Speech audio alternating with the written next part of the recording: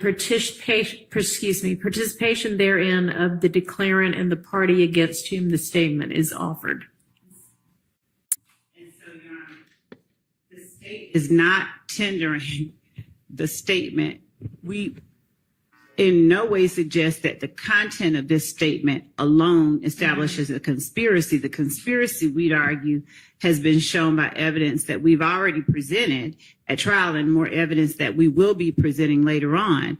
What the content of the statement does show is that the unknown party to whom Mr. Garlington is speaking about about things that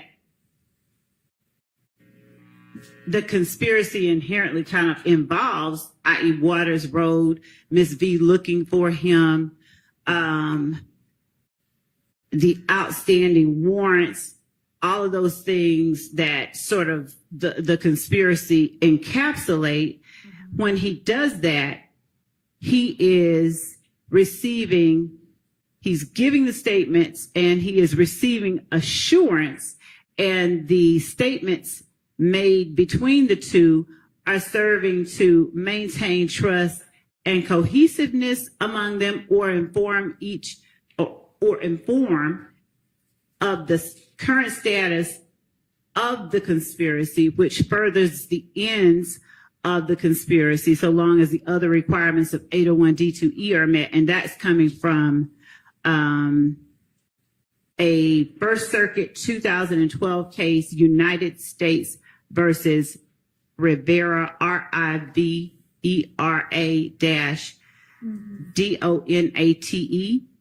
at 682 F3rd 120.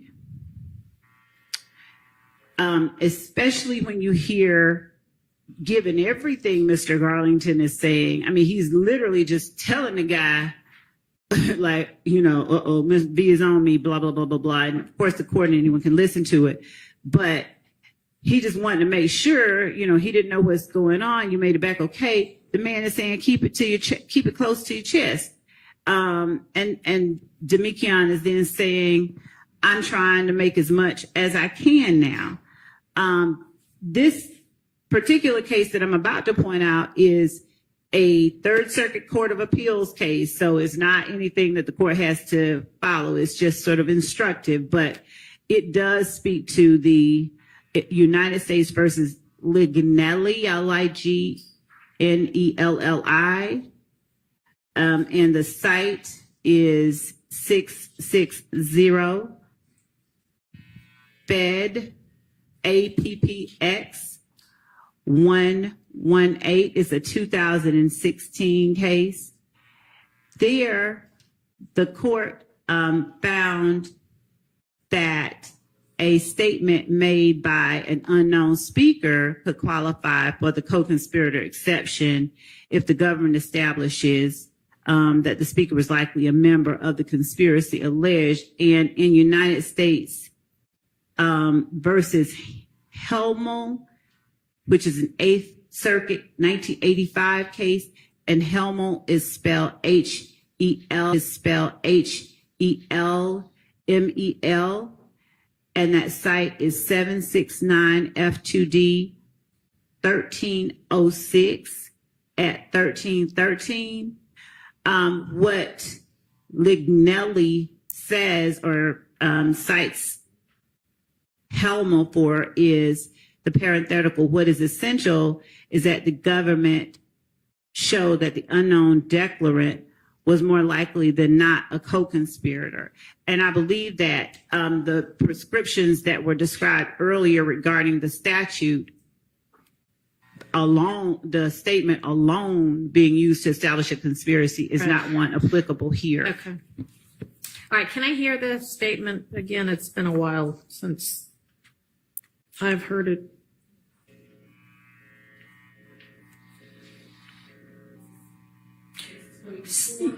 Yeah.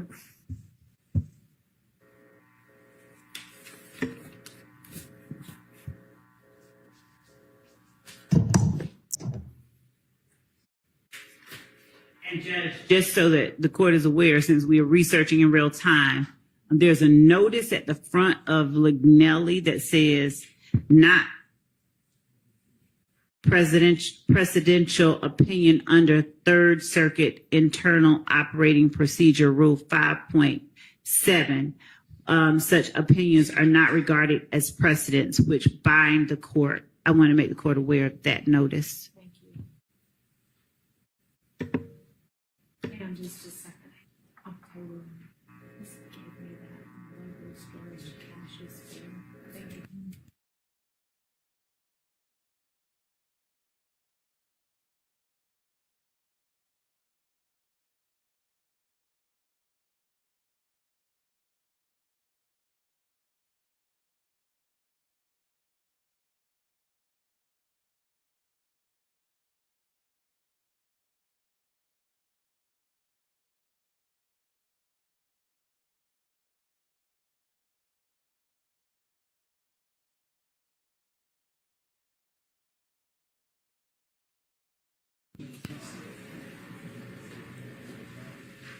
What?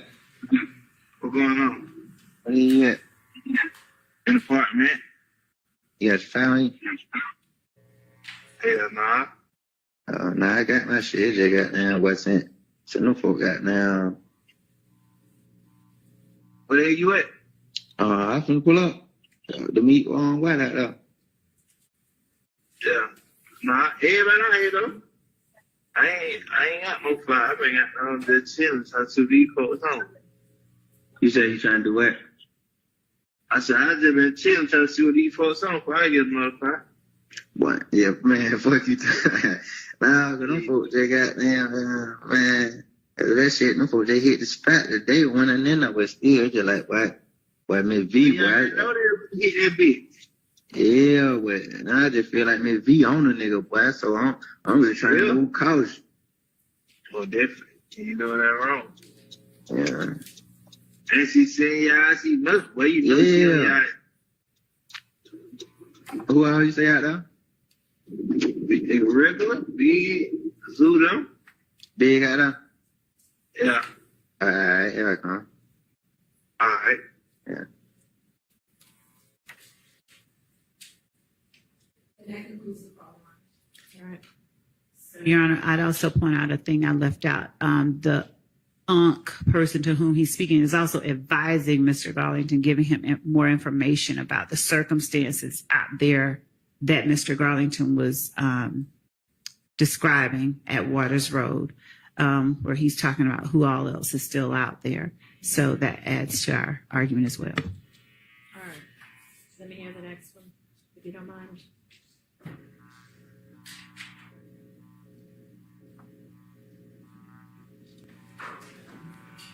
Here with us on 806. Yes.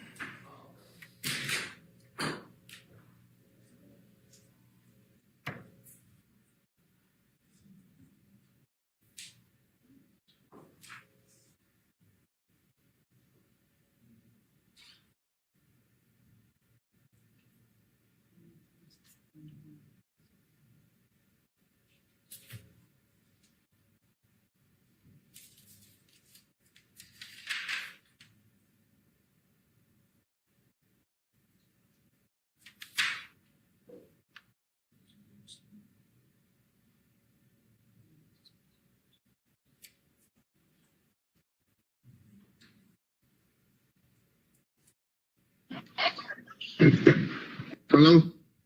Hello? What going on? What's up? Hey, what's up with you? What happened? What is that? That My bad, Oh, no, look. I just seen the news. I seen the news, they said the two they got, and they said one they got on, outstanding one, they ain't say my name. okay. Yeah, well, I just feel Well, I said, I just want to make sure. I don't know what's going on.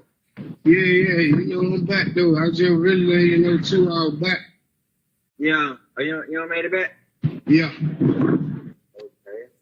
Okay. Well, shit. You just keep that shit to your chest, really, and hold on to that paper. Got Yeah, that's what I'm doing. I'm just trying to make as much as I can, Yeah. Exactly. Right down here though, I'm gonna let you pull up on me. Check out down answer the phone. All right. All right. And if the court notices, I think Mr. Garlington does not even start giving details until he's reassured that it's Unc, who of course then tells him, you just keep that close to your chest, and so forth. So I think that both of these calls make it apparent that this person is giving information that serves to reinforce the underlying purposes of the conspiracy itself. They're providing reassurance.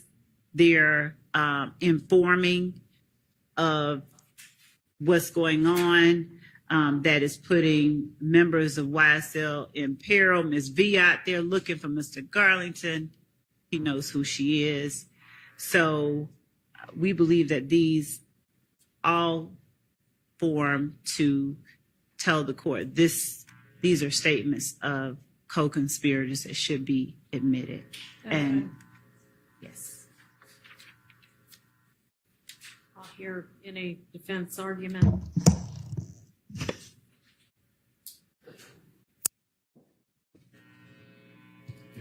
And Mr. Short, I think with regard to, and Mr. Harvey, the issue of the statement alone can't establish the participation of the declarant.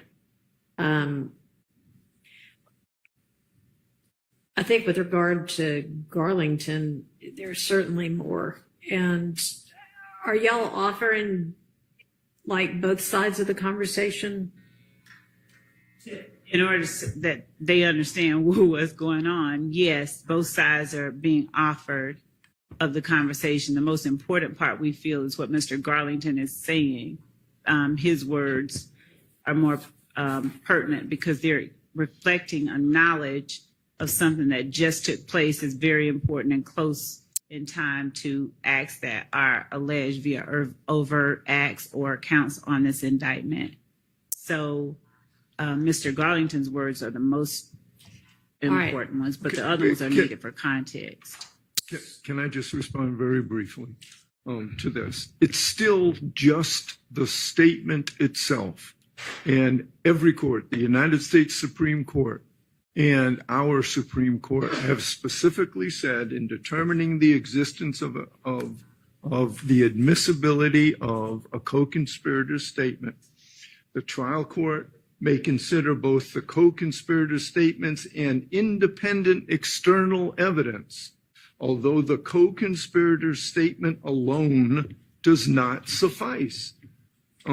That's specific language from Dublin versus the state at 302 Georgia 60, pinpoint site 63. But that's the rule, and that's the intent of the rule in the code.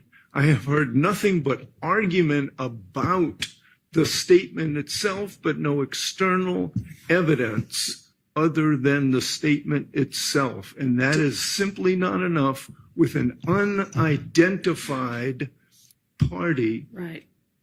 Period. Yeah. So I think with regard to whomever Unc is, that it does sound like all you're relying on to establish that Unc is a co-conspirator, and therefore the jury can consider what Unc is saying is what he's saying and what he seems to know that's based in the statement itself.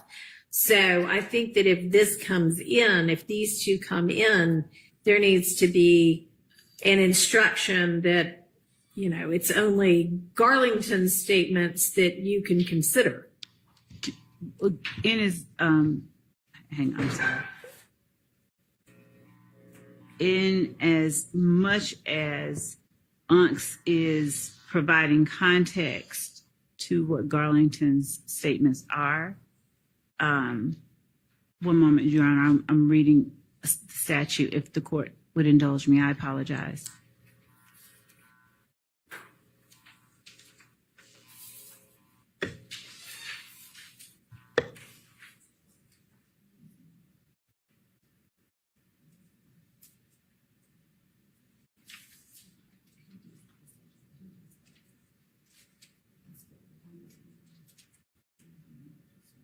Your Honor, if I may jump in, I just have actually a couple cases I think maybe just All right. Can you wait just a second? Because I think Ms. Love's trying to absorb the statute right now.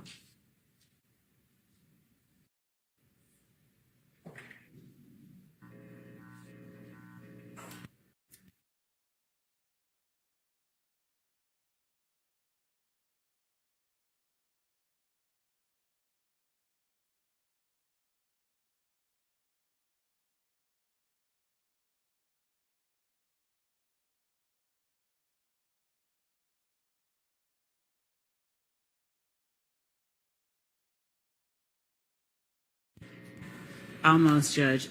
I apologize. Okay.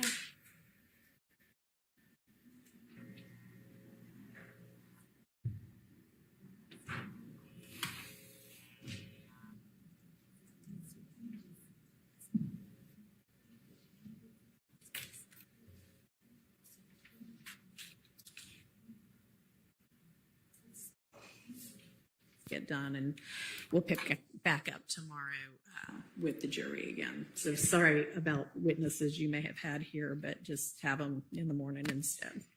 Okay. All right. We'll be in recess till 2.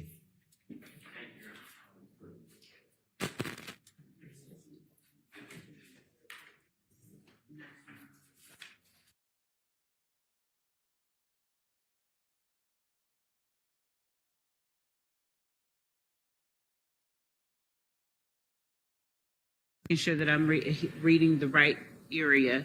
It's the portion of the statute that says the contents of the statement shall be considered, but not alone, sufficient to establish a declarant's authority under paragraph C, which is not applicable here because we're not talking about B that. is not applicable, and then yeah.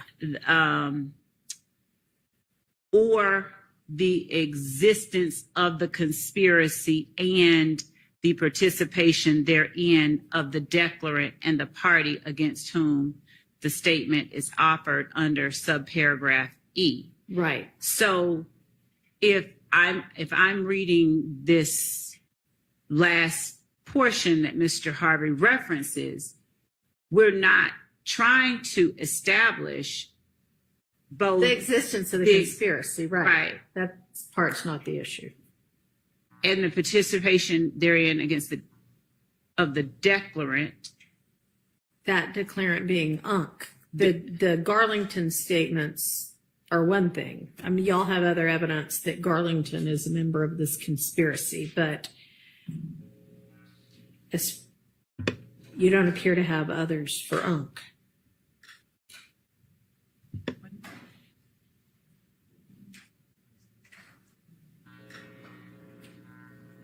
So it's not, and I hesitate to say it, but it's not so much UNC's statements that are important. UNC's statements are the ones that give context to Garlington's statements. And so to the extent that you need to hear what UNC is saying so that you know what Garlington is responding to, that part is important. So to the extent that I guess an instruction that UNC's statements, you can consider them for context for Garlington's statement. I mean, I'd have to work through that, but my reading of it is that the declarant of concern is Garlington, and we're not really that concerned about UNC. Well, you might not be that concerned I know that. about UNC, I know that. But if the jury's going to hear it all, then why don't you look at both of those portions again and see if there's some way, if it's Garlington's that you need to have just Garlington statements come in? And if not, what limiting instruction would be appropriate? I appreciate that opportunity. We will. Thank you. All right. And Your Honor, I was never able to verbalize, maybe for the record, maybe to persuade the court, Okay. about why I didn't believe that Garlington's statements were admissible under 801 D2E. Okay. And my argument, I think the fact that we don't know who Unc is important, because certainly knowing who the receiver is, knowing who Garlington is speaking to, would better educate us as far as whether his statements are in fact in furtherance of a conspiracy or not. And at least the second call, he seems to be calling Unc and just saying, "Hey, I heard I have a warrant. You know, what should I do?" And Unc seems to say, you know, just stay safe and get money ready for a lawyer. But it seems that Garlington is concerned about his own legal troubles or the possibility of being charged. I don't really find that as furthering any conspiracy. That seems to be concerns about himself and his legal future and his and concerns about being incarcerated. But I don't view that in any way, shape, or form as furthering any conspiracy. And especially since we don't even know who Unc is. But you know, me calling, if I was involved in a conspiracy, and me calling my literal uncle, who I reach out to for advice, and him saying, "Hey, Max, if you think there's a warrant, you know, start getting your money ready for a lawyer and, you know, stay in the house."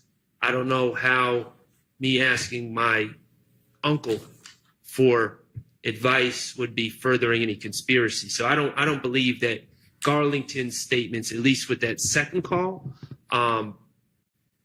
meet the requirements of 801 D2E. Yeah, I think that Mr. Sharp's analysis leaves out, if I'm mistaken, forgive me, and he can correct me. I think it leaves out Unc telling him what's going on at Waters Road, like who else is still out there in that second call. So he's informing him of circumstances that still exist that put members of YSL who incidentally were hiding in and then ran from and apparently took contraband from. And this is our assertion that we believe the evidence will show. So I'm not trying to put something in front of the court that, you know, is just my word is bond. But Unc is advising Garlington about circumstances that continue to place YSL members in peril. And Unc obviously has knowledge of what this conspiracy is. He's not asking any kind of questions. And then Well- Garlington's responding, he's wanting to make sure what's going on and is Right. told to keep it to your chest. And frankly, he doesn't need to be talking to a co-conspirator. I agree. Okay. I And agree, but I still think knowledge of who he's speaking to, would certainly, Right. sure, and further elucidate things for us, but it's not necessary for the admissibility of this statement. I mean, this, I think, would come in under, I can't remember the name of the case right now, but the case that's, I think the state cited where, you know, somebody's getting support from their girlfriend or something about, you know, how to handle the fact that somebody might be on to them. And it's not exactly the same, but it does sound like, frankly, it sounds like this is somebody who knows a whole lot about what's going on at Waters Road, and they're sharing information in order to stay hidden. I don't think. respectfully, so this is the day after the Waters Road shooting. So this is not while Waters Road is in practice. And he says, "I'm pulling up." And I think a very common sense reading of what was said there is he's pulling up to where Unc is and wants to know who's at Unc's house. The state keeps saying, alerting about who's at Waters Road. That's not the way I hear that call at all. You know, the court should also be aware that this is the day that police go to search Waters Road. And I think in another call that the court heard on in our previous hearing, they find that the sticks were removed, like they took guns and stuff out of the Waters Road the night that they were there initially, just to check on the occupants, and nobody was willing to come to the door, but they found everybody hiding in cubby holes and stuff. And so in subsequent calls, I think the court heard last time that they didn't get the sticks that were in the attic or wherever it was. And now Unc is talking about, my reading or listening to it, Unc is talking about who's still around, and Mr. Garlington is talking about Miss Fee. I think whether he's saying who's still at Waters Road or who's at wherever he's about to pull up to. I just want to make it clear for the record. This is not the day, to my understanding, that Waters Road was searched. Okay. And the state, I would love to hear their evidence, whoever Unc is, that he was at Waters Road on that day, because it doesn't exist. He's talking about where Unc is, and I'm pulling up to you, and who's over at the house, which is not furthering any conspiracy. But, I understand the court's ruling, and I just want to state that for the record. All right. Thank you. Your Honor? Yes. I did just want to bring attention to one case. This, I don't know, perhaps frames it in a bit of a different way. Statements are admissible when the state establishes a basic case of conspiracy independent of the co-conspirator statement. I think looking at this, if we look directly at that standard, let's take out what the statement is. Mm-hmm. What evidence is there to make a prima facie case? Nothing. And the case I'm relying on for that is Williams versus State, 293 Georgia, 750 from 2013. Mm-hmm. There's another case which quotes the same language. It's Newer Franklin versus State, 298 Georgia, 636, 2016. And in both of those, they go on to discuss some of the other independent, separate, apart from the statement evidence, which did justify using that co-conspirator exception. But here, where we have no information about Unc except his name is Unc, I don't think the state can make that prima facie showing. I don't either. I mean, I think that with regard to Unc, there's not enough. So that's why I've directed Ms. Love to figure out whether she can either get in the Garlington statements without Unc's statements, or if not, come up with some appropriate limiting instruction. And we can do that, Your Honor. And just as a matter of the prima facie showing of the conspiracy itself. Yeah, we're not dealing with that. I get that. And there's enough to show that Garlington is a co-conspirator and that there's a conspiracy. This is just with regard to Unc, as far as I'm concerned. Okay. So let me write myself a note.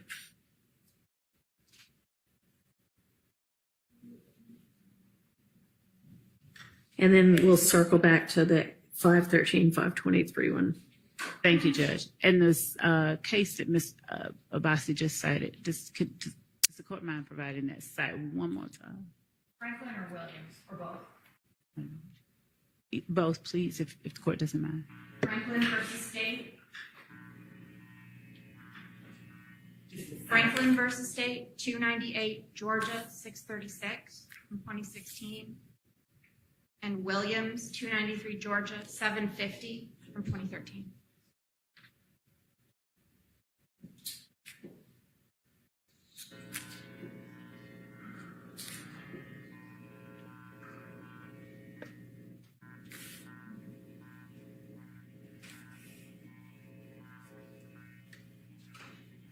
Thank you.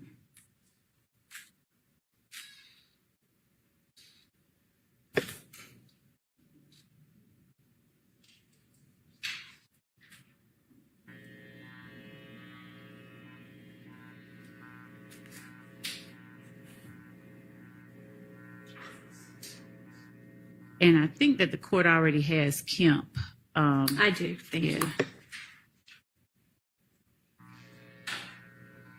All right, let's go back to the 513, 523 or whatever it was, one.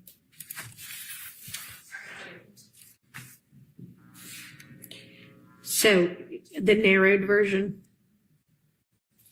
That's what you were gonna do, was figure out. So it appears the narrow version is going to be from roughly 34 seconds. Yeah, there's about 3 sections around, so I'll play. The first will be from 34 to 3:54.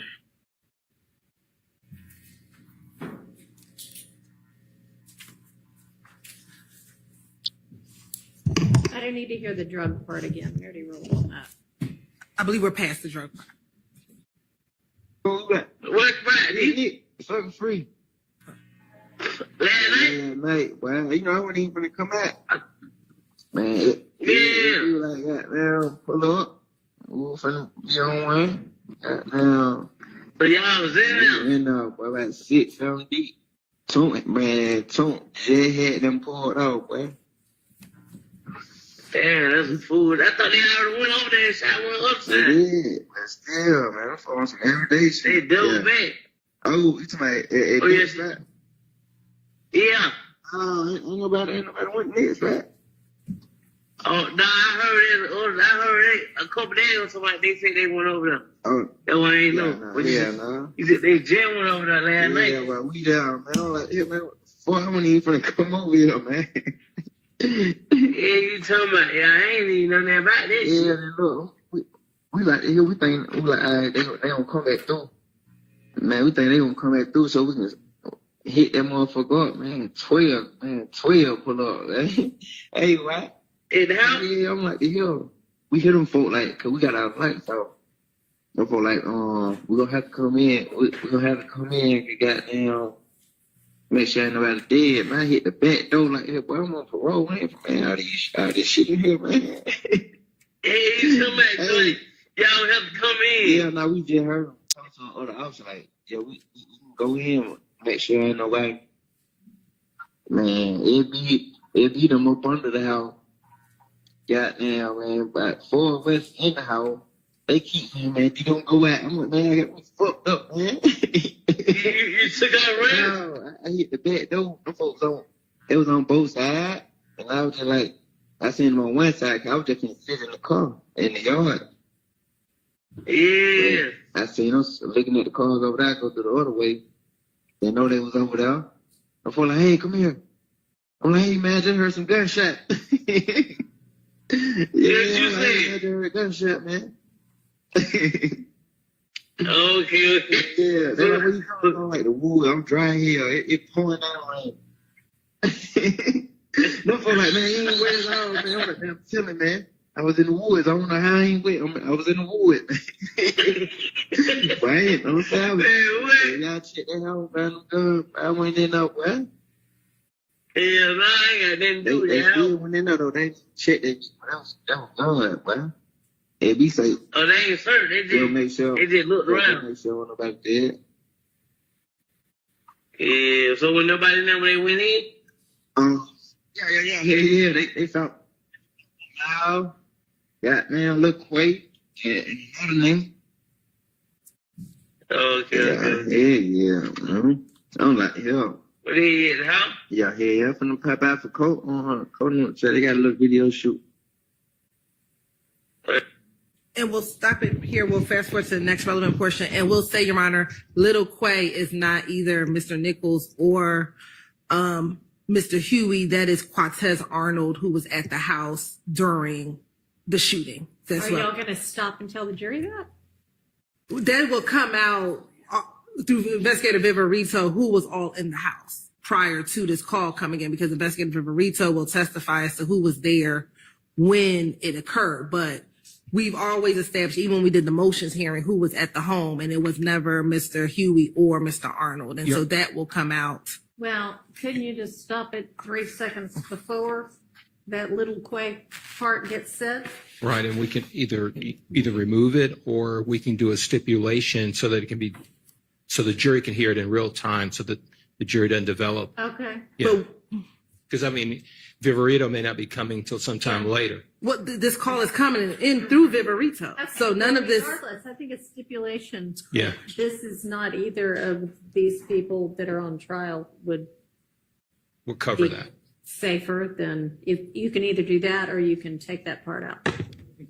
Yes, we can do the stipulation and ask her. And I mean, we all agree that it's not either of these individuals. I have a solution. Don't play it. Don't play it at all. Yes, But because it's a perfect little quick. it's two parties giggling and laughing about what happened at a prior event. There's no informing anyone for any purposes I of know. further any I- conspiracy. It's just spilling the beans. Your Honor, and and giggling.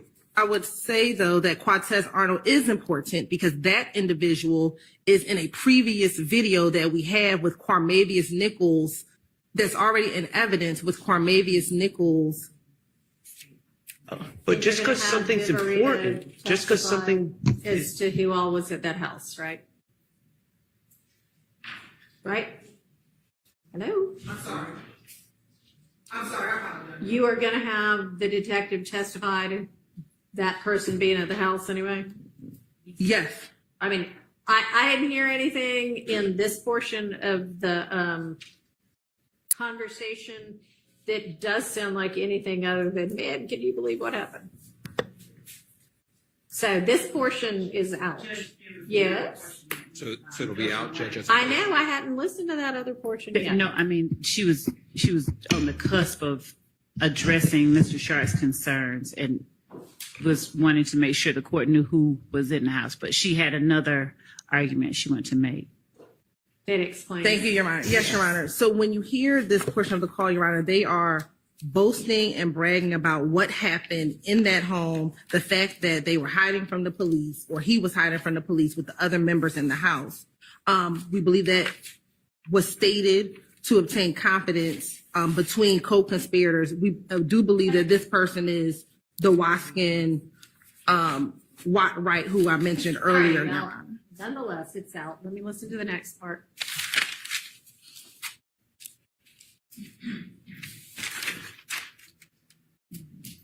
The next portion starts at 4:18, Your Honor.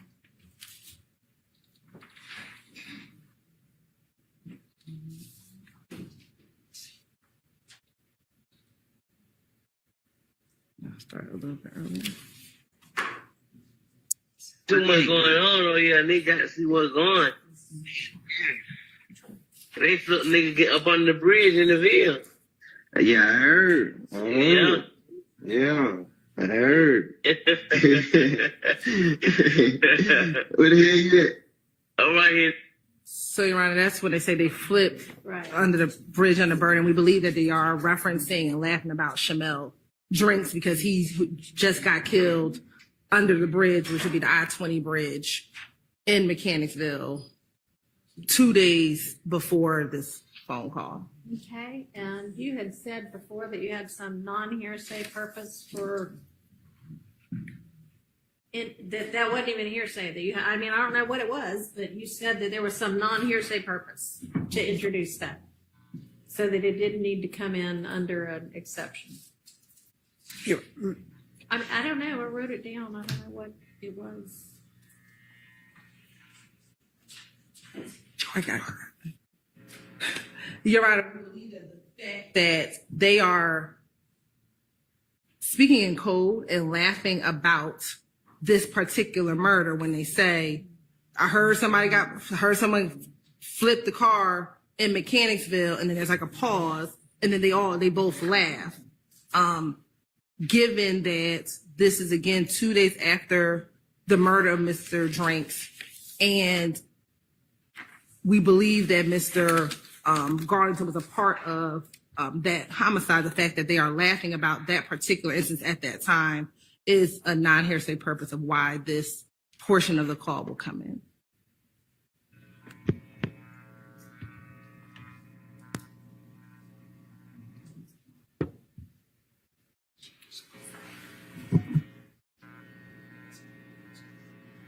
I'm going to exclude that. So that drug part that we talked about before is the only part of this conversation that is going to come in. And there's one more portion, Your Honor, I believe this is the portion that Mr. Steele referenced earlier today.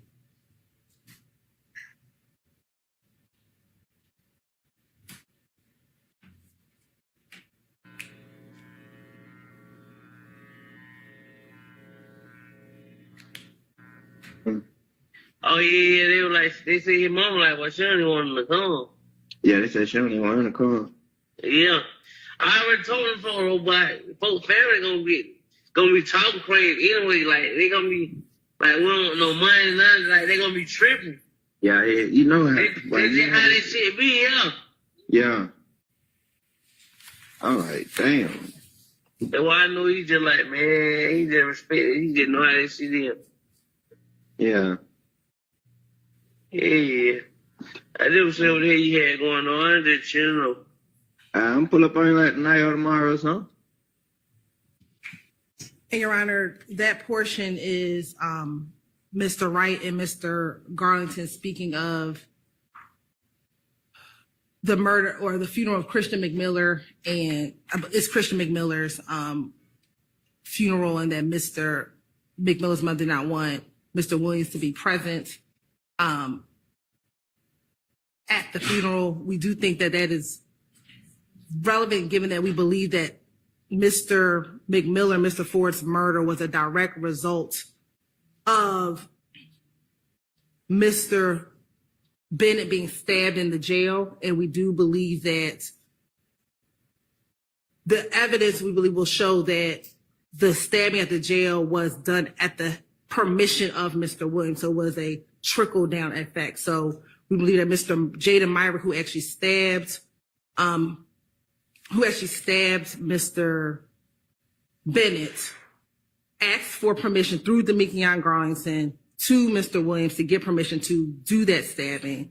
That stabbing occurred once that stabbing occurred at the jail, and with that information was released to the public on early in March, on March 2nd or March 3rd. Only about 7 days later was Mr. Ford and Mr. McMiller murdered by YF and Associates, and then the other murder happens when Mr. Drinks after that, Your Honor. And so the fact that Mr.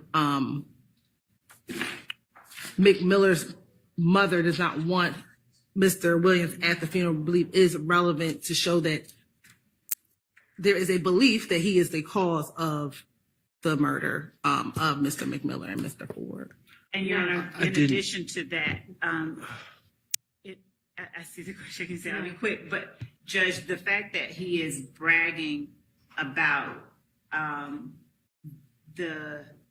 what we believe to be the murder, and that he is informing the person that he is talking to that they were going to come back and they were getting ready to light them up, we believe falls under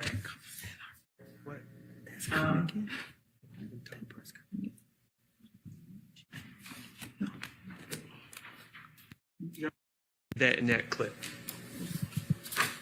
So the It was- part about that part is the funeral is the definitely funeral out. If there's some other part where somebody. That's the first part, Your Honor, I think is coming in, that you allowed to. My understanding is everything from the drugs to everything before Little Quay can come in when we talk about what it.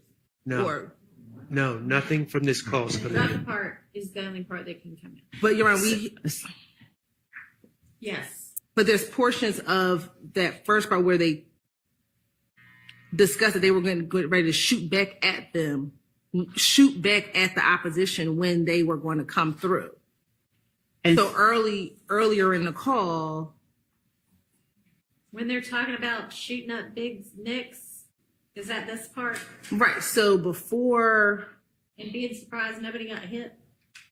right? But Demekion says we were getting ready to shoot back at them, but we thought it ended up being the police and not the opposition coming. And so I think that that's important, that they were willing to shoot back at them if they came back through the location. And to augment that, Your Honor, just to add a little to what Ms. Hilton just said, them boasting and bragging to one another, we would argue our statements used to obtain confidence between co-conspirators, and it is serving to up and maintain trust and cohesiveness among them, and to inform them of the current status of the conspiracy.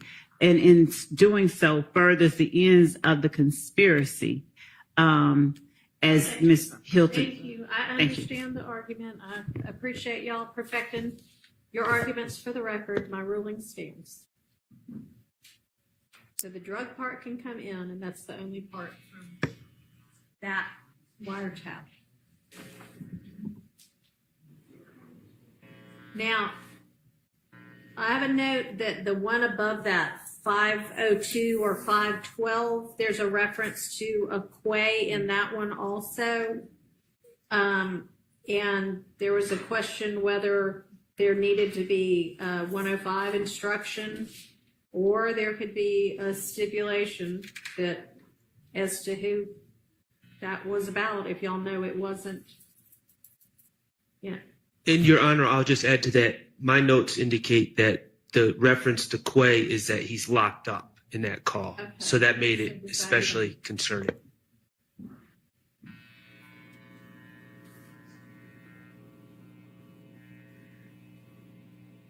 Do y'all know who was being referenced there? Probably. If they're talking about Quay or Mark 16, they're always talking about Quattrez Arms. That is who was at 2380 Waters Road. There were, outside of Mr. Garlington, Mr. Stillwell, and Mr. Farley, was Quattrez Arnold, another individual with a K that's escaping me right now, and one other individual. Okay. So every time at Waters Road on March 16th, there's only talking about Quattrez Arnold. All right, and so y'all are going to enter a stipulation that says it's not either of these defendants? We can't. Okay. I mean, if it's a stipulate, would you rather it be that? Well, I'd rather that it not. I can't hear you. I rather that it not come in because it's an assumption, Your Honor, that they're saying we believe, we think that it's Martinez Well, Arnold. no, And there's- it's going to be a stipulation that it's not either of these defendants. And again, Your Honor, we intend to introduce testimony through Investigator Viverito, who was at the house when she arrived, along with the responding officers. Okay. We'll talk about who was detained on that day. So is it going to be a stipulation that it is whomever Arnold, the Quay referenced in here? Yes, that is Quattrez So- Arnold. Yes, we okay. will stipulate that the Quattrez Arnold, that there's the Quay that they're talking about is Quattrez Arnold. So there's another Quay that's being referenced. Fair enough. Thank you. Okay. So that takes care of that as well. Make sure y'all get that stipulation together before that gets played. All right. Let's get this nested hearsay issue taken care of before we break for the day.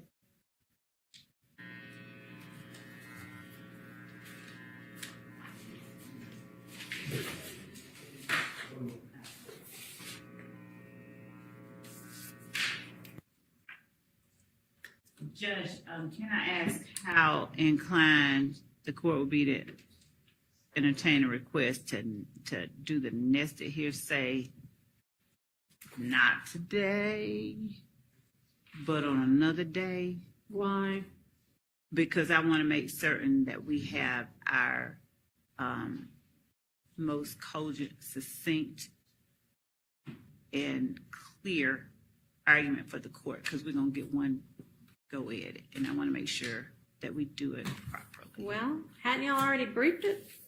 Judge, we have briefed something similar. That's what we were looking for earlier.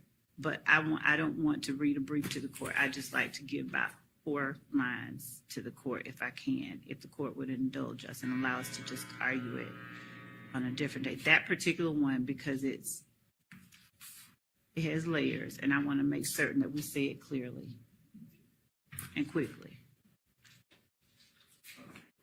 And I couldn't hear. Are we just saying, hey, I need more time because I haven't briefed it yet? No, Judge, I'll be clear, and I'll say it loudly enough for everyone. We are asking to be allowed to make this argument on a day different than today. That is it. Please. And Thank you.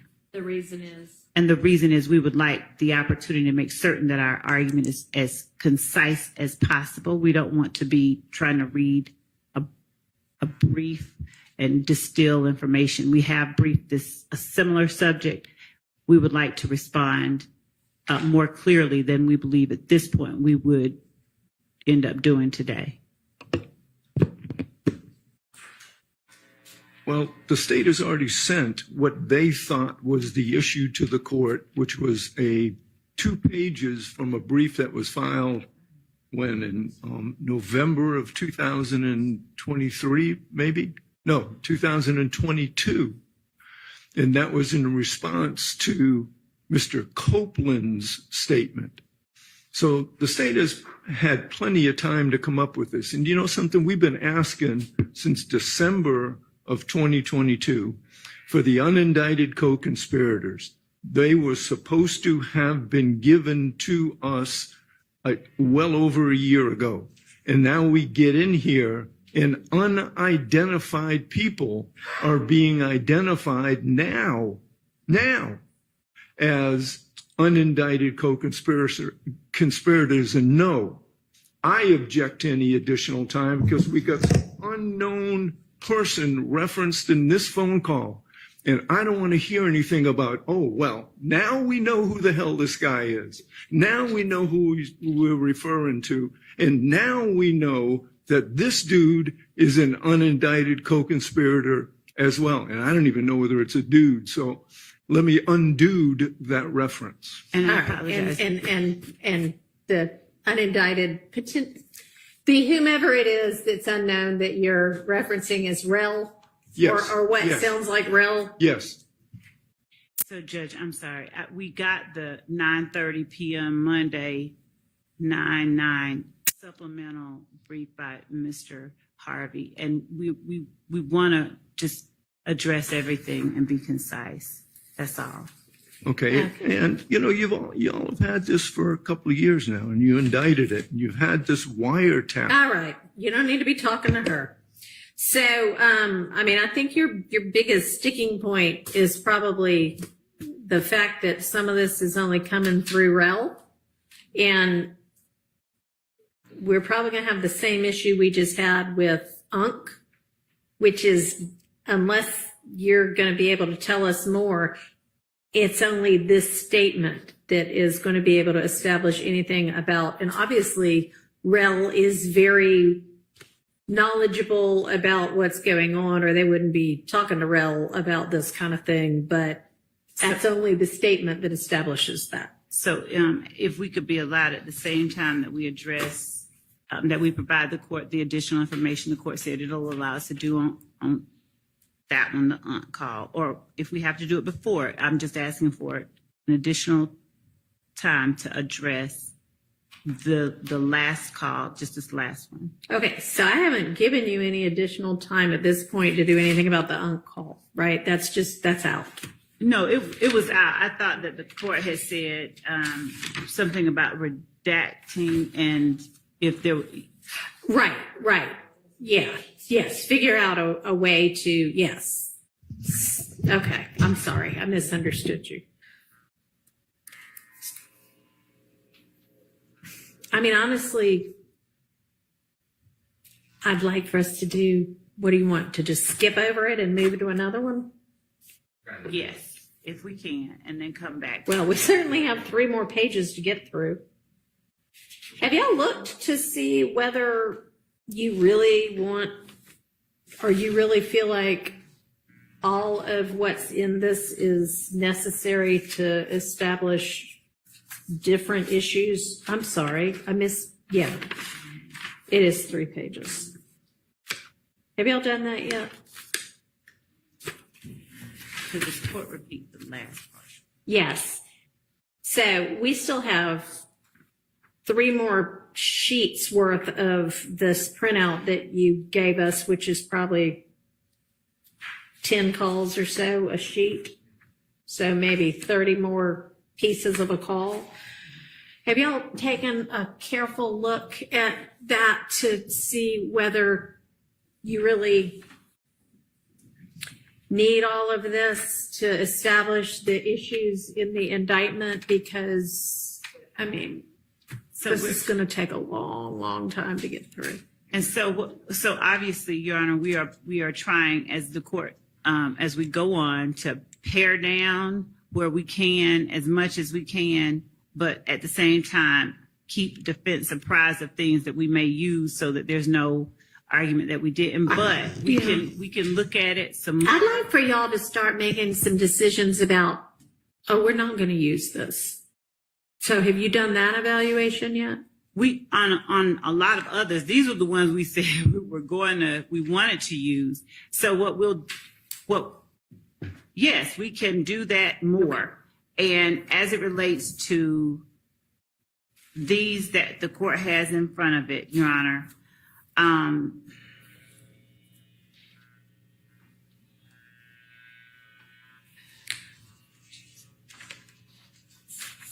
yeah, we'll give it another pass. Okay. We'll give it another pass. Appreciate that.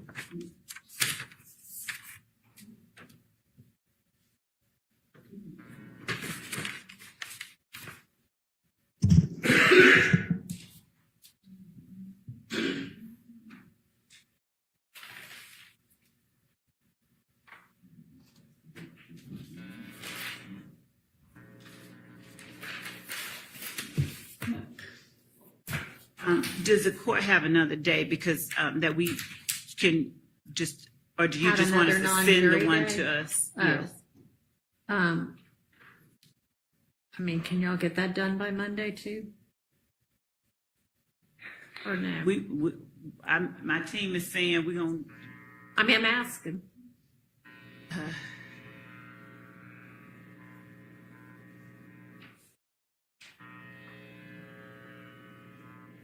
If we could have a couple more days, but if we have to, we will. That's, We'll- I mean, get it, we're not going to be able to discuss it next week anyway. So And then next. get it done So, by so, the 20th. Thank you. so we're not arguing today? Thank you. I don't know whether we're going to. I don't The know. 20th. We're not going to argue the other ones, but We don't- there's other stuff we can do.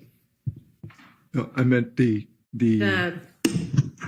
call 2119. We're not going to play 2119 prior to the 20th, so we appreciate that. So, Mr. Harvey, I guess that your brief that you filed is so impressive and intimidating that they want some time to be able to respond to it. Just agree to it because it's right.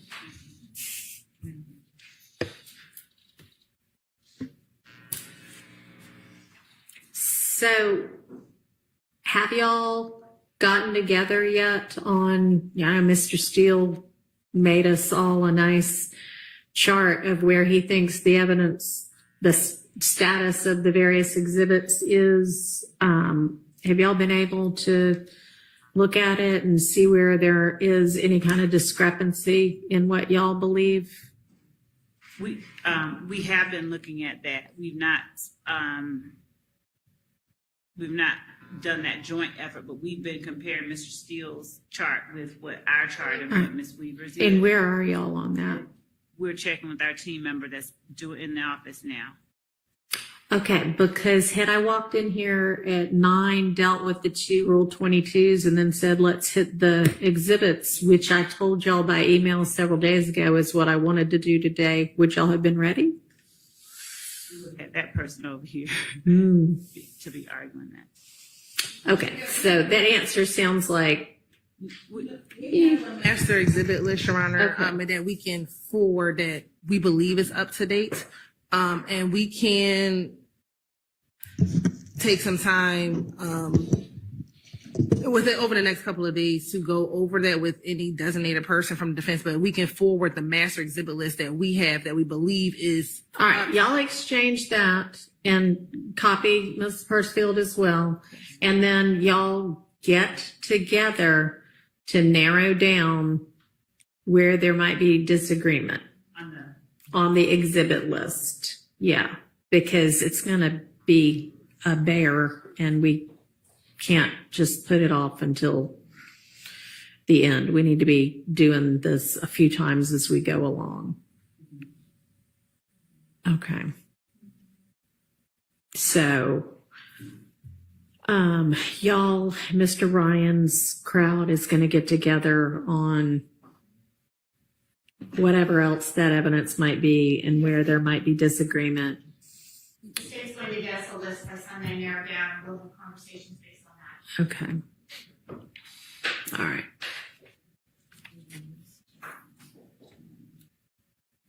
And y'all are both going to get me briefs by Monday, I think is what I said on the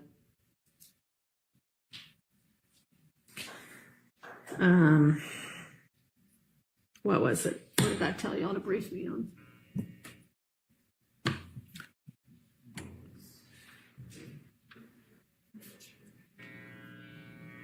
Anybody know? I believe we were supposed to. Yes. Over and whether or not It was over something X. else. Yeah. Was someone in jail, but it ends the conspiracy with that one? Well, somebody wanted to do that a long time ago and never did. The other one was whether or not an over act not listening indictment could solely be the basis of a conviction on count. Okay. But you abandoned it. No. You think that something not charged? Is that what we're going to research? Yes, that's what An was overact that is not listed, not a count charge, but an overact not listed.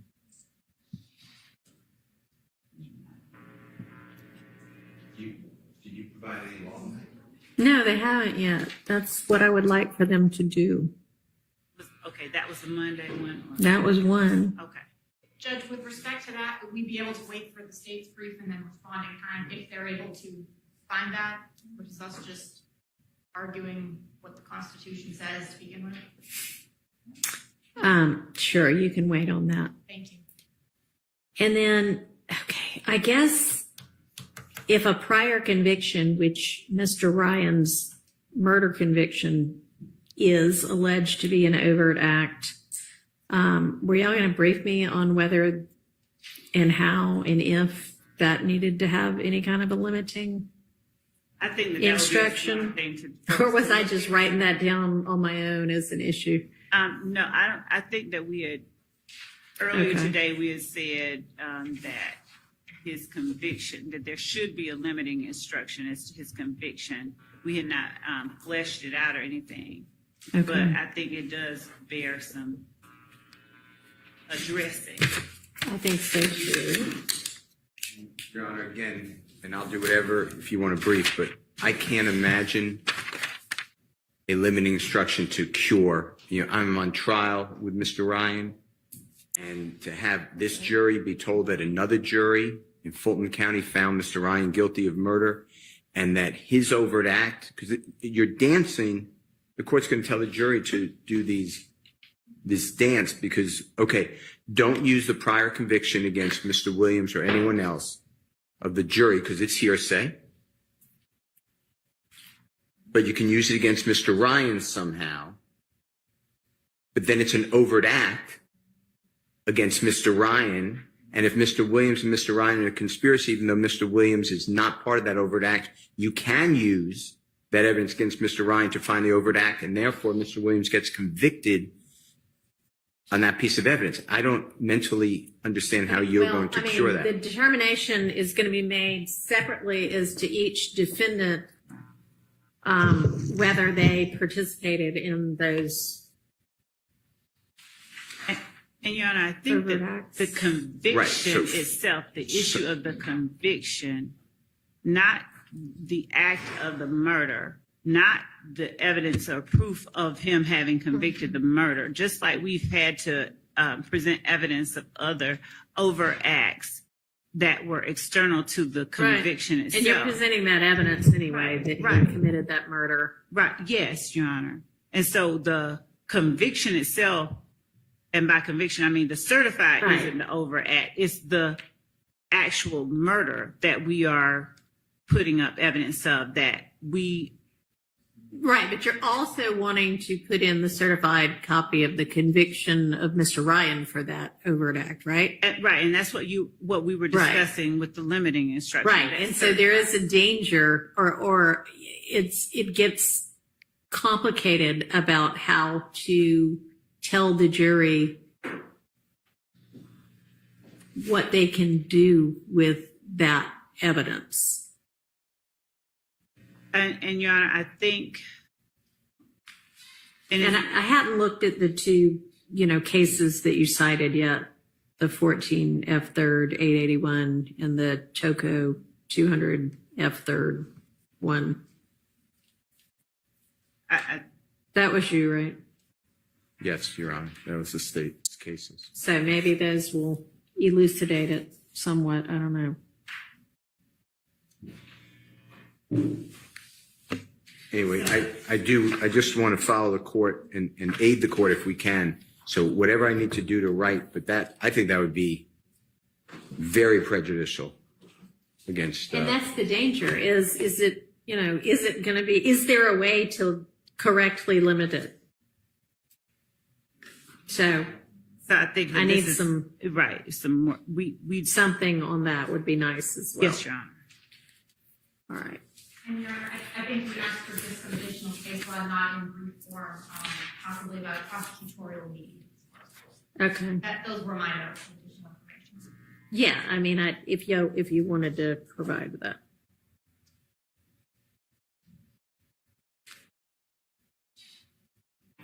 And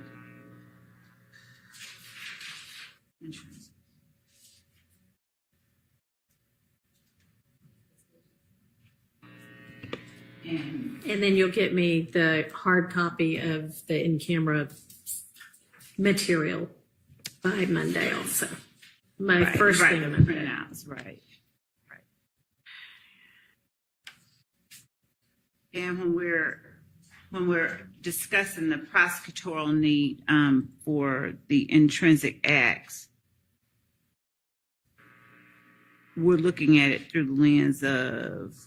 I mean, I don't need further evidence on that. Oh. I mean, not evidence, further case law on prosecutorial need. If y'all want to come up with some, great. But yes, that is exactly what I did want further evidence on was could y'all find something that more factually aligns with your situation? Thank you.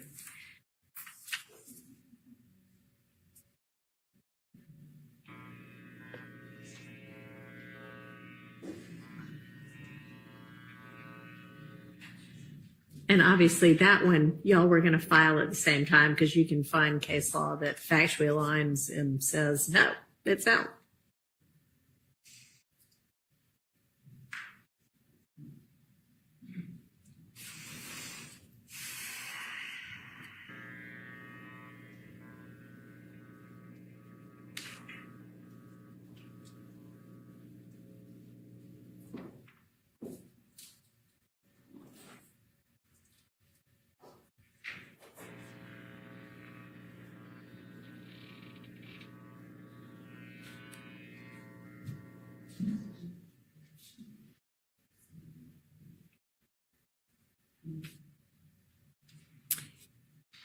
And just to flesh that out some more, and it being either admissible or inadmissible, because it either does or doesn't complete the story of the crime of the gangs or the crime of the RICO violations or, be the same kind of series of events as that. Because those are the only two that it might come in under. Right. It has to. Right. Okay. So just making sure that the cases that we bring to the court's attention addresses that. Yes, ideally, that would be wonderful. All right. Anything else we can do in the next 15 to 30 minutes? Can I just get, I ask every day, want to know what files to bring So tomorrow. in terms of witnesses. Yeah, if it didn't change, that's fine, but I know that the So state said. I think y'all said Pitts, Latner, Turner, Bell, Hill, Jinks, and Thorpe. I may have that one wrong. Jinks. Was it Jinks or Jenkins? Jenkins. Is that still the plan? Yes, for the upcoming 2 days. Couple of days. Yeah. Okay. And then we'll talk again on Friday about what'll come up next week. Thank you, Your Honor. All right. Anything else? Your Honor, if it matters to you, other people spoke with the sheriff, and we are going to. Okay. Okay. Yeah, I didn't know where exactly y'all were going, but somewhere that gives y'all a little bit more room considering the number of people involved. Thank you very much. Oh, right. I'm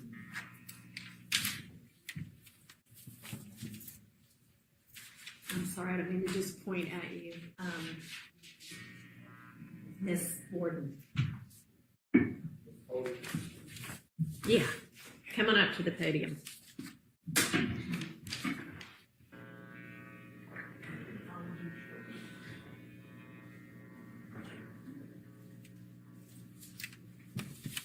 I want to say thank you, Your Honor, for allowing me to come back up again. Sure. And I'll be real brief. I just want to share something to you and also on the record. Okay.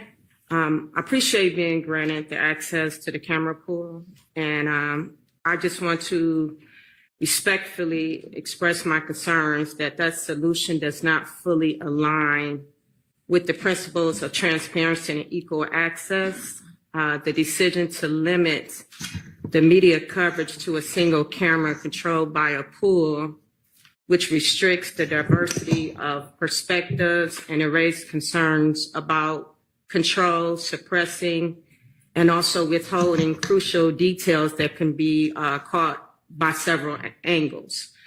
And I know earlier, I think I might have shared, I am a civil rights leader. I'm also a noted and awarded community advocate for the state of Georgia since 2009. The Rule 22 provision was designed to ensure that the public and media has open access courtroom proceedings. And it is not to be limited to a singular source because that risks tampering with the spirit of that rule. By only allowing one feed, it is inherently biased. It ends up being biased with that coverage. Are you reading from a case or are you just reading? No, I just take some notes. I didn't want to spend extra time and I'm almost Okay. done. I mean, so this is just your position. It's not case law, is I it? do have some case law. I got two of them. Okay. All right. Go ahead. So it assumes that one viewpoint is sufficient for capturing the full scope of the trial. It's essential that different media outlets are allowed their own access so the public can be provided with a fair and transparent view of all proceedings. So I am asking the court to reconsider this limitation and the transparency of the Rule 22. So when it comes to, for example, O.J. Simpson trial, also I was a part of Derek Chauvin trial. We were permitted live streaming to ensure full and unbiased representation of the proceedings. If you look up Press-Enterprise COV Superior Court, 1986, also Richmond. I don't know how to look that up. Oh, I'm what sorry. You just said. Okay. Do you have a site to a reporter, like a case reporter? Well, It's usually like numbers and then a book and then some numbers again. I didn't. So basically, I pulled it. If you was to type in Press-Enterprise COV Superior Court 1986. COB? I'm sorry. I got Enterprise. C is in Charlie, O is in Oscar, V is in Victor. V. Okay. Yes, V is in Victor, Superior Court 1986. And I have another one. What state?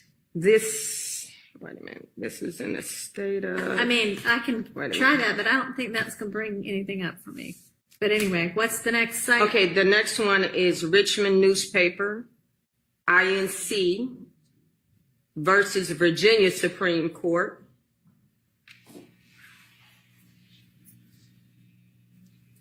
And I also want to share that the restriction of the live streaming serves a compelling enough interest to warrant limited media access to a single perspective. Again, when it comes to civil rights leaders, right now I don't see any other civil rights leaders here.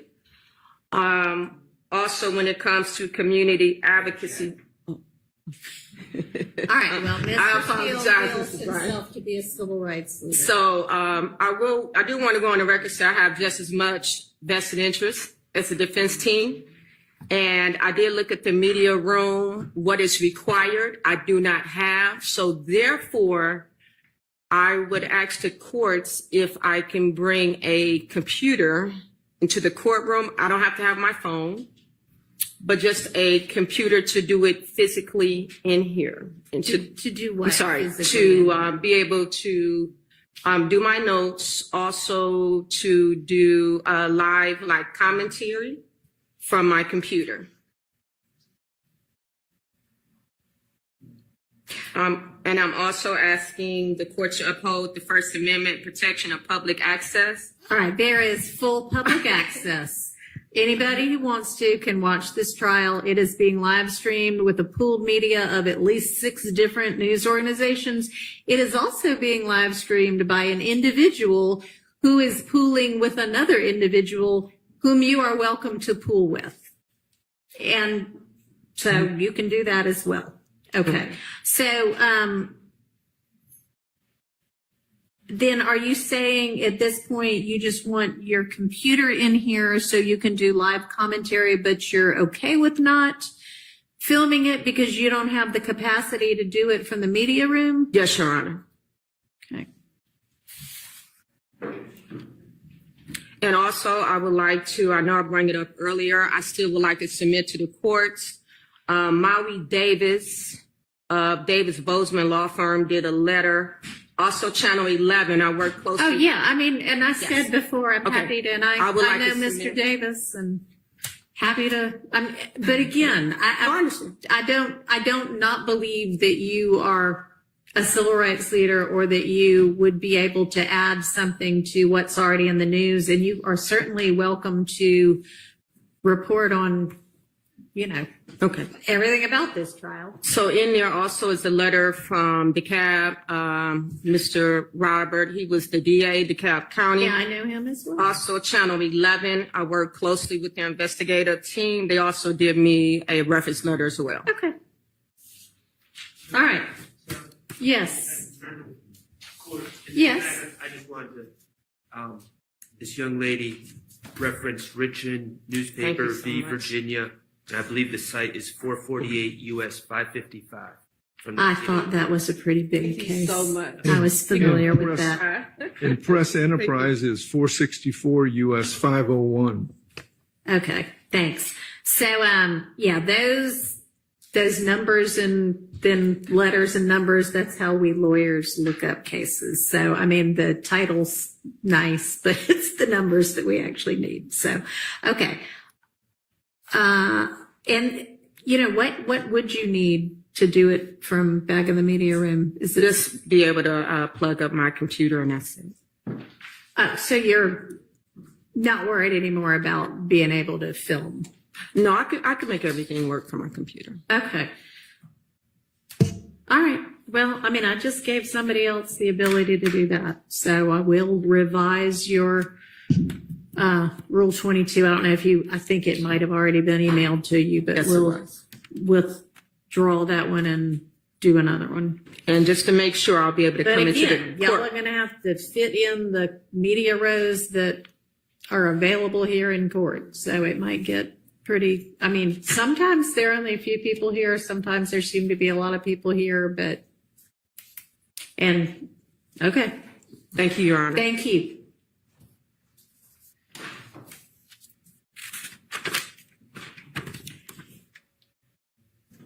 All right, anything else?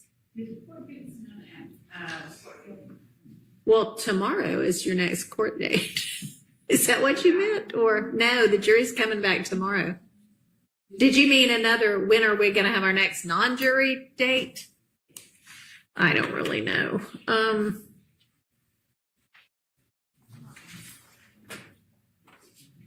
no.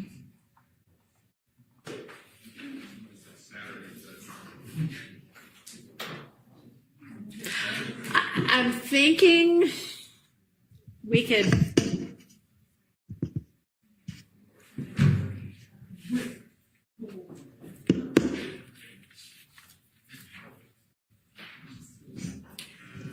I don't know, possibly sometime the week of the 7th, later in the week. But if we need one before then, or if we need one or two before then we'll have to fit those in.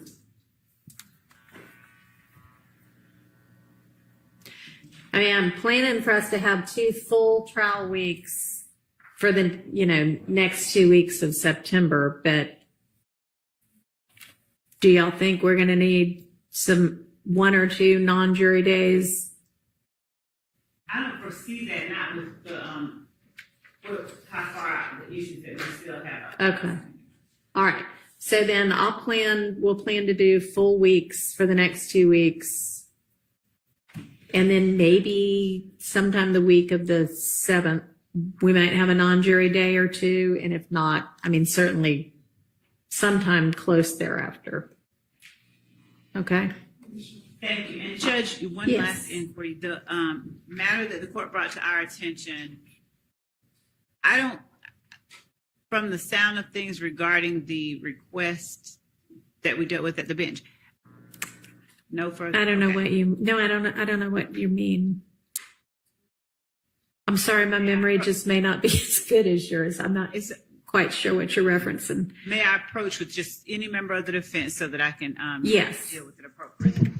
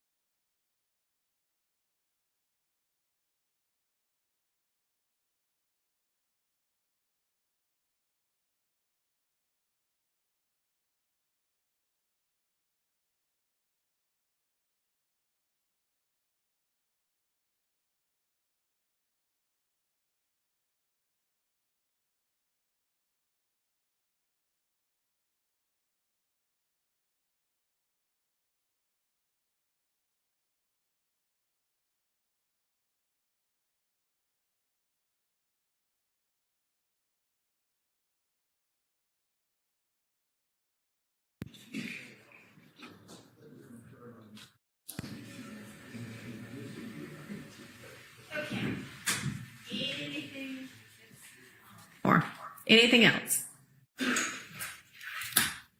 before we break for the day? Nope. Okay. Nobody else? All right. All right. Let's see. We have the jury back at 9. Considering that we've been together all day today, hopefully we won't have anything unexpected in the morning. Do you think we could just plan to convene at like 5 till 9? Okay, let's do that. See y'all tomorrow.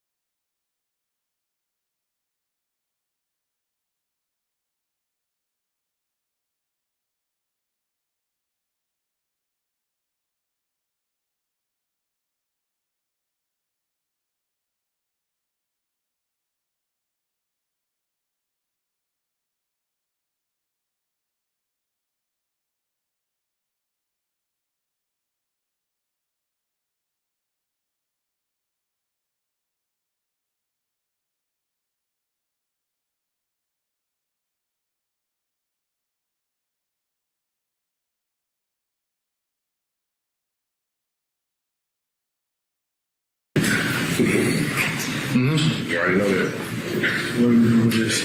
Because I was told, that we to the meeting room. Judge.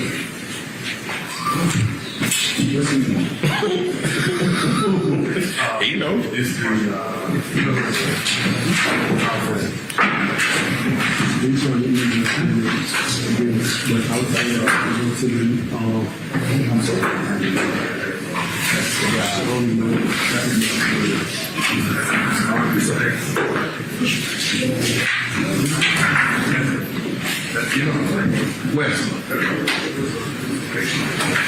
what's the guy's name? Yeah, really. So I was told that he should go to the video room. No. As long as he has, as long as there's room. That's why you do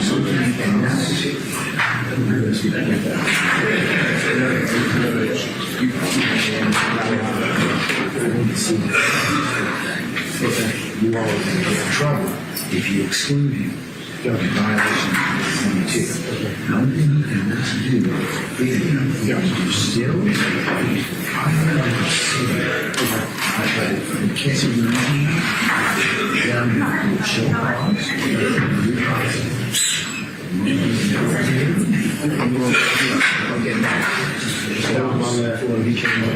Mr. Brown, are you doing this couple or this whole?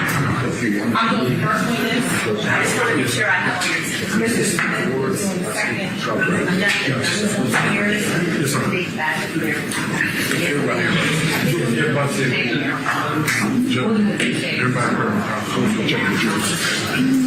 Not the first one, but for the third one.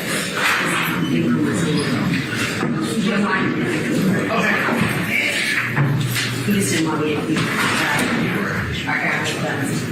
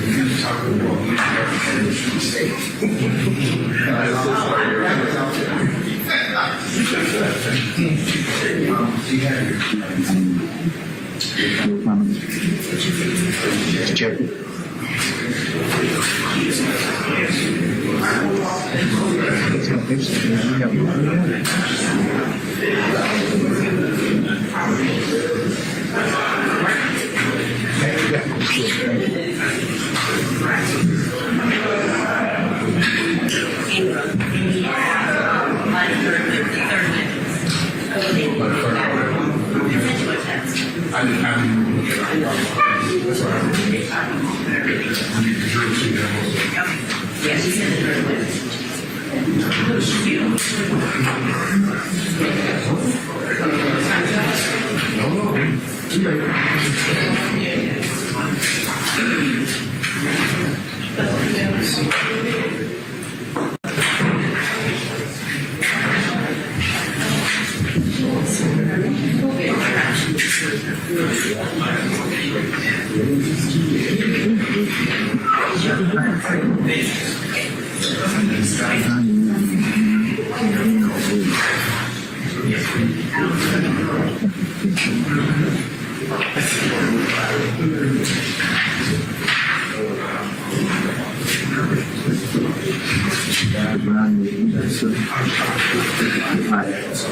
Hey, you're good. You're good. Sergeant Ingram. Everybody ready? Okay. All right. Well, Mr. Brown was there. You can sit in front right for We got a gentleman from the state. We'll be ready. All right. Okay. All right. Good afternoon. Counsel's interested parties. We're back on the record in the matter of the state of Georgia versus Khalif Adams et al. In 22 SC 183572. Mr. Stillwell, Mr. Botts. Oh, no, just Mr. Sharp. Okay, thank you, sir. Good afternoon. All right, Mr. Williams, Mr. Steele, Mr. Adams, and Ms. Bernard. Good afternoon. All right.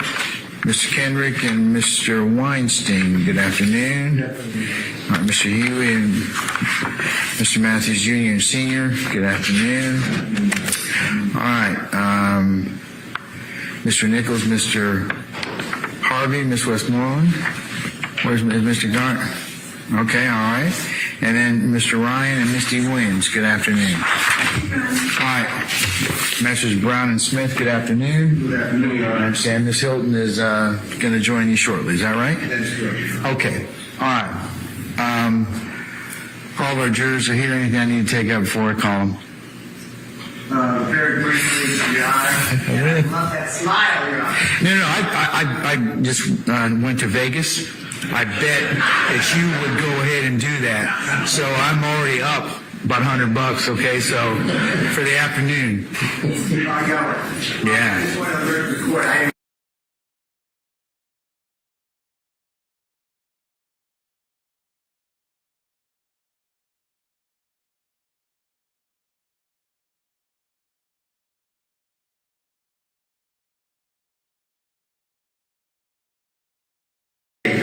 That on July 15th, I had about a week after his incident at the Perimeter Mall, that he reports with Mr. Williams. He supposedly said that Mr. Williams made a threat to come back and shoot him in the face. He said the next week he saw on the news the search of Mr. Williams' home, so he became concerned. And you could exclude it or suppress that search. So I just want to make sure that the state doesn't mind. I don't want to trouble with this. So the state doesn't mind just telling him not to put that. Have you already talked to him concerning that? Or can you? I can't. We had no intention of going into anything about the search, but I was sure. Let's just make sure that he doesn't want to be too helpful, and because you all know, that I've excluded, he may not. So can you just go ahead and instruct him accordingly? I sure will. Can I get a brief moment to go instruct? Yes, ma'am. Thank you, Your Honor. Yeah. Thank you, Your Honor. All right. Anything else? Not until you go to Vegas. All right. Well, I'm up already, so that's good.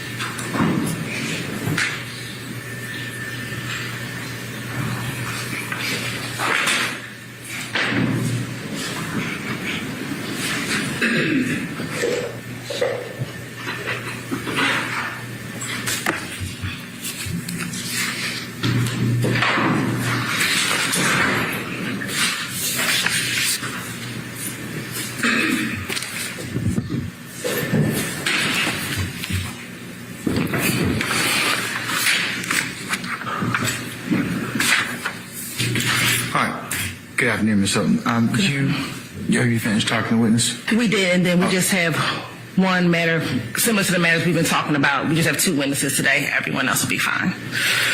All right, so what's the matter you need to talk about? The same matters we've been talking about at the bench, 2 witnesses, May and Fikes. Oh, you wish for them to not testify Yep, just those 2. on camera? Fikes and who? May.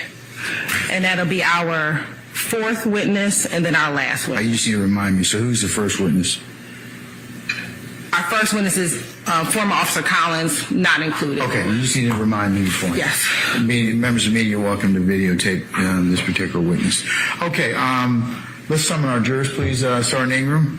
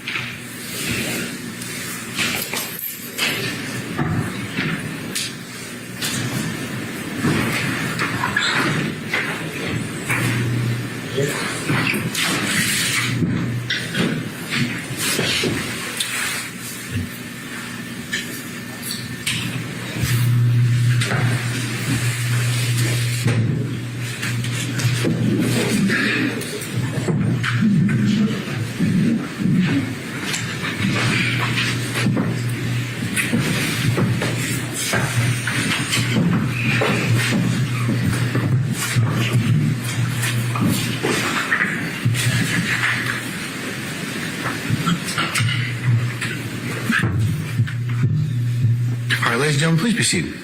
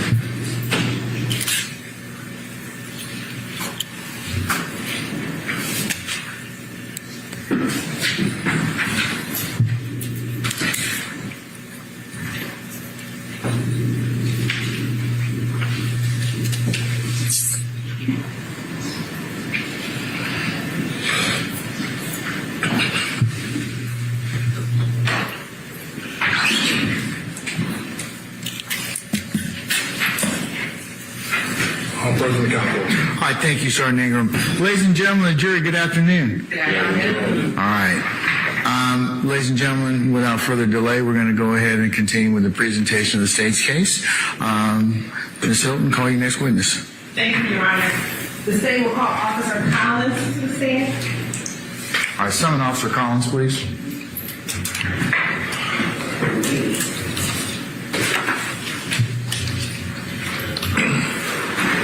Officer Collins, good afternoon, sir. Sir, if you would please approach the witness stand. Once you get there, if you would turn and face Sergeant Ingram and be sworn as a witness before you sit down. Okay. Raise your right hand. You swear affirm testimony to give today the truth, the whole truth, nothing but the truth? I do. That's it. State and spell your first and last name for the court. It's Christopher Collins, spelling on it as Christopher. Last name is Collins, Collins. How are you employed? I am self-employed. And how long have you been self-employed? This is going to be my 5th year total. Prior to going into self-employment, did you work in law enforcement? I did. How long did you work in law enforcement? 6 years. And over your 6 years in law enforcement, how many law enforcement agencies did you work for? 2. Right, what were those 2 agencies? City of Atlanta Police Department and then the Roswell Police Department. When did you work for the Roswell Police Department? Roswell was 2016 to 2019. And what about the Atlanta Police Department? 2013 to 2016. And when you were working for the Atlanta Police Department, were you post certified? I was. And when you worked for the Atlanta Police Department, what was your title? Just police officer. And did you work in a specific zone? Yes. What zone was that? Zone 3. And what area does Zone 3 cover? Zone 3 starts at like where the old Turner Field was and just cuts like a pie shape going south. And were you assigned to Zone 3 your entire time with APD? I was. I want to direct your attention to July 3rd, 2015. Did you have the occasion to encounter a black 2014 Toyota Corolla? I did. How did you come to encounter that vehicle? We were on patrol, observed a traffic violation, and then pulled the vehicle over. And you said we were on patrol. Who were you referencing? At the time, it was my partner, Christopher Law. And about what time did this traffic stop occur? It was between 10 to 11 p.m. And where did you encounter this vehicle that did the traffic violation? This is on Sylvan Road. And again, Sylvan Road within 14 hours. Yes.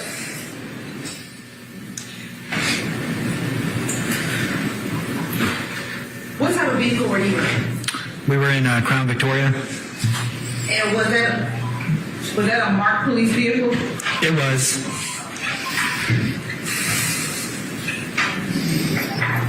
And was it a fully marked vehicle? Yes. If you can recall, who was driving? Who was driving your patrol vehicle? Officer Law typically drove. And tell us what happened once you saw the traffic violation. Once the traffic violation occurred, we initiated our blue lights and siren, which the siren is automatic in the car, but we initiated a traffic stop, and then the vehicle immediately slammed on its brakes and then quickly pulled over to the side of the road and stopped again. What happened once you saw the vehicle immediately slam on its brakes and pull to the side of the road? What did you do next? We approached the vehicle and it began our investigation. What, if anything, happened when you approached the vehicle? So when we approached the vehicle, the first thing was you could smell raw marijuana very strong. And then the second thing was we made contact with the driver and started speaking with him. And who was the driver? His name was Trontavious Stevens. What, if anything, happened when you encountered Mr. Stevens? I began speaking with Mr. Stevens, and his eyes were very glossed over, super red. He was hard to understand, to the point that made me suspicious of like an impairment. Okay. What did you do once you began trying to speak with Mr. Stevens but could not understand? So I just wanted to get a baseline of what level of impairment I was dealing with. So I asked him to conduct like a simple task that any person could do. And Was he able to complete that test? He was not. What if anything happened after asking to complete the test? At that point, I asked him to submit to the standardized field sobriety test. And let me ask you the initial test, what type of test, what did you ask him to do? I asked him to count with his thumb and his fingers and go 1, 2, 3.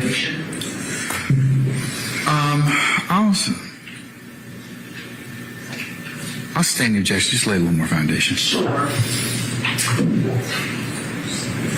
When you encountered, did you ask him to perform a test? Yes. And what was that test? It was to count with his thumb and his fingers. And was that what you were just getting ready to do? Yes. So show us again what did he ask Your you? Honor, objection foundation.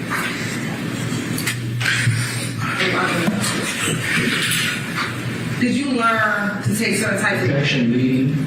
No, I'm going to overrule that objection. Go ahead. as a part of your training as a police officer, did you learn how to determine if someone is driving impaired? Yes.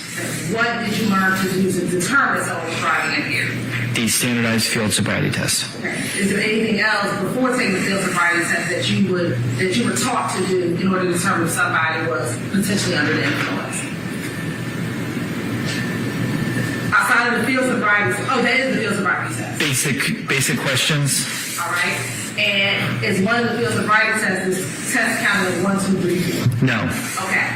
What is this 1, 2, 3, 4 called when you asked him to do that? That was just something I asked to see where he was at cognitively at the moment. Okay. And was he able to? Objection foundation. Overruled. Was he able to perform that test? No, he was not. Okay. Once he was unable to perform that test, what if anything did you do?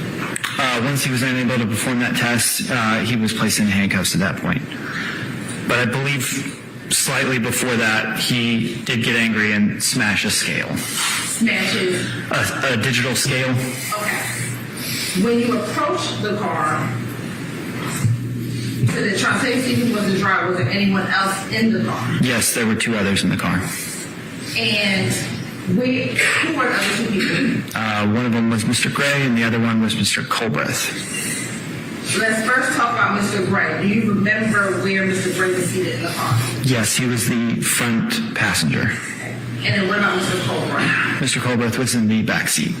And at this point, you gave us a last name, Mr. Gray, Mr. Colbreth. Do you recall what their first name is? Yes. DeMontez Colbreth and Marquavis Gray. Now, you just discussed that there was a digital scale that was smashed. When was the first time you saw the digital scale? Immediately on approaching the vehicle. And was that before you had Mr. Stevens do the 1, 2, 3, 4 test? Yes. Where was that digital scale located? It was sticking out of his front right pocket.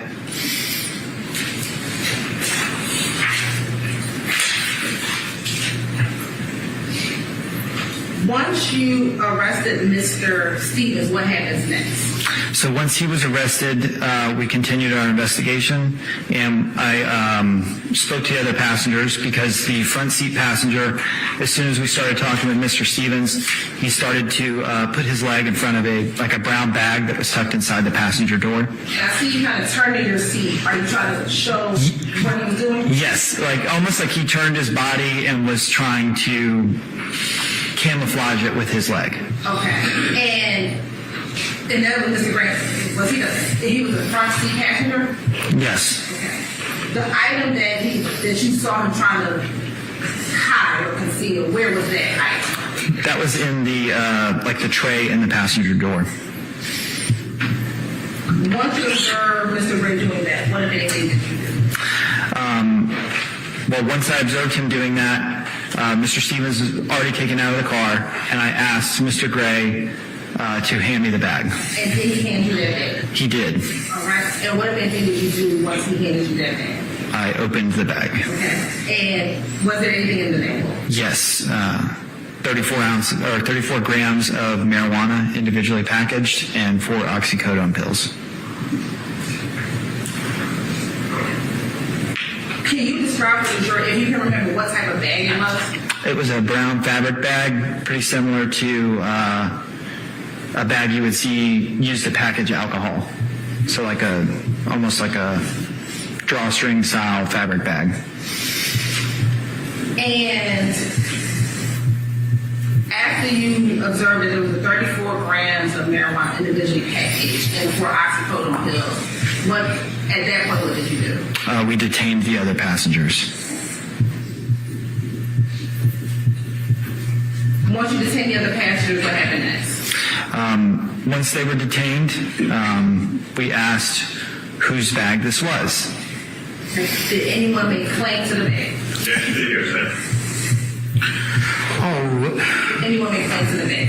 no. All right. What happened at that point? Then there was a claim made to the bag after that. So initially it was a no.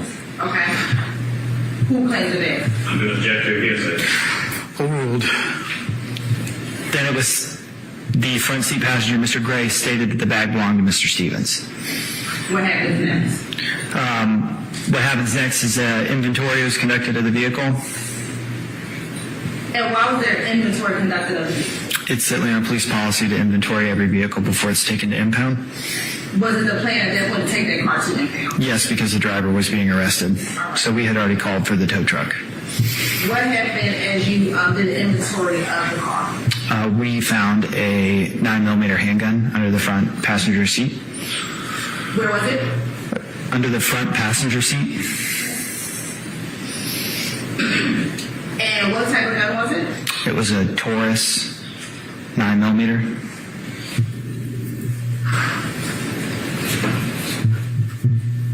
And were you able to get the serial number of that Taurus 9mm?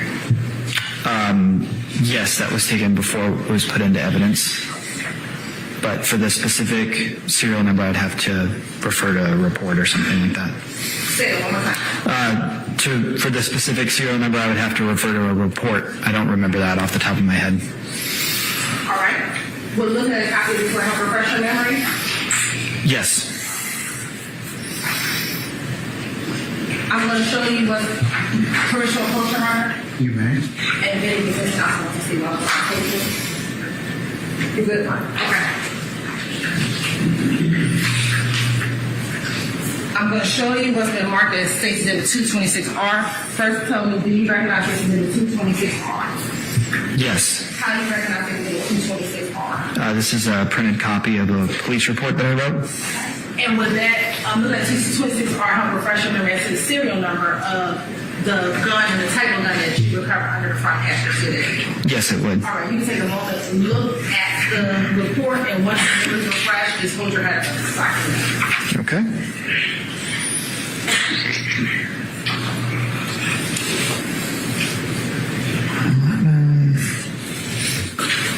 Okay. All right. What was the type of gun again? It's a Taurus PT 111. And what was the serial number? It was TAW 58741. And did you ultimately submit that firearm intact? We did. Was there anyone arrested on July 3rd, 2016? Yes. Who did you arrest? We arrested Mr. Stevens and Mr. Gray. Why did you arrest Mr. Cole? Why didn't we? The property was not in the area of his immediate control. He was in the back seat, and he could not have possibly reached it.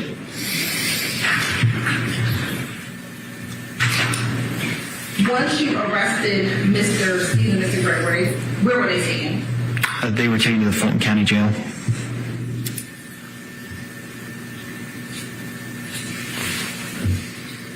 We talked about the gun you submitted as evidence. What about the marijuana and oxycodone? Was that submitted as evidence? That was as well.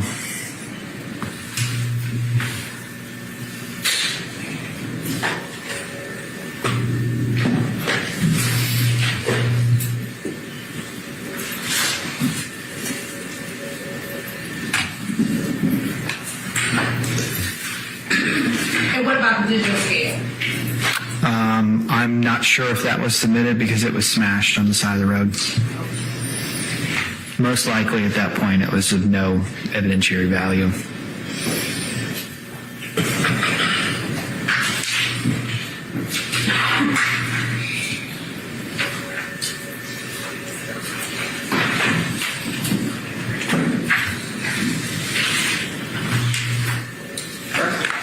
to show you what's been marked as 170. Tell me if you recognize this as 170. I do. And how do you recognize this as 170? That looks like what would be printed out as far as a property form from Atlanta Police Okay. for my case. For your case? Yes. And would that be the property form of what you submitted into evidence in this particular case on July 3rd, 2015? It would be.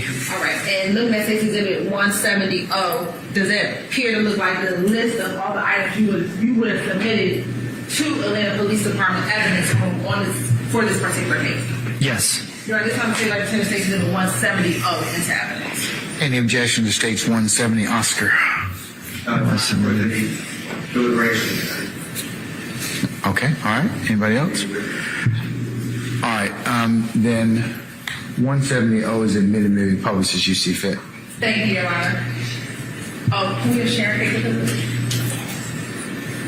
But while we're doing that, looking at State's Exhibit 170, can you tell the jury the items that you submitted for evidence in this case? Sure. The Taurus 911, or the Taurus 9mm handgun, Samsung flip phone, $134 in cash. There was a digital scale, an iPhone Generation 4, 4 oxycodone pills, and then 34 grams of marijuana, and then another additional 25 cents. And back then, what was your unit number? Do you remember? No. All right. I'm going to show you first is marked as 171. Tell me if you remember. Tell me and look at this is a 171. Sure, am I able to turn it over? You sure? Okay. And you go. Yep. Yes, this is individually packaged marijuana, and it looks like there's another bag with a bunch of empty baggies in it. Okay. And then that appeared to be what you recovered from inside of that cloth bag on July 3rd, 2015. It does. All right. I will also show you what's been marked as State's Exhibit 172. You can look at it and you can open it. Tell me if you recognize it. Okay.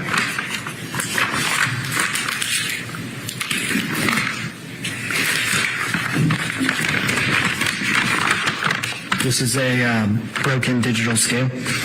And you can look at it. Looks like what appeared to be the broken digital scale that you remember seeing it on the ground back on July 3rd, 2015. It does. Your Honor, this time tender State's Exhibit 171 and 172 into evidence. You said 171 and 172, is that correct? Yes, Your Honor. All right. Your Honor, same objection to people who are not on trial with us. All right, so your objections noted is continuing, and so I'll admit States 171 and 172 You may publish as you see fit. Okay, thank you.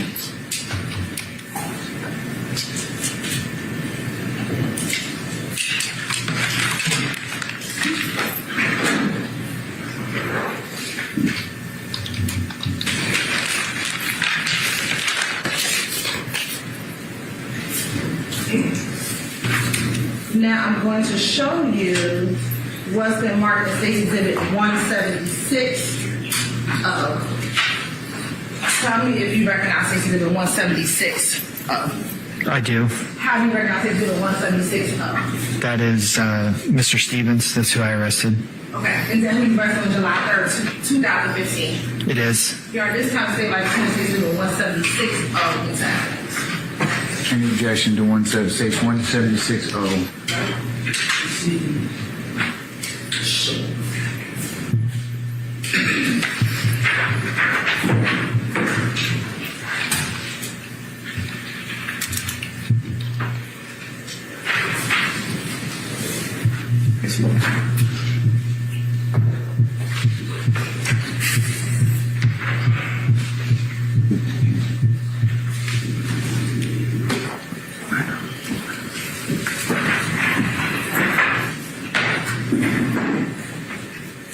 All right, anything further?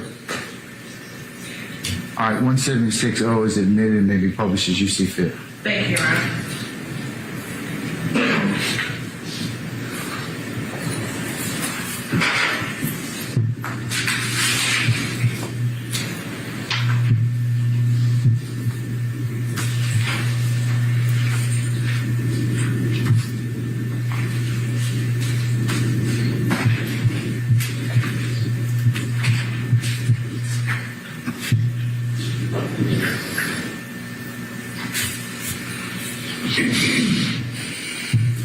And is that who you arrested on July 3rd, 2015? It is. All right.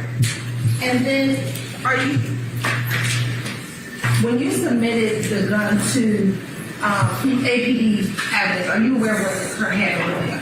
Yes. Okay. What incident did happen with the actual firearm? It was transferred to the ATF for their investigation. All right. And have you had opportunity to see pictures of that arrest? I have. All right. I'm going to show you what's been marked as stated in 173.0, 174.0, and 175.0. Showing you what's been marked as 173, 174, and 175.0. Tell me if you recognize those pictures. Yes, this appears to be the same type of firearm that was recovered. And on here, does it have the same description that you said earlier with the PTO 111 description of the gun? Yes, it's written on the firearm itself, and it says, I believe, Millennium is also written in there, which is the type of firearm. Which is the type of firearm? Yeah. Your Honor, this time say that Tennessee 173, 174, and 175 over that. Any objection to states 173, 174, or 175, Oscar? Same continuing objection. It will be noted. Unless there's any further objection, the court will admit states 173, 174, 175, Oscar, and you may publish as you see fit. Thank you, Your Honor. So first starting, look at 173.0. Does that appear to be the weapon that you recovered on July 3rd, 2015? It does. And look at 174 and 175. What is that? That's a close-up shot of the magazine that goes with that weapon. And do you see that PT111 number there? Yes, it also says 9mm. All right, and you should be able to tap the bottom left hand of the screen in front of you. Okay. And then there's a pen mark that comes up to the left. Yep. Okay. And then you can tap. You should be able to circle where you see 9mm and PT111. Right there. All right. Thank you. Now, Mr. Collins, after Mr. Stevens was arrested, were you aware of Mr. Stevens being arrested 2 weeks later on July 15, 2015? I was. I'm sorry, I didn't. Is that Mr. Matthew Sr.? Come on up. Come on up.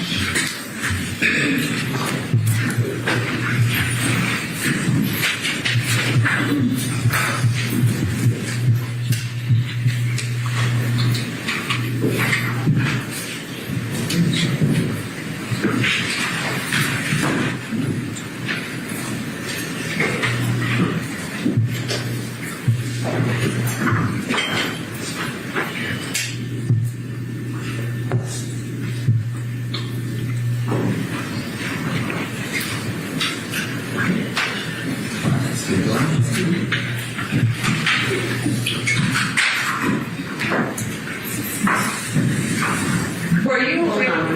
Sorry.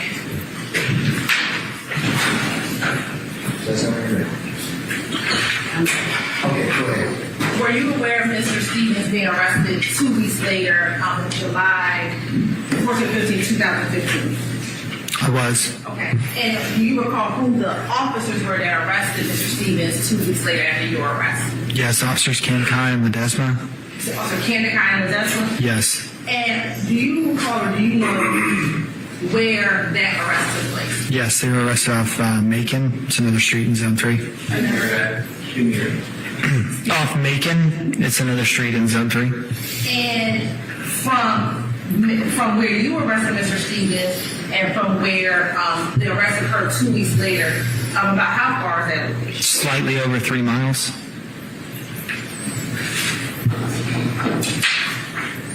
I'm going to show you what's been marked as 177 Oak.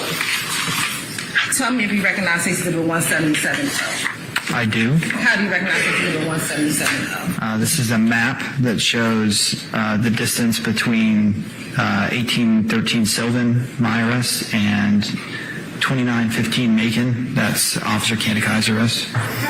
And is that a fair, accurate depiction of the map area showing the distance between 1813 Sylvan Road and 2915 Macon Drive? Yes. Your Honor, this I'm stating like the Tender States Exhibit 177 for demonstrative purposes. The objection states 177 over the demonstrative purposes. Our hearing now is submitted for that. Permission of public. Thank you.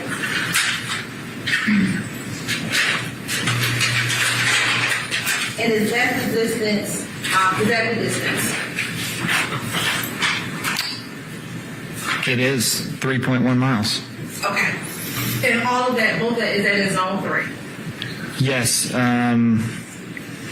Sylvan Road, when it goes much further south, it is not. There's a small little area where it's not, I believe, just past 166, but then it's City of Atlanta down here, and then it goes back out. Okay. But yeah, that's all zone 3. All right. I'm going to show you what's already been admitted as 57G.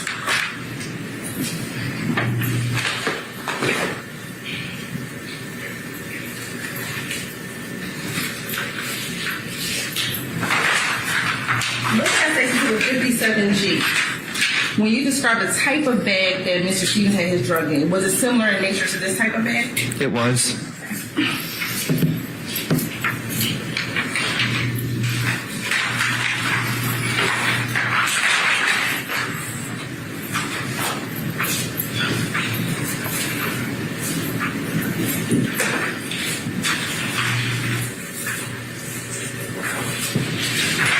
After making your arrest and collecting the evidence, that concludes your involvement in this case.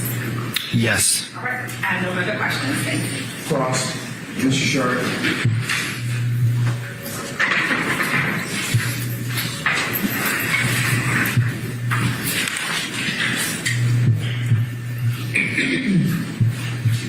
This court, Your Honor.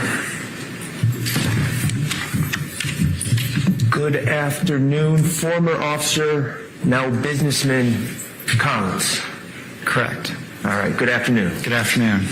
All right, it's good to speak with you again.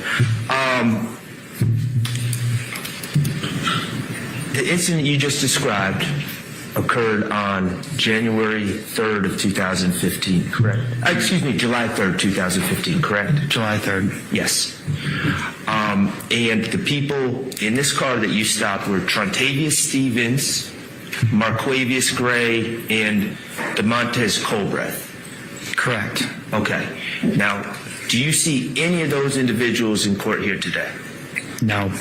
Okay.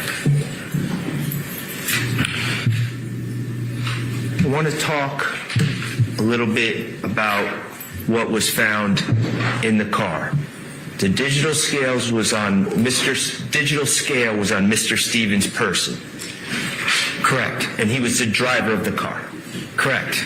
Okay. We spoke about a brown fabric bag.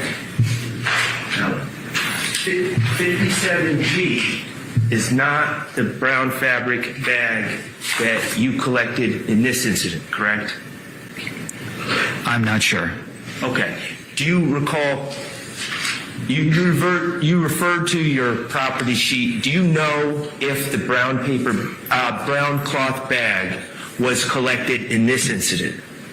I am not sure if it was. Okay.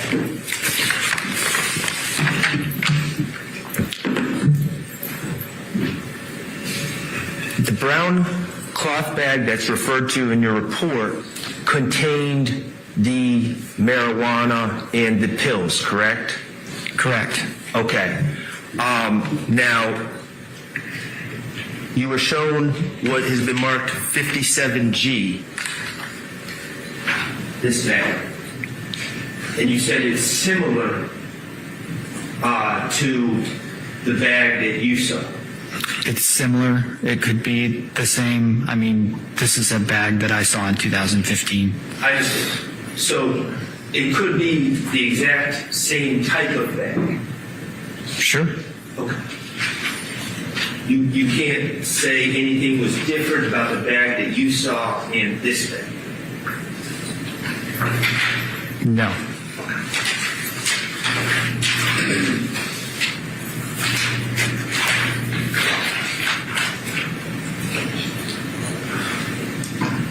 Now, your understanding, based on what was just shown to you, is that's the bag that was collected on June 15th of 2015, correct? That's not the right date.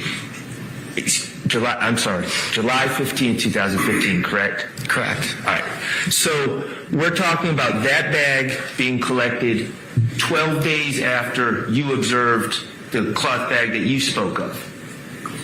Yes. Or my math is terrible, but if that's the amount of days between the 3rd and the 15th, then yes. Right. Okay.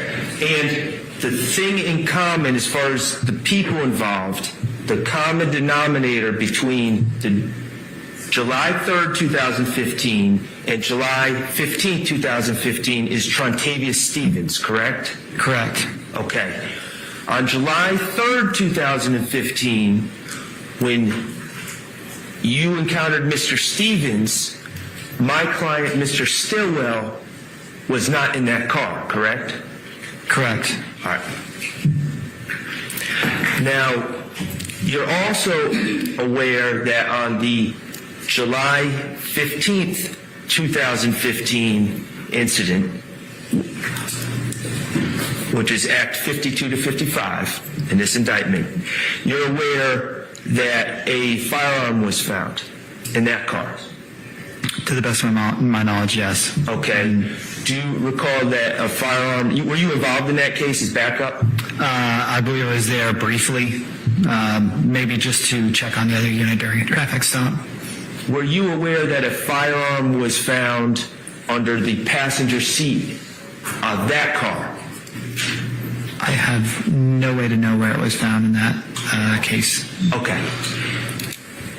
Regardless, on July 3rd, 2015, the incident that Mr. Stillwell was not present for, but Mr. Stevens was, a firearm was found under the passenger seat of the car, correct? Correct.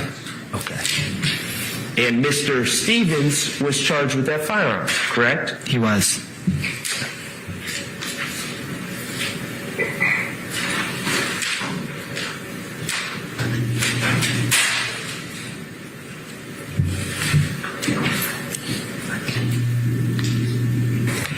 And regarding the bag that you collected in your case on July 3rd, Mr. Gray, the passenger, said it belonged to Mr. Stevens, correct? Yes, I don't believe we collected it as evidence, but if you're asking about the bag that was handed to me, yes, he initially said that it was no one's, and then he said that it was Mr. Stevens. Brown cloth bag that had drugs in it. Correct. Thank you. I have nothing further. Any further calls? Yes. Hi, Mr. Matthews, go ahead, sir. How you doing, officer? Hello. Just got a couple questions for you. On July 3rd, 2015, you arrested a number of persons in that vehicle, correct? Yes. And just so that we're clear and that there's no confusions, the person that you arrested was a Marquavius Gray, correct? Yes. Okay. And not Marquavius Huey, correct? Correct. Okay. No further questions. Mr. Steele?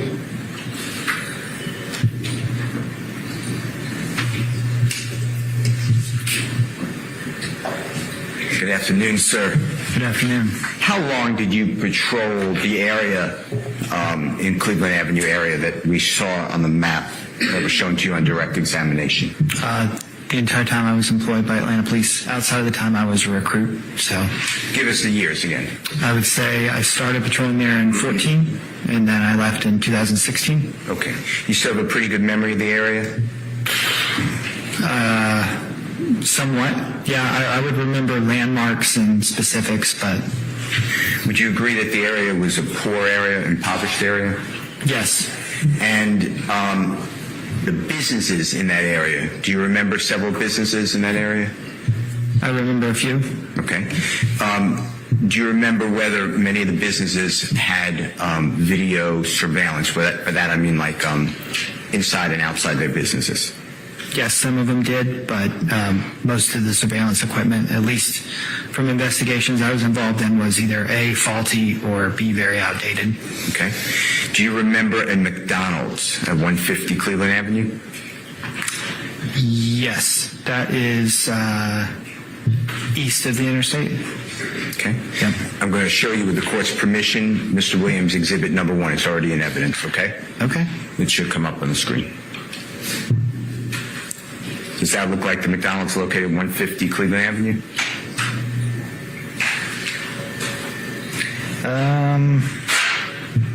Hard to tell. There was a gas station across. The building across the street I don't remember, and I know that there was a shopping center contained either a defunct or currently operating Piggly Wiggly to the right, so it could be, yeah. Well, if you don't recall, that's fine. Yeah. You're not sure? I mean, I'm not sure. There could be multiple McDonald's on Cleveland Avenue. Okay, that's fine. Thank you, sir. Thank you, Your Honor. Anybody else? Briefly, Your Honor. All right, Ms. Weinstein. Briefly. Good afternoon. I'm Doug Weinstein. I'm the attorney for Diamante Kendrick. Okay. When you made that traffic stop on July 3rd, 2015, was Mr. Kendrick in the car? No. You see Mr. Kendrick right here? Yes. Have you seen Mr. Kendrick outside of this courtroom? Possibly. I patrolled Zone 3, so if he lived there. Do you recall having seen him? No. Thank you. No more questions. Anybody else? Any redirect by the state? Just briefly.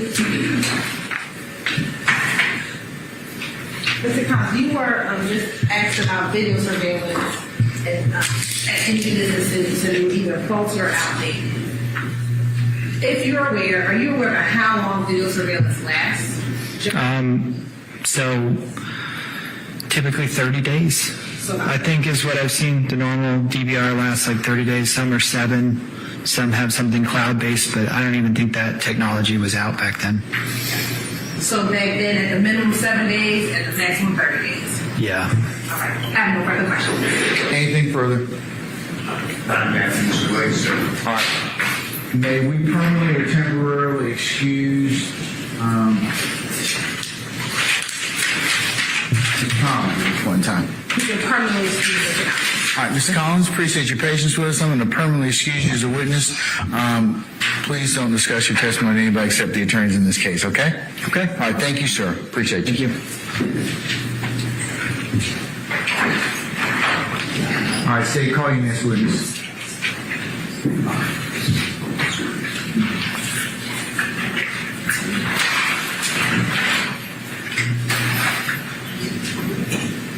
Understand, Mary Carp. Mary who? Carp. CRP? Kate. Carp. Okay. All right, summon Ms. Carp, please.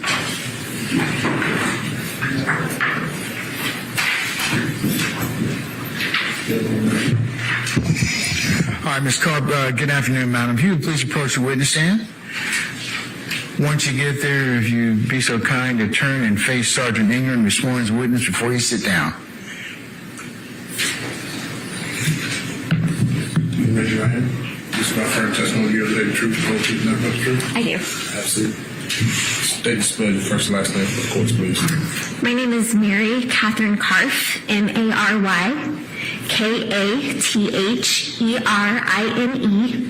Karf, Karpf. Good morning, good afternoon. Ms. Carr, how are you? Good afternoon. Ms. Carr, has your name changed? Yes, I changed it a couple years ago. What was your name formerly? Previously, my last name was Clear, C-L-E-A-R. And Ms. Carr, would you prefer to Ms. Carr or Ms. Carr? Miss Carfricks. Where are you employed? I'm employed by the Georgia Bureau of Investigation in the Division of Forensic Sciences, otherwise known as the State Crime Lab. And what do you do for the GBI? I'm currently the quality manager for the lab. Have you worked in any other capacity for the GBI? Yes, prior to that, I was a forensic chemist.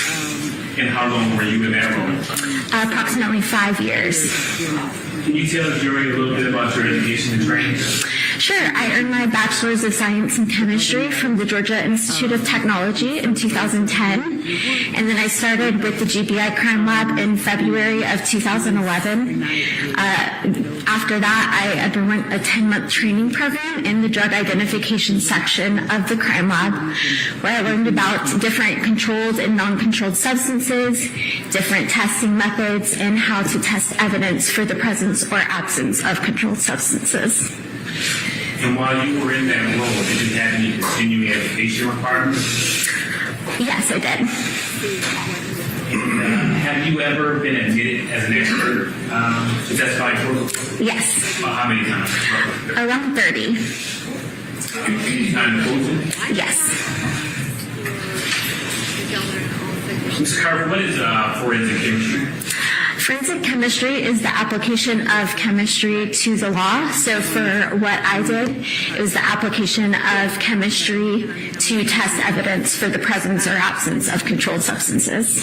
And have you personally had the opportunity to chemically analyze components of pills to test for the presence or absence of oxycodone? Yes. Okay, about how many times would you say? I don't know, but a lot. Okay, about how many reports have you prepared? Over 5,000. And so, can you tell the jury how do you test for oxycodone? Sure. For a typical case with suspected oxycodone, I would first weigh the tablets received, and then I would inspect them for any kind of pharmaceutical markings or logos and perform what's called a logo identification on them, and then perform gas chromatography mass spectrometry, or GCMS. And if this test is performed accurately, what would the results yield? It would determine whether or not oxycodone is present in the tablets. And is this type of testing subject to peer review? Yes, as a forensic chemist, all of my testing was subject to peer review. Okay, and who would review that? Another authorized analyst at the GBI. Now, are there standards that control how these tests are performed? Yes, the lab has developed policies and procedures for testing that we follow when doing our analysis. Is this type of testing generally accepted within the field of forensic chemistry? Yes. Your Honor, at this time, the state would tender Ms. Carf as an expert in forensic chemistry. Anybody wish to voir dire Ms. Carf? All right, well, the court will designate Ms. Carf as an expert in the area of forensic chemistry. Ms. Carf, in connection with case number 2015-101-8500, did you prepare a report for this case? May I reference my notes? Your Honor, permission to approach? You may, sir. Ms. Carf, I am handing you what's been pre-marked as state's proposed exhibit 178O as an O mark. Do you recognize that document? I do. How do you recognize it? This is my official report for DOFS case number 2015-1018500. I recognize it by the case number and by my signature down at the bottom. And has there been any changes or alterations based on that report since you produced it?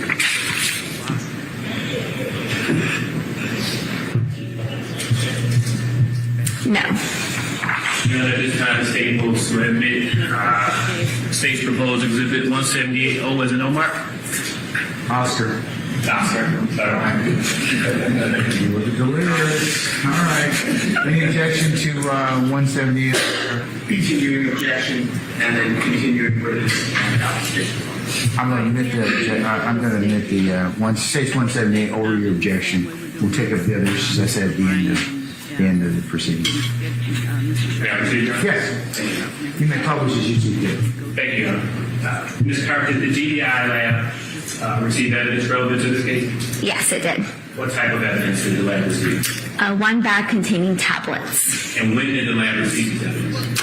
on July 8th, 2015, From whom did the lab receive it? the Atlanta Police Department. And when did the testing occur for this case? I began my testing on July 24th, 2015. And can you tell the jury what did you test? I tested one of the tablets in the bag. Did you use the principles that you just discussed previously before? Yes, I did. And based on your testing, were you able to reach a conclusion? Yes, I was. And what was that conclusion? Analysis confirmed the presence of oxycodone in the sample tested, Schedule 2. And that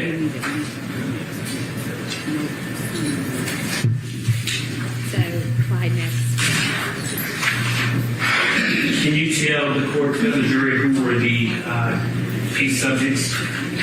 Yes, the two subjects were Markevis Gray and Trontavious Stevens. And did that include your involvement in the case? Yes, it did. No further questions. Cross. All right, hearing none. Anything further, sir? To do it at some point. And Mr. Smith, anything further? The sooner they can get it done and get it to you, and you can, y'all can maybe agree to certain things. Just breaking down. Ms. Carp, who submitted that from the Atlanta Police Department? I'm not sure about exactly who submitted it. You can refer to your report. We just list the agency who submitted it. I can give you. Basis. Redirect, it's out of the scope of any redirect. Overruled. Overruled. I'm going to object that you can't redirect it on the cross. Overruled. Anything further? Are you done? Nothing further. Okay, all right. May we permanently or temporarily excuse Ms. Carp? Permanently. All right. Ms. Carp, I should say, I apologize. Madam, I'm going to permanently excuse you as a witness. You're free to go about your usual duties and avocation. Just don't discuss your testimony with anybody except the attorneys in this case, okay? Thank you. All right, thank you, madam. Provided everybody with this order of Did we get all the way through that? Call your next witness. Your Honor, at this time, the state calls to the stand Mr. Doug Evans. All right, summon Mr. Doug Evans, please.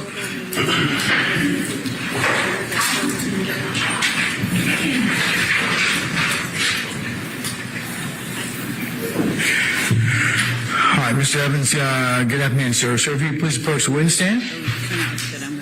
Once you get there, if you'd be so kind to turn and face Sergeant Anger, who is sworn as a witness, before you sit down. Raise your right hand. You swear affirm testimony you give the truth, the whole truth, nothing but the truth. I do. Have a seat. State your spelling your first and last name for the course now into the microphone. Douglas Evans, DOUGLAS EVANS. No, sir. Yes, sir.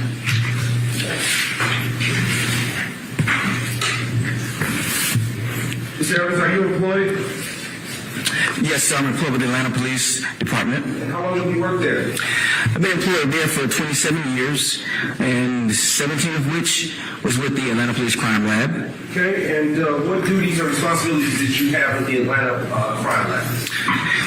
Most of my day-to-day duties there, I help with the accreditation, and from 2006 until about 2019, I did the majority of the marijuana analysis for the lab.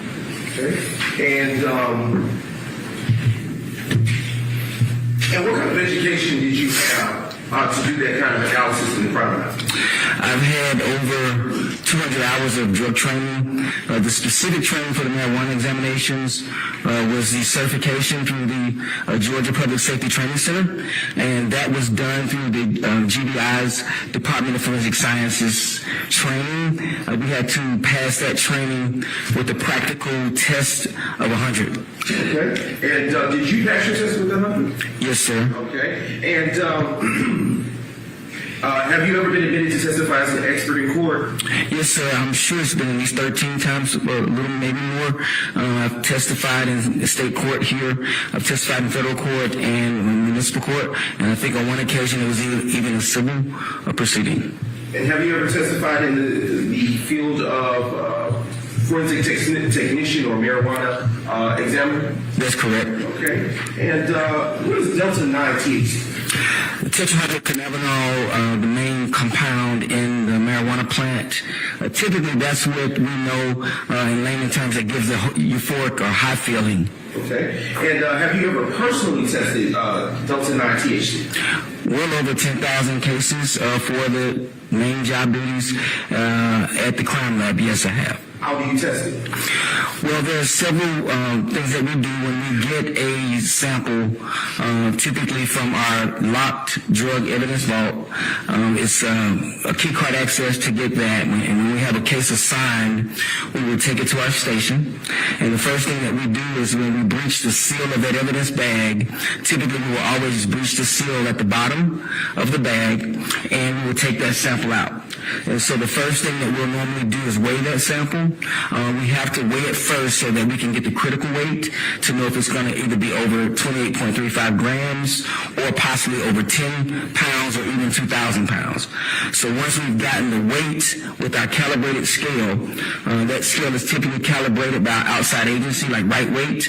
The weights themselves are also calibrated, and then our scales are checked every day at the beginning of our examination, at the end of the day, to make sure that there's no error in the weighing process. Once we get the weight of that sample, we weigh the packaging, which is the gross weight, and then we will take the packaging away because on the official laboratory report, we only use the net weight. And so the net weight is the weight of that sample without the packaging. So after we've weighed that sample, that's the first thing that we do. Then the second thing that we do would be to place it under a microscope. And so we get the visual characteristics or the morphology of that leaf. And we place a small sample under the microscope, which is typically 30 times the magnification of that sample. And we're looking for two things on the microscope. Typically, they're on the top of the leaf, there's a cystolithic, almost like hairs or trichomes. And then on the bottom of the leaf, we have to have a sample that we can look at the bottom of the leaf as well. And then there's also some hairs or little fibers called covering trichomes. And so if those are present on the microscope, then my constantly tells us that this plant is in fact a cannabis or marijuana plant. Then we go on to the next part of that testing process, which is a Duquesnoy-Levine test. And here I have a small little visual. You don't need it? So the Duquesnoy-Levine test kit will have that same sample that we had under the microscope in that kit, and then we would have 3 ampules in the Duquesnoy-Levine test kit. The first ampule kind of washes the plant leaf, prepares the sample, and extracts that tetrahydrocannabinol from the leaf. And then we'll use the other ampule and then the third ampule. There will be a coloration change in that test kit that will go from a blue to mostly a purplish color. And then we'll kind of tilt that kit and you see a separation of the colors there. That gives us another indicator that is present for the tetrahydrocannabinol. After that examination, we'll do the last and final one, which is the FAST-B. That test kit contains 2 ampules. We will crush that ampule for the FAST-B reagent. And then we'll crush that second one, and we'll get now a second color change. That color change goes from a red to an orangish color, and then we'll see those separations of color. And so we have the microscopy, which is the visual characteristics. We have that Duquesnoy-Levine test kit, which turn purplish or blue. And then lastly, we have that FAST-B test kit, which turn reddish or orange. And what kind of information can this type of testing provide us? It provides us that it's a positive indicator that that this has THC in that plant leaf. It would not be then oregano or some other type of plant. It would then tell us that it's a positive confirmation. And in my over 10,000 analysis, I've had negative. I've had several negative exams. I've had inconclusive or insufficient amount to test. So in this case, it would tell me that this is in fact a positive test, and then I would go on to produce a lab report. Are the results of your testing subject to peer review? Yes. After I draft my report, my lab report is then listed in our case management software as drafted copy, and then my peer employee will typically peer that case, and then it's drafted as a final copy. So that report cannot be released as a final copy until it's peered by one of our technicians. Okay. And is this the type of testing that enjoys general acceptance within the scientific community? That's correct. In the scientific community, it's the accepted way that marijuana has been analyzed. And of course, we only did that in keeping with what we learned and certified through the Georgia Bureau of Investigations Department of Forensic Science certification. Okay. Is there a known error rate associated with your type of testing? No, not with this test, because the microscope basically gives us the visual characteristics. If we don't have those visual characteristics at the time when we're doing this procedure, we will not go on to those other chemical tests. Okay. And do courts typically allow experts to talk about this type of thing on the stand in court? Yes. Okay. Basis. Say again? He doesn't know the court. I can't hear. Sorry, relatives. He doesn't know. Congratulations. He doesn't know what courts do. Should testify to generally what courts do. I'll sustain the question. You can rephrase if you like. If you want. Have you been permitted to talk about this type of testing in court? Yes, that's correct. I've been certified as an expert on several cases. Okay. And is this type of analysis the type of thing that an average person can do without the specialized training that you described earlier? No, not without the specialized training, and could be incurring other errors. Your Honor, at this time, the state tenders Mr. Doug Evans as an expert forensic technician and marijuana examiner based upon his background training and experience. Anybody wish to water on Mr. Evans? All right. He said no, Your Honor. I know. I heard it. No, I didn't. Thank you. Your Honor, may I approach to the witness standing ground? Hold on 1 second. Sure.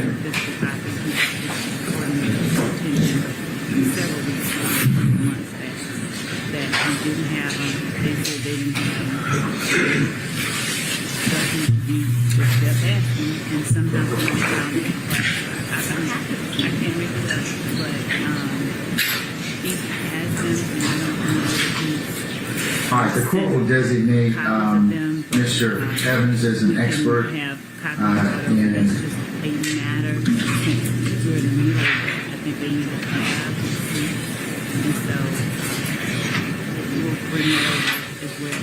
forensic technician and marijuana examination.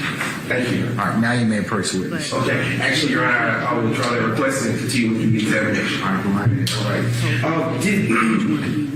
Mr. Evans, are you aware of the APD crime lab tested any evidence with respect to APD case number 2015-02-043? I'll look at my notes. You may, but just before you do so, I am going to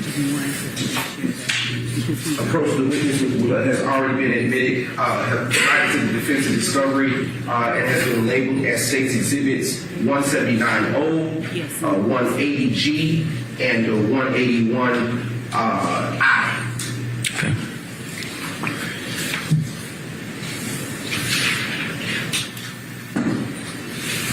Yes. Okay.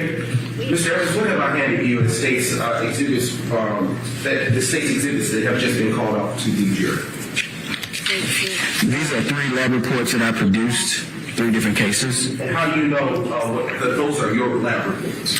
When we complete a lab case, we generate a report, and we we have to enter a special code number for our signature to appear that we know no one else could have reported those findings but that person. And my name is here, meaning that I was the one that entered that code. And have those reports been changed or altered in any way since the last time that you authored them? No, these are my lab reports. Okay. Your Honor, at this time, the state moves to admit state's exhibits 170-90, 180G, and 181I into evidence. Any objection, counsel, to states 179O, 180G, and 181I? Yes, sir, we have a continuing objection. Yes, she may. I'll they're admitted as published as you see fit. Thank you, Your Honor. So, Mr. Evans, I'll ask you, did the APD Crime Lab receive any evidence with respect to APD 2015-02043? Yes. Okay. What evidence did the Crime Lab receive in that case? This would have contained, according to my description, 29 small Ziploc plastic baggies, 5 Ziploc plastic baggies, for a total of 34 plastic baggies. Okay. And they had green leafy material inside them. Okay. Just approaching the court reporter to receive State's Exhibit 171I, just briefly. All right. 171, excuse me, my apologies. And I am now approaching the witness with what has been admitted as State's 171O. Mr. Evans, what have I just handed you?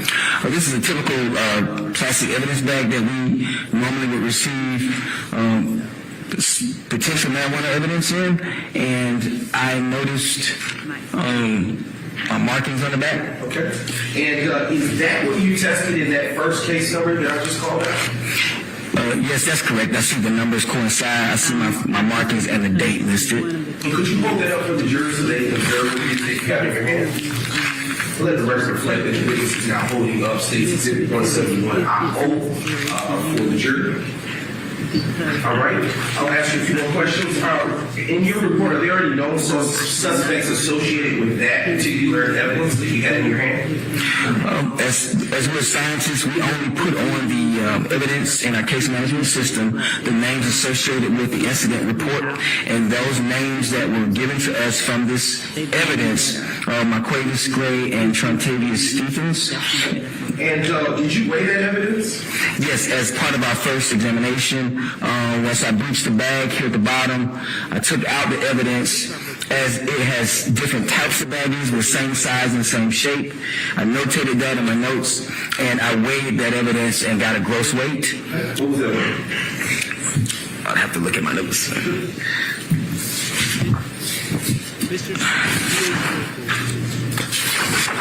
So according to my worksheet and my notes, the total gross weight for this item was 19.8 grams. And of course, we don't put the gross weight on our report. We only do the net weight. And the net weight minus the 3.9 grams, when you subtract all of the baggy weights, it yielded a 15.9 grams of net weight. And what was the results of your test? The results of the test was that there was some 34 baggy items. We tested bag marked and listed as number 30 of the 34 bags. That did yield a positive confirmation for tetrahydrocannabinol, and the net weight of all of the bags, of all of the samples combined, was 15.9 grams, which is indicative of the net weight listed on the laboratory report. All right. Do you recall if the APD Crime Lab received evidence with respect to APD number 2015-02280? Yes, I see that one. Okay, and just a few moments, I want to approach what has already been debated into evidence.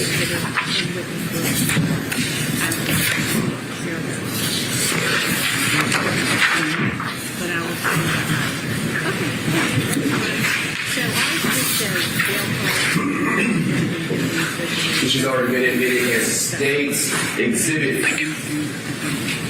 56G. And what have I handed you into evidence? Typical evidence bag that we would get for most of our cases, our smaller cases. This has the incident number on it that matches the incident number on the report, and it has 3 suspects that match the 3 suspect names on this laboratory report. What are those suspects' names? Shannon Jackson, Marquisia, Police, and Trontavia Stevens. I'm sorry if I mispronounced the name. You did the best you can, so we can ask for it. Did you weigh the evidence in that packaging? That's correct. Per our training, the first thing that we did after I notated in our description that there was 1 sandwich bag, 12 small purple baggies. Those have same size and same shape. And then there was some looked like loose community material that was not on the bag. And so all those items were weighed, giving according to my notes, gross weight of all items, 12.1 grams for all 14 items. And for the purpose of the jury, could you hold up the latest exhibit that I handed you and show them what it is that you, if maybe turn it around? Yes, let the record reflect that the witness has now held up the last 6 exhibit and is now showing it to the jury. All right, you may place it down. And did you in fact test that material in that bag? Yes, I did. I see my name initial at the bottom where I typically reach the bag, and the date associated with the date that I started testing it. What was the date? This was 12/28 of 2015. And what was the first date on? What was the date on the first bag of evidence that you tested? 12/28 of 2015. And was there a result that you reached in the testing for the second bag? Yes, that's correct. The second bag yielded a positive after doing the weighing, doing the microscopy, looking at those visual characteristics, doing the test kit coloration change. We noticed that it was. I noticed that it was positive for tetrahydrocannabinol, and the net weight was 8.7 grams. And did you receive any evidence with respect to APD case number 2019-00175? Yes, I have a lab report for that. And I am now approaching you with Mr. Mark and admitting already into evidence that states Exhibit 171I. What is it that I just handed you? Evidence bag that we typically would get for marijuana, and I see my initial here and the date at the bottom, and so I would have also tested this. Is that what you tested in this third case? Yes. Okay, and let the record reflect that the witness is now holding up State's Exhibit 71I for the jury. I think we also have. Okay. You may put it down. And were there any suspects associated with this third case for which you tested evidence? Yes, I have 1 suspect listed here, Quamaris Nichols. Okay, and what did you do when you received that piece of evidence? There were 2 things listed in this bag of evidence. One was a cigar type sample, and one was a sandwich bag that had the bulk of the weight. So adding those 2 weights together was the first thing that we typically do, which is the gross weight of 17.8 grams. Subtracting the 1.1 sandwich bag weight yielded a net weight, once all of the testing was done, of 16.7 grams. And what was the results of your testing in this third case? The results of that was based on the microscopy of the main sample from the sandwich bag. The 2 coloration kits where you saw the coloration change, it was also positive for tetrahydrocannabinol in this case. Okay, and for all 3 of these cases that you tested the marijuana that came back as positive, did you follow the steps and standards that you described earlier in your testimony? That's correct. Since none of these met a threshold of over an ounce, then I just tested the bag that I chose to test, and in this case it was the largest amount, which was the sandwich bag. And are all of your findings that you described here on the stand contained within the 3 reports that have been admitted into evidence? Yes. And does that conclude your involvement with these 3 particular APD cases? Yes, typically that would conclude my involvement other than daylight today. Your Honor, I have no further questions for this witness. Cross. Mr. Garner, go right ahead, sir.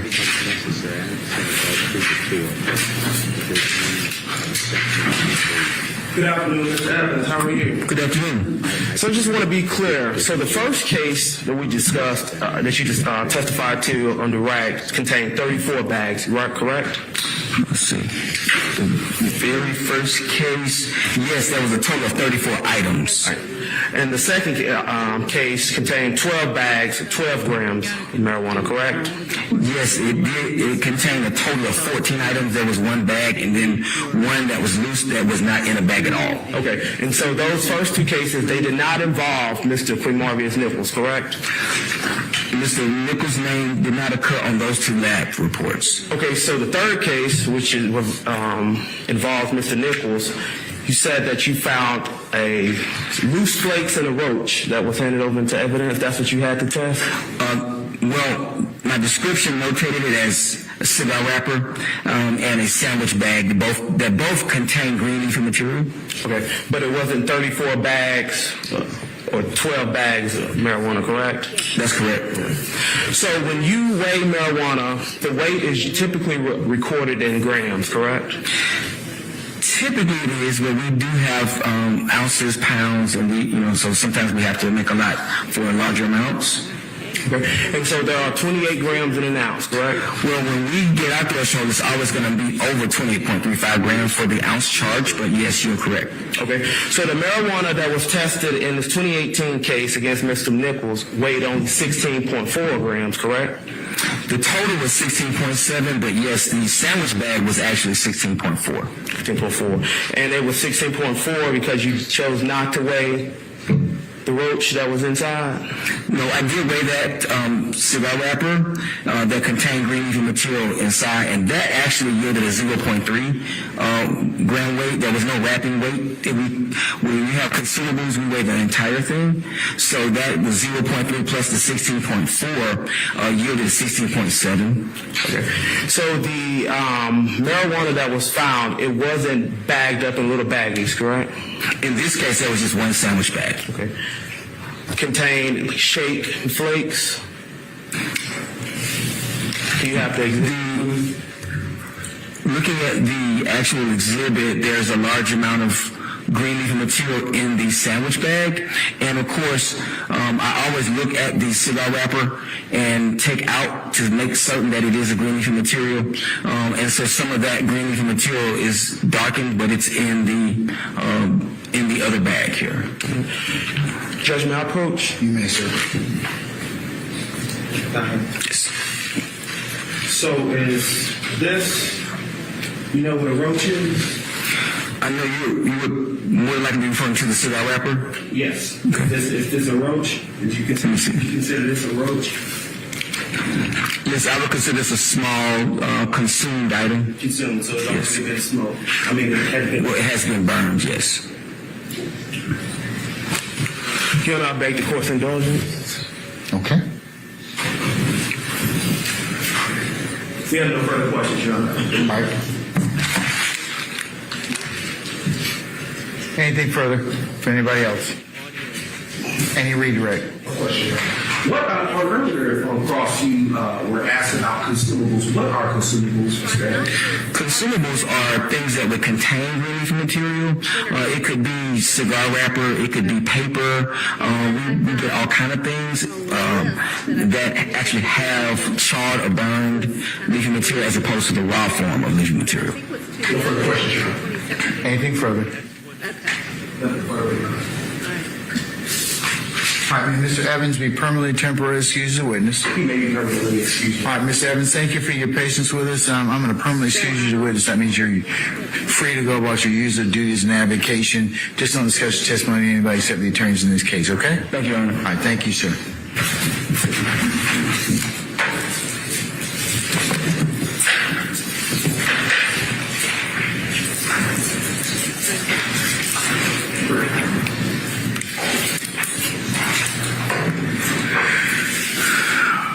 All right, ladies and gentlemen, how about a comfort break?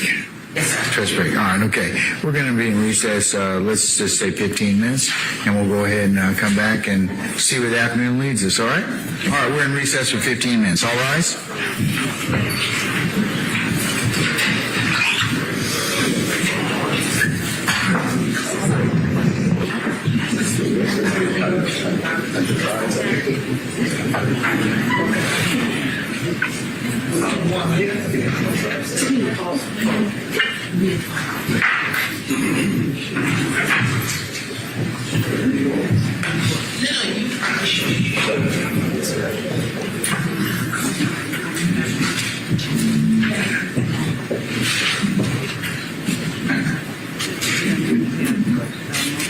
All right, Julie left us. We're in recess.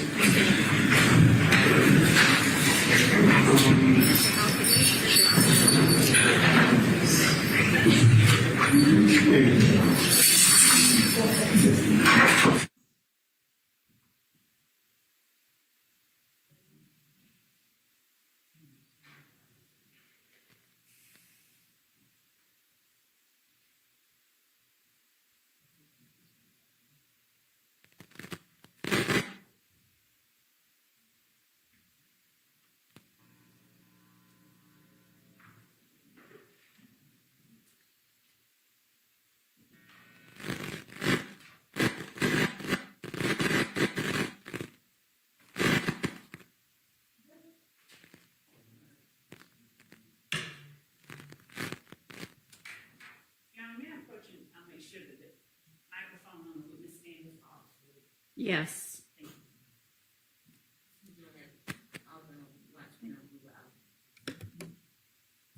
think this might be the culprit. Hmm?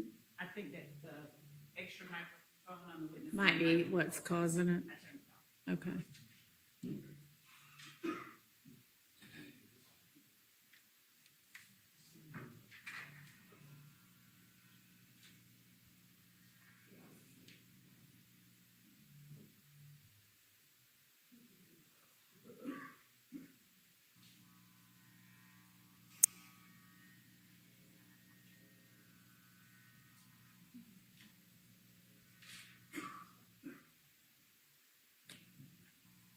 And Mr. Howell, did you send it directly to me or through my law clerk?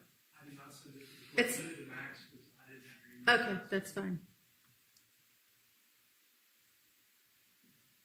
I was going to send it to Ms. I have her. I don't have her email. That's fine. She's listening in, so Ms. Persfield, when you get it, you know to just forward it to me.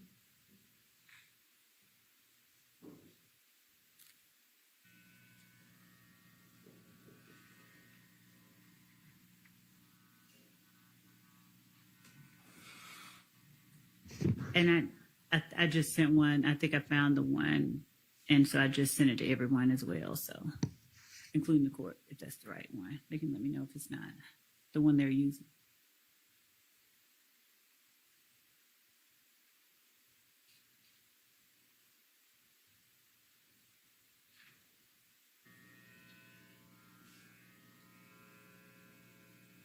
Okay, well, I've got the one that Ms. Love just sent. That's June 14, 2017, and it's word expressed. So I think that's the same transcript. Should be March 3rd. Hold on. That was the date of the transcription. Date of transcription. Yes. Okay. That.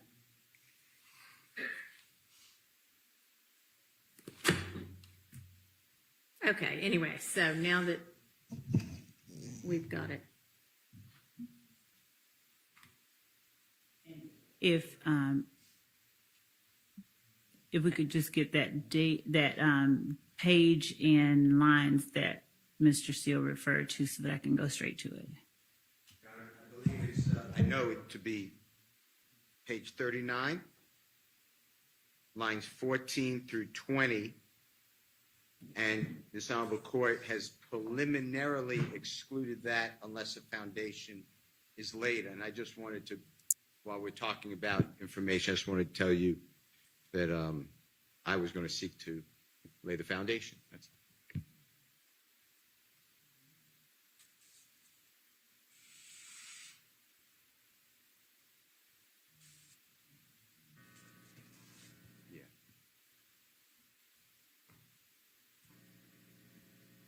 Your Honor, unless my memory is incorrect, I don't think that this was a foundational issue.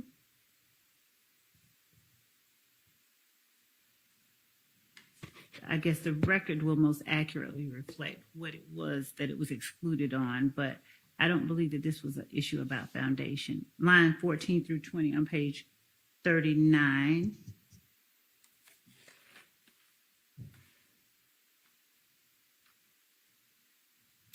Well, I mean, if it was a foundational issue and you can lay the foundation, then that takes care of that.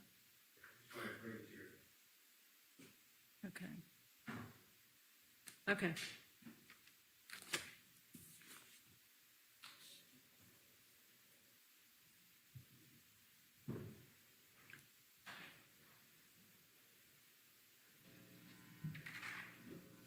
Ms. Love, do you have a?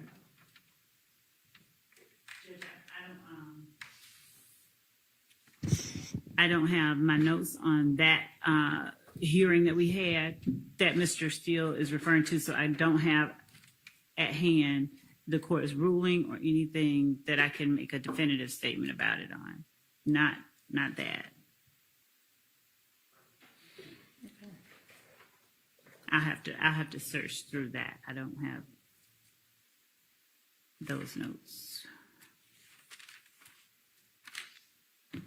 I'm gonna check with the team. Your Honor, I reviewed my notes from that day. Okay. For page 39. What day was it? That would help me. August 6th, 2022. August 6th. Okay. Court has to state to sort out the argument. Say it again. Pick up the mic and say it. Court asked the state to sort out their argument on this and get back to the court. Ah, well, there we go. We may be on the same page. At the time, I was trying to figure out what was based on personal knowledge versus hearsay, and the state was arguing either personal knowledge or statements of a co-conspirator. So at the time, on August 6th, the state was seeking to admit this evidence. And so that's why they were supposed to circle back. But now, as trials progressed, Mr. Steele is saying he wants to use it. So that's why the state was supposed to get back. Okay. Does that ring a bell, Ms. Love? A small one. I'm just going through our notes on that. Okay.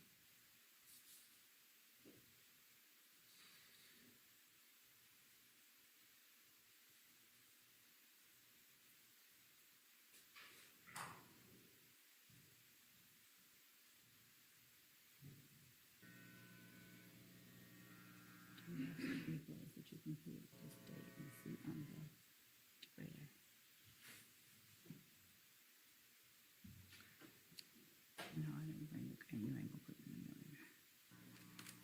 Yeah, so, yeah, but I'm not gonna let you put those in there.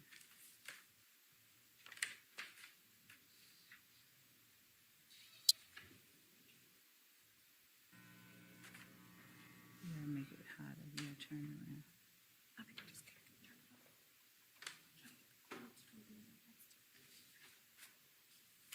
You just, oh, you want to keep it on, right? Maybe just hold on. Just let it go.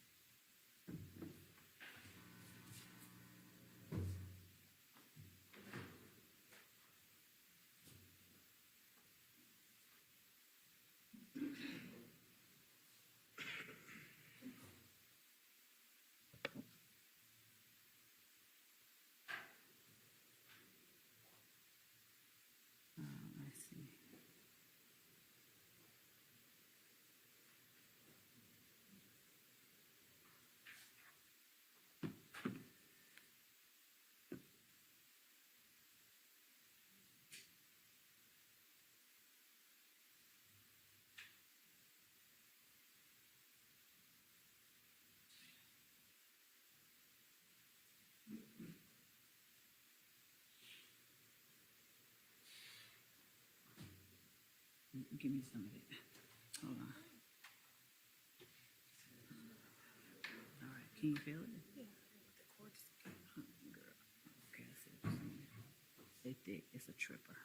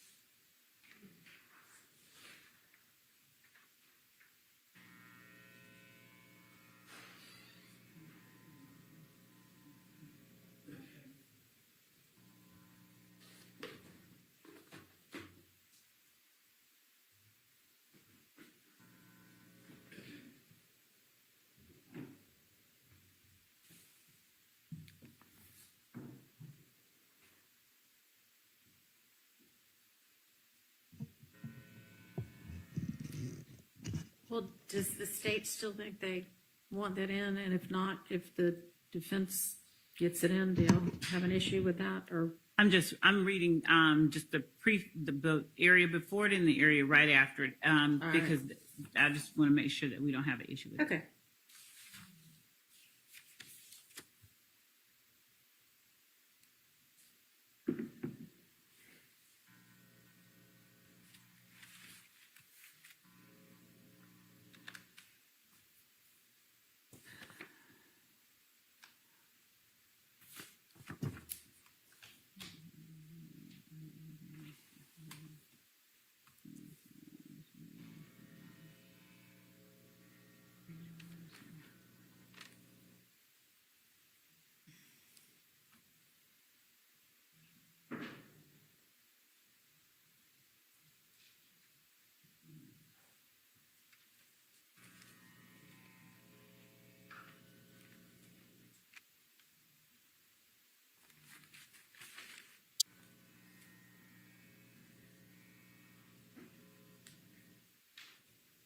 And Your Honor, it's also going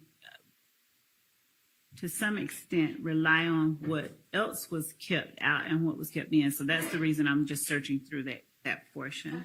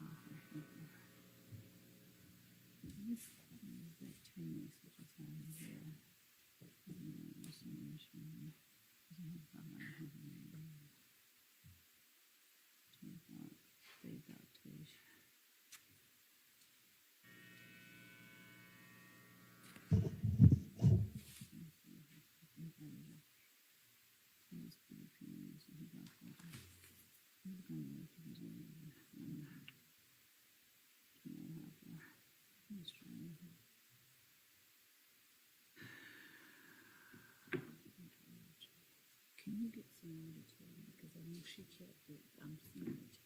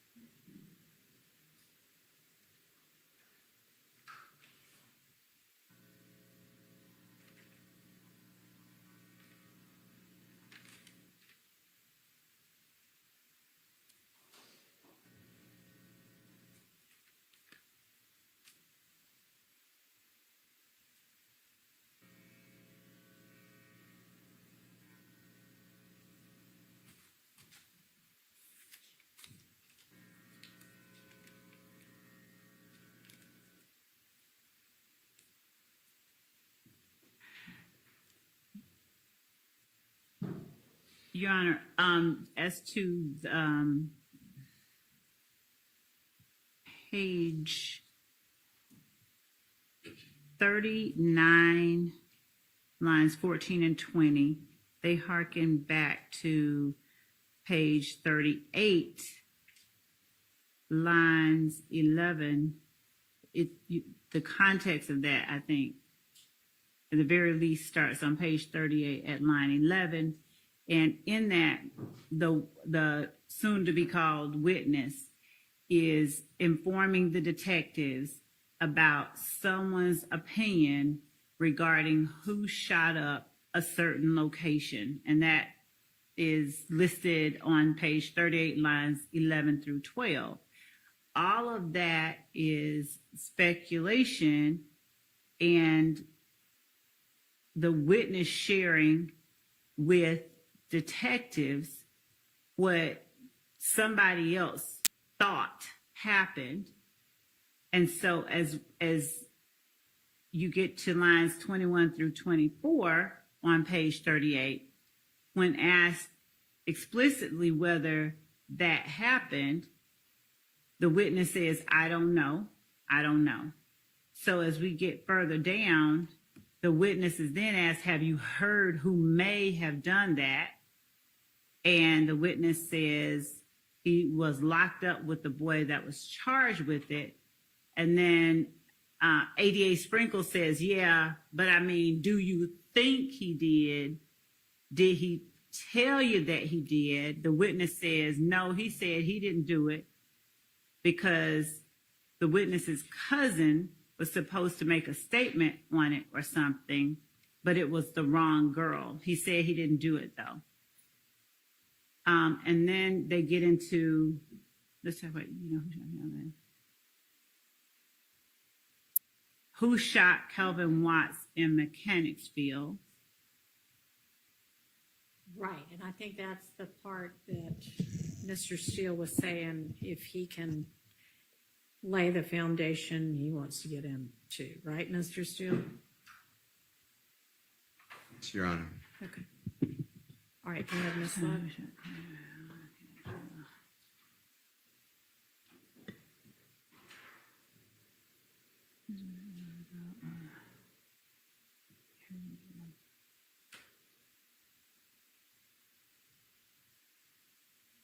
Okay, I remember this argument. So if there's no objection from anybody else, I don't think that we have one to.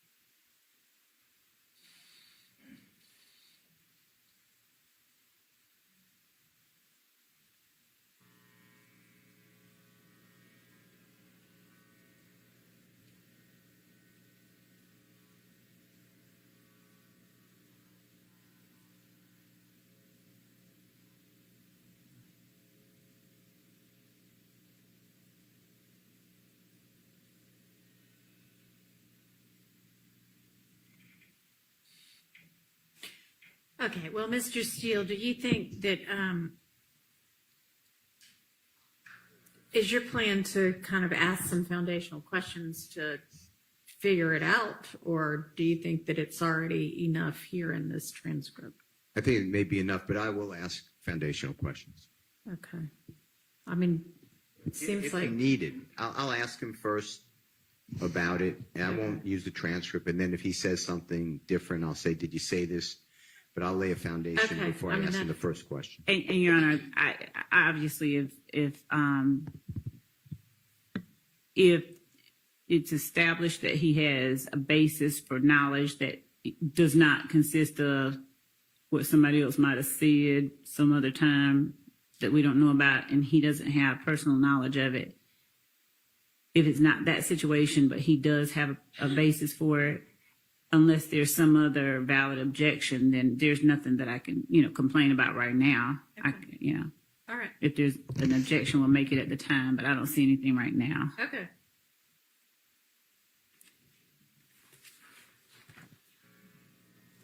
Thank you.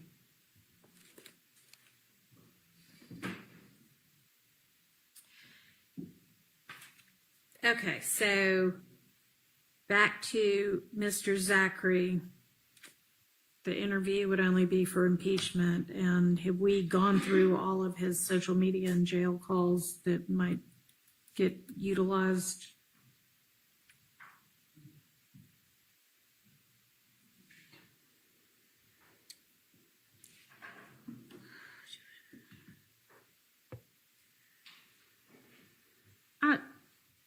I thought we had gone through his I thought we had to. media. Just checking. Very least.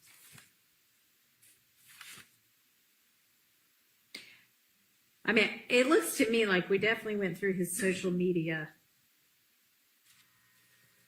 postings and made the evidentiary determinations about that. But I don't know if we did jail calls or not. I don't recall going through any jail calls. Okay, so are there jail calls that you might intend to utilize? Isn't he coming up pretty soon? Potentially? Potentially. Yes. Okay.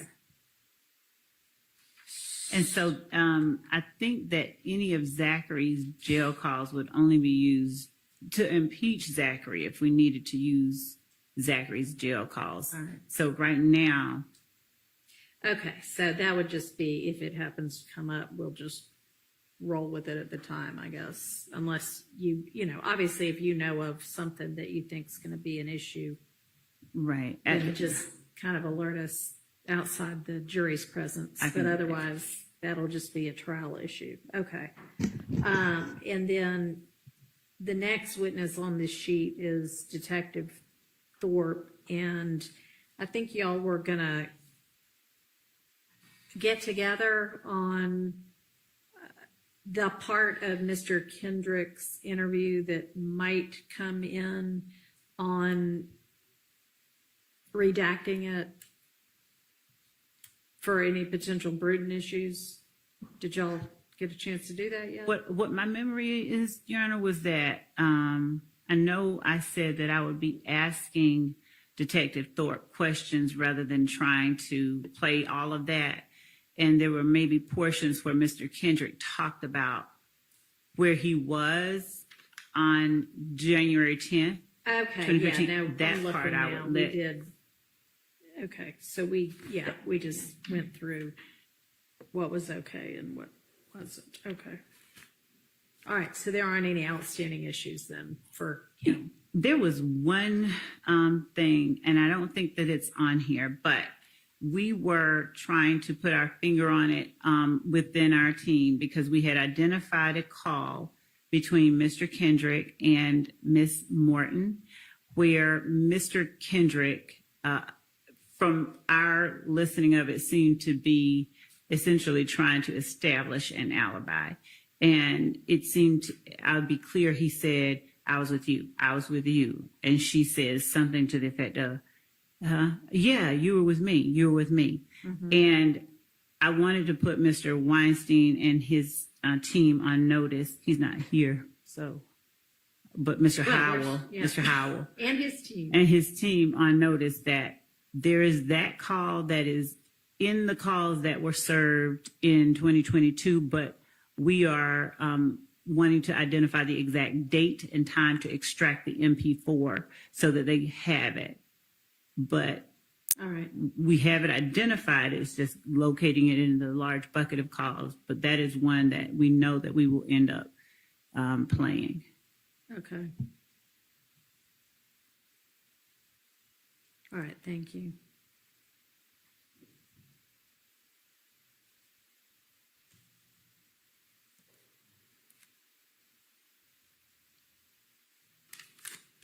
Okay.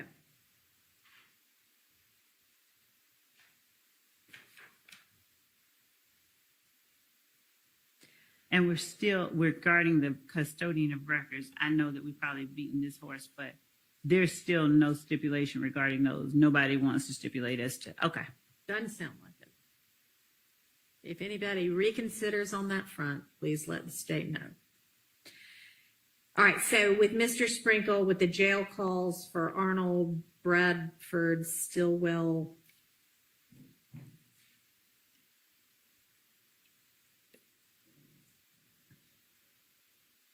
the defense has them all, right? Yes, and I believe that they're in the bucket of exhibits that we provided to them. I'm confirming that.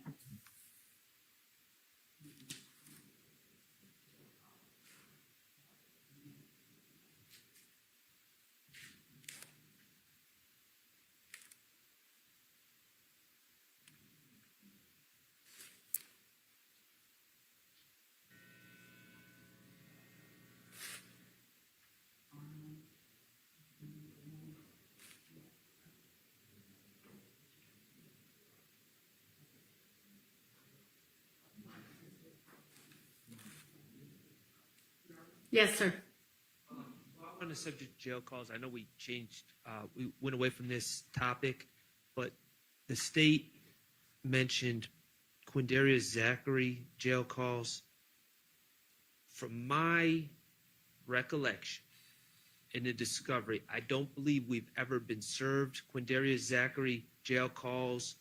I do know, I'm more certain that the state has never identified any sort of group of calls that maybe they may be interested in bringing into this case. So if there are some calls, if we haven't been served them, which I don't believe we have, I would ask that they be excluded. But if there are some calls into discovery, I would just ask that they're identified before, like, right when the state wants to bring them in, because we're going to have to review them. I know that Your Honor said, when that comes up, we'll get to it and we'll discuss it. I just don't want to be in a situation where I'm hearing about a jail call of Mr. Zachary's for the first time in court.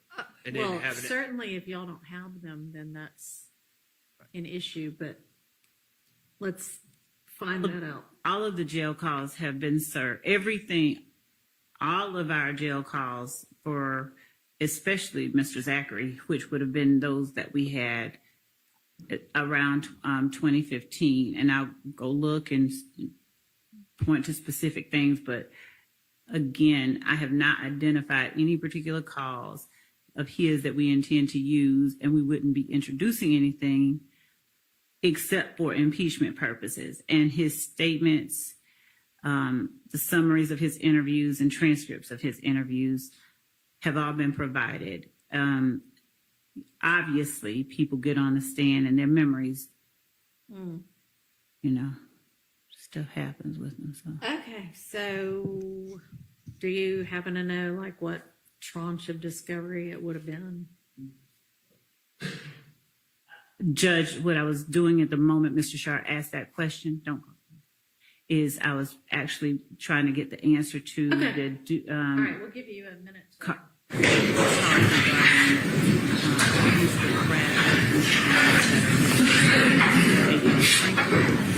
And those were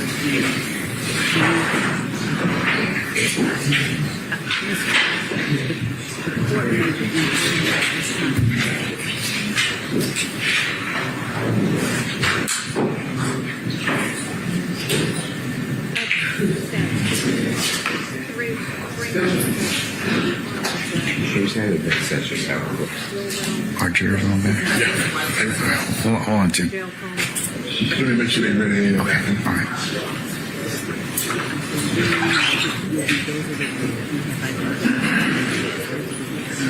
There were only 5, and now looking at the January 11, 2015 call between Martinez Arnold and Tavares Bradford.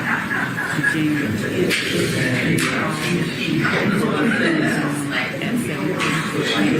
January 10th call at 8:15, and the January 7:16.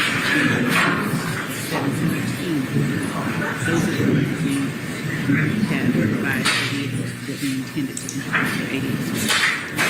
Now, as to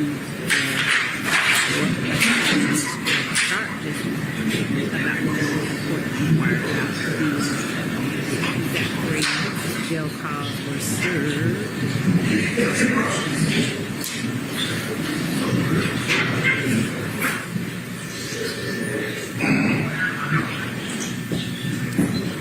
They are these are lies under the jail call code.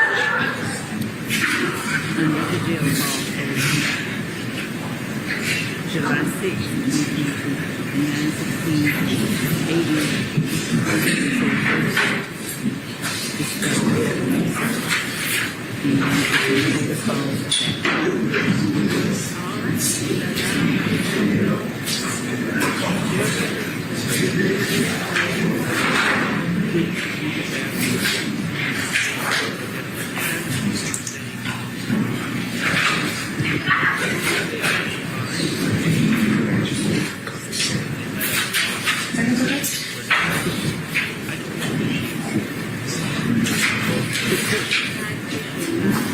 Court instructed us to alert the court and counsel outside the church of the jail if that need arises.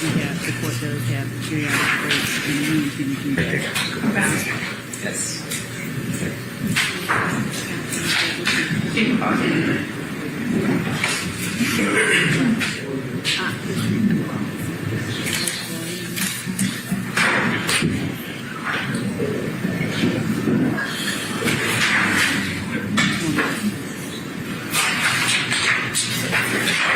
And I know questions that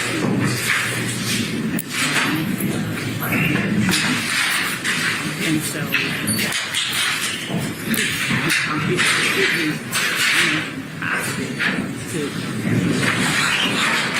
at this point with the union would be patient because everyone here sometimes and not to it. It's just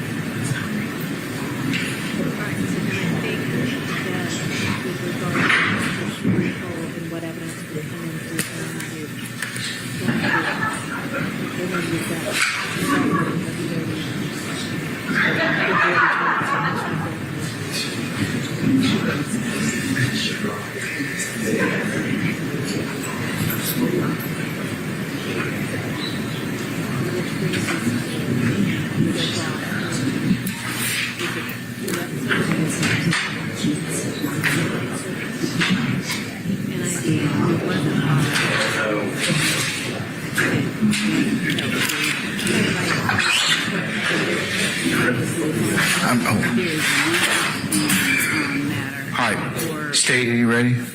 Yes, Your Honor. All right. Okay, who are we calling next? Your Honor, this is going to be Officer May, and that will be part of the court instruction part of the case. Here. Sorry. Next, we'll be calling Officer May with Act 51 and the state of request, as we discussed earlier regarding Officer May. And, yeah.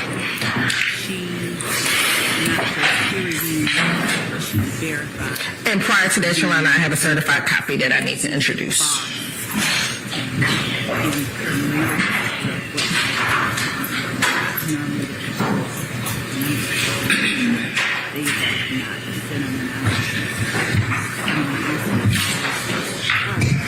Okay, members of the media, if you would be so kind as to not videotape our next witness, Officer May, you're welcome to audio tape and take any other notes or written material. All right. Anything else? Yes. I'm sorry. No, go ahead, Mr. Steele. Yes, sir. All right, Mr. Steele. Your Honor, on Officer May, I think the sequence of events are that he has an encounter allegedly with Mr. Williams and two other people at the Perimeter Mall. And then later, after that, he reports it to law enforcement that day. Later, he gets threats, social media threats. Who gets threats? Mr. May. Okay. Later that day? I don't believe it's later that day. Okay, well, sometime thereafter, he gets threats from whom? Right. So we don't know. It's not Mr. Williams. The state would like to introduce that portion. I don't believe that it goes to anything except character, and I understand it's not Mr. Williams making the threats, but I don't understand that under 401, 402, or 403, it's not Mr. Williams, why that would be coming in. And I think the state is under the belief, which I believe is mistaken, if I'm saying right, and so will correct me, that the way that Mr. May realized Jeffrey Williams' real name is after he got the threats, he Googled Mr. Williams. And if that is true, then I would like it to be said that nothing about the threats, but that he Googled his name later and found the former one of his young thug, his name Jeffrey Williams. Hey, respond. Yes, Your Honor. Your Honor believes that. So the sequence of events is after this event, Mr. May was threatened online, which caused him to change his behavior, shut down his social media, and from that he Googled he learned that he was being threatened because of his reporting of the threats that Mr. Williams made to him. I don't think it was too much time in advance. I think maybe about a month, maybe even 2 or 3 weeks. Once he learned that he was being threatened, he shut down his social media. At that point, he determined to learn more about Mr. Williams, and so he put his name in, and that's how he learned his name was Jeffrey Williams. He did not know that when the threats were made. Initially, he just knew him as Young Thug, or that he was Young Thug. And then what precipitated him finding out his real name was he learned that he was being threatened, shut down his entire social media accounts, and then began to learn more about who Young Thug was and learned that his name was Jeffrey Williams. And it was at that point he learned that Young Thug was Jeffrey Williams and the person who made the threats to him at the mall. So he didn't know who the person that made the threats to him until he was... He knew it was Young Thug, but he didn't know he knew that? Yes, he learned on the day of the threats that it was Young Thug. He did not learn that Young Thug's real name was Jeffrey Williams until later. How did he learn his name? He Googled Young Thug and just kind of went deeper from there. But he just says, I started to Google more about Young Thug and then learned his name was Jeffrey Williams. I believe is what his testimony will be. He can't tell me. I don't believe he'll be able to testify as to what sites he went on or where he went, but that he began doing internet research and then learned his name was Jeffrey Williams. That's true of him, Your Honor. He did not say that Mr. Williams or Young Thug made any threats to him. That's the part I want to believe. But that preceded what he did after that. And we think it is important that he was being threatened solely because of his reporting of Young Thug threatening him at the mall, that he began receiving threats so much so that he had to change his entire behavior. And then from there, that's what precipitated him going and making and determining that who Young Thug was. Okay, so what's your objection, Mr. Steele? The point that we're on notice of in the indictment is July 7th of 2015. Mr. Williams was out of mall. I got all that. I got that. Okay. Weeks later, Mr. May claims, I don't have it, I can't read it, it's hearsay. He claims that he's being threatened on social media. I've never been given social media. I'm not saying it's true. I have no idea if it's true or not, but I can't even read the social media. No one's saying that Jeffrey Williams or Jeffrey Williams had somebody threaten Mr. May then said, I don't want to be on social media, and I want to look into who are all these people outraged that I had a conversation with Young Thug, and then he realizes how popular Jeffrey Williams is as a renowned artist and found out his real name. I don't understand in my mind why I have to deal in this court with inadmissible hearsay, which is a threat, just to get to this person then Googled and found out Jeffrey Williams' real name. Your Honor, is not inadmissible hearsay. He can say, I received threats. We're not saying what the threats are. He's saying, I received threats on this social media. Once I learned that I received threats because of being threatened, I then did this. A threat is a statement. No. That is an out-of-court statement that the state is offering. Now, you're just making a threat. I mean, a threat would be, I'm going to shoot you. That would be a statement of the threat. But just to say people made threatening threats to me on social media, it goes also to show his behavior as to what happened afterwards. So What is that? What behavior is relevant to this case? The threat allegedly happened on July 7th at the mall. That's what it was. And the police that day, and I assume the state will call Officer Stevens because it's here. That day, Officer Stevens wrote his report. The performer known as Young Thug is Jeffrey Williams. So I don't even know what relevance it is that Mr. May, weeks later, to a month later, or 2 months later, he really doesn't know, finds out that it's Jeffrey Williams. Because he's the victim in the case, Your Honor, and that's how he came to learn Mr. Williams' true name. yeah, but it's kind of here. It's all that is really hearsay on a couple different levels. What part is the hearsay, Your Honor? The fact that what did he go? What did he see? What social media did he? But we weren't asking him all that. We weren't going to ask him we're going to ask him, did he receive threats? Yes. Where was that from? Social media. That's it. And then what did you do as a result of that? So the hearsay is that we're not offering for the truth of the matter asserted. We're not offering any words for the truth of the matter asserted. We're offering for his effect on the listener based upon what he did and what he understood his threats to be. He then determined he needed to shut down his social media. He needed to learn more about who this individual was, and then he learned his name was Jeffrey Williams. All right, Mr. Steele, I'm gonna overrule your objection. It is effect on listener, but I won't let them talk about specifically what I think that what he did, why he shut down his Instagram, why he came off of social media.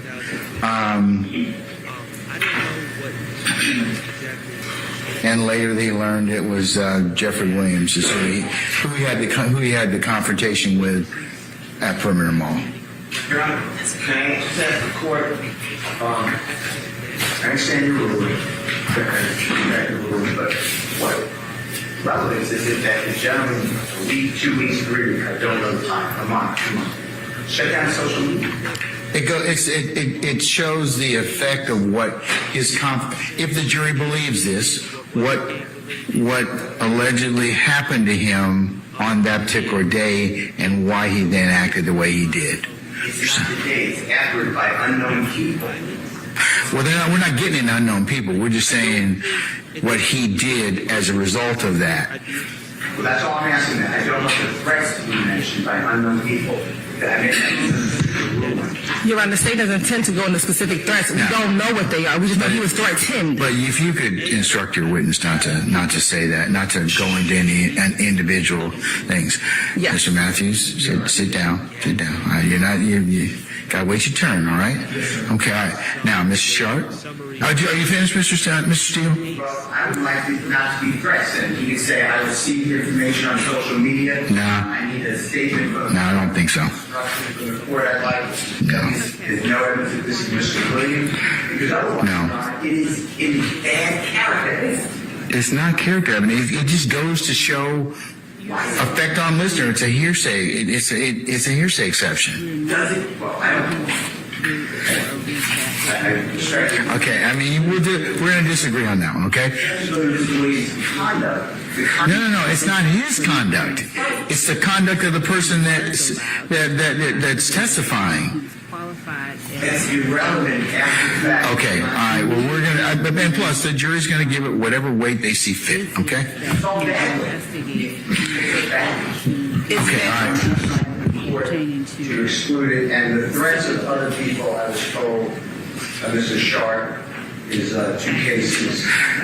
We're not getting any of that. So the threats of other people we're not getting into those particular specific threats, okay? It goes that further, you can't mention it was threats and just receive messages then, and change it. I don't understand why it's relevant to change social media. Why do you have to be a, Because your his credibility as to if it was just a statement, Mr. May wouldn't have to shut down his social media and then learn more about Mr. Williams. Again, it's not just him shutting down the social media, but it prompted him to learn more about who Young Thug was or is, and then determine that it was Jeffrey Williams. Because it shows that he wasn't targeting Young Thug, that he was just trying to live his life after being threatened to being shot in the face, and then he gets these threats and learns more about who the person is who threatened to shoot him in the face. Anything else? Now presenting evidence.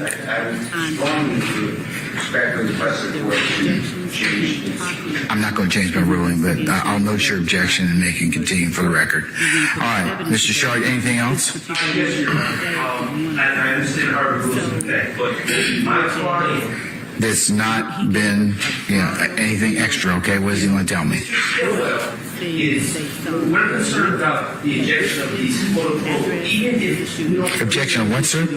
You need to speak into the microphone so I can hear you, okay? And everybody else can. Okay. On behalf of Mr. Stillwell, we are very concerned and we strenuously object to injecting the subject of threats into this case. And I understand that we're not going into specifics, but even the general idea that threats are involved create, in our opinion, an implication of guilt. And Your Honor, there are 2 cases I'm going to ask Your Honor to consider. I'd like to, because a lot of times the cases that you cite don't stand for the proposition you tell me. So, you've been listening to Mr. Uhelski. I'm going to go ahead and look him up on Westlaw. So, hold on. I know.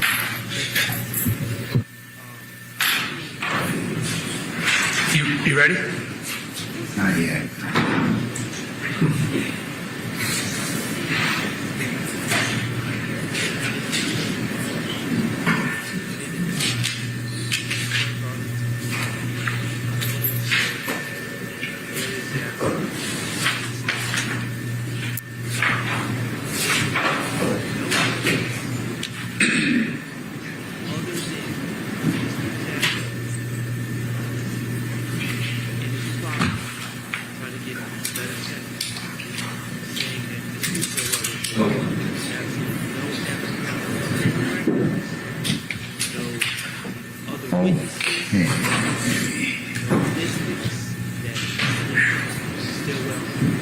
All right, sir. What's your first case citation?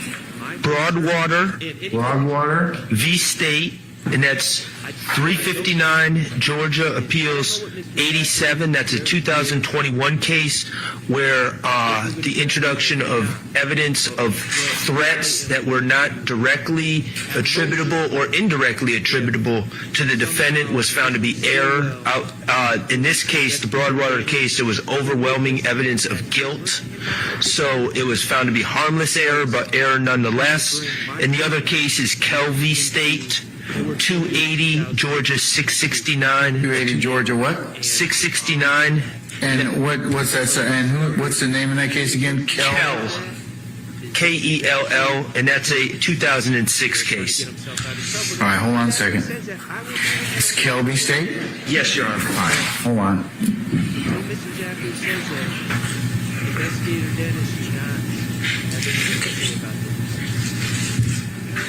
Your Honor, we are well aware of what the rules of evidence allow and don't allow. We're adhere to those. And as it relates to the evidence that we tender to prove the fact of this case, as well as this is not a defendant, we will comply with, follow the rules of evidence. And I think that at this point, efforts to sort of restrict what someone believes we may do is, at the very least, it would be a waste of time. It would make no sense for us to try and introduce through a witness who intends to put up a statement through someone else, through Detective Dennis, a statement of exactly before Zachary ever testified. That's what we're really going to do. And so, Sunday, everybody.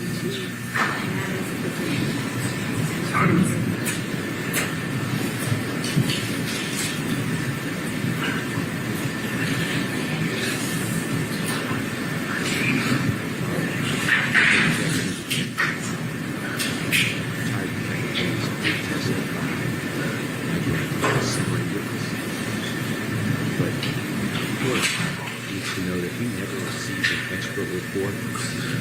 For some of these people, not Ms. Bell, who just testified, the reports that we have recently from the woman she's at 15 and her unfortunately tragically was shot. A lot of what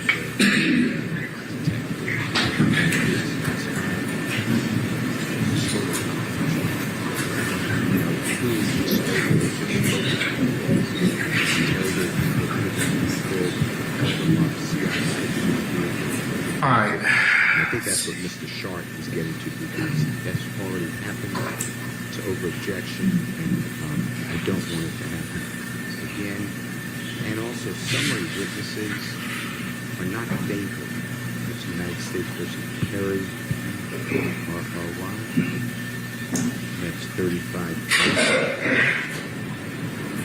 It's in Division 3, 5th Circuit, 2022 specifically. Again, caution governors not to rely on summary witness testimony. So I also think it's a pretty objection.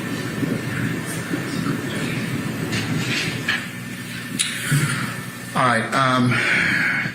Broadwater versus the state at 359 Georgia Appeals 87 seems to indicate there was a, in this particular matter, a witness testified she received text messages and Facebook messages from Broadwater's uncle threatening her not to testify against Broadwater. And Broadwater's uncle had driven past her house on several occasions. So, our appellate court concludes that it was error for this testimony to be admitted at trial.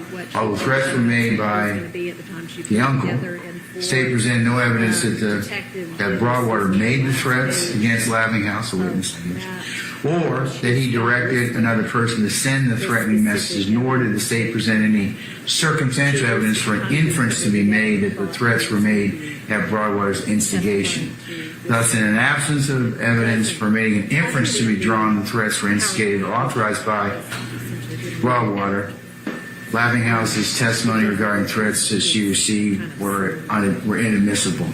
So, unless you all have... Your Honor, this is distinguishable from what we are doing, Your Honor. Yes, it is. Yeah. Your Honor, this is distinguishable because... We're going to disagree on it. From what you told me earlier, Ms. Hilton, you said that You don't know whether or not Mr. Williams made those threats, okay? And even though I agree with you, the statements go to show effect on listener, you still have to overcome the issue of, in Broadwater, and you got to have some linkage. So I'm probably not going to admit. I'm probably not going to admit those particular messages. At least he can testify about yes, Jeffrey Williams threatened him. He later found out it was Jeffrey Williams, but I think there's two separate issues. I want to be very, very, very, very clear. All right. What's the first issue? The first issue, because I don't want us to confuse two things. So on July 7, 2015, Mr. Williams threatened Mr. May. So that's very different. No problem with that. What we're talking about is a few weeks later, he received threats. We're not attributing that to Mr. Williams, because here she attributed those threats to the defendant. We're not attributing those threats to Mr. Williams. What we are saying is he received threats. Based upon those threats, he shut down his social media. After shutting down his social media, he began wondering why are people threatening him, and he Googled Young Thug and found Mr. Williams. So we are not saying, we're not attributing the threats that were on social media to Mr. Williams. Here, she attributed the threats to Mr. Broadwater. We're not doing that. What's the linkage? The linkage is as to how he ended up Googling Mr. Williams. We're not.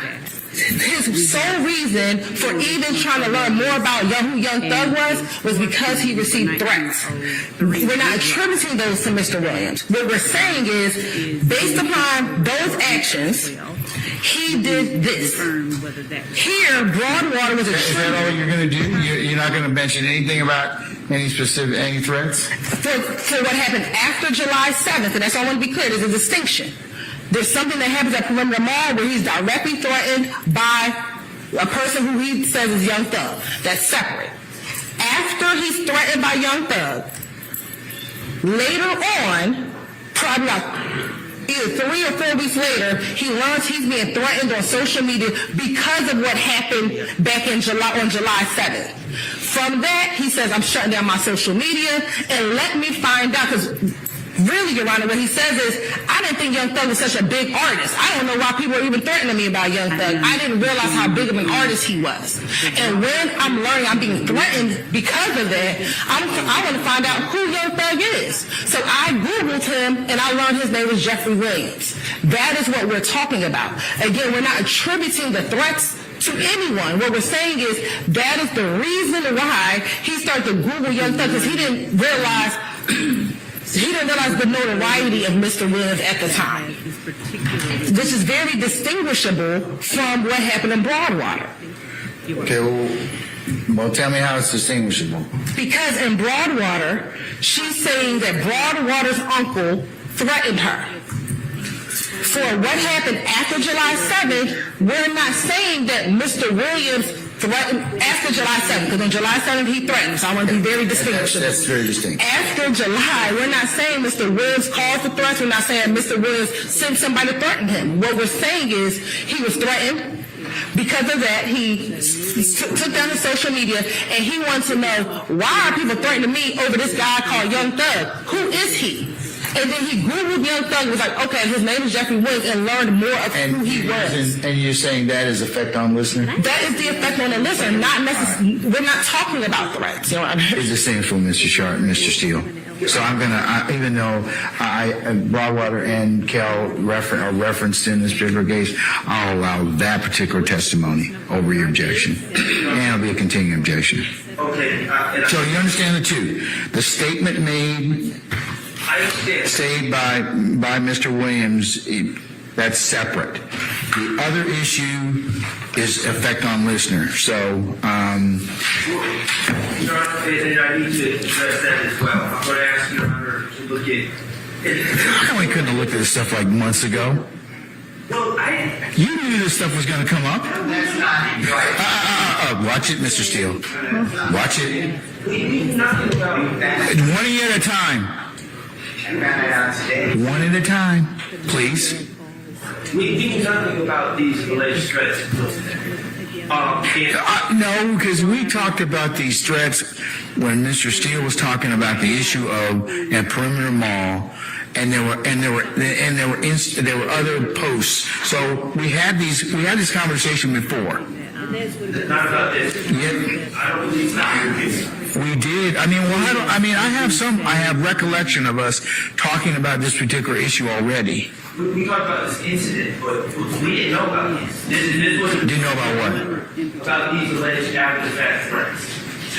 Well, they were these Instagram other posts that the threats came in. We never received Instagram posts. I don't believe the state has the Instagram posts. So I don't know if it's on Instagram. Well, there were threats made. That's what was told to me earlier. So, Your Honor, Bowman, M-O-M-O-N, East State, 249 Georgia, 865. The 1982 case. 249 Georgia, what, 860? That was before that was an old evidence code, though. Right, but there's a long line of cases that have followed Bowman I'm just giving you the several cases, probably 100 cases I could cite to this, that. Mullen's a very old evidentiary case. Anyways, it's 249 Georgia what? 865. 865? And we can find a more recent case of in the state proposition. That's one that's looking right now. But Your Honor, that case deals with the effect on the witness, exactly what we're talking about here, the effect on the listener, and the lack of relevance and that sort of information going to the jury. Okay, so here it seems that we're introducing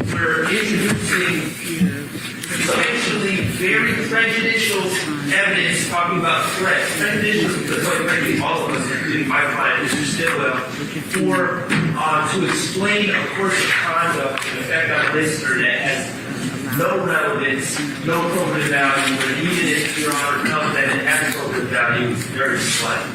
And so we can argue that 403 and these cases I'm citing all they take the same result, which is that even made reference to some threats after the fact should not be admitted with the error to it. I respect Arrested outside. Either small amount of marijuana or a gun. Now, the 10th day of January 2015, it's approximately 7:40. It's clearly a close call. These abortions are identified within the state. Then there's another person on the phone who I haven't stipulate who it is. Supposedly says potentially about Mr. Williams. I'm objecting to that portion. If that person testifies, the person I believe it is, not stipulated. Ms. Morton has heard today that the state said that they will wait on both Douglas Weinstein to call Ms. Morton to promote an alibi for Mr. Kennedy. So I would need to do that portion. There's other portions that I just have to get my notes here on. I can do that are not relevant to talk about the jail food or I don't want to make specific, but it's nothing to do with anything happening. So understanding, at least I'll respond not to the jail food, but because that was at most a few words. But this is, we believe, calls between co-conspirators who are. No, bear with me a second, please. Mr. Arnold reaching out at first. I believe he may have initially had one purpose for reaching out, but the conversation turned to an alert or an informant of the current status of something that had just occurred. We believe that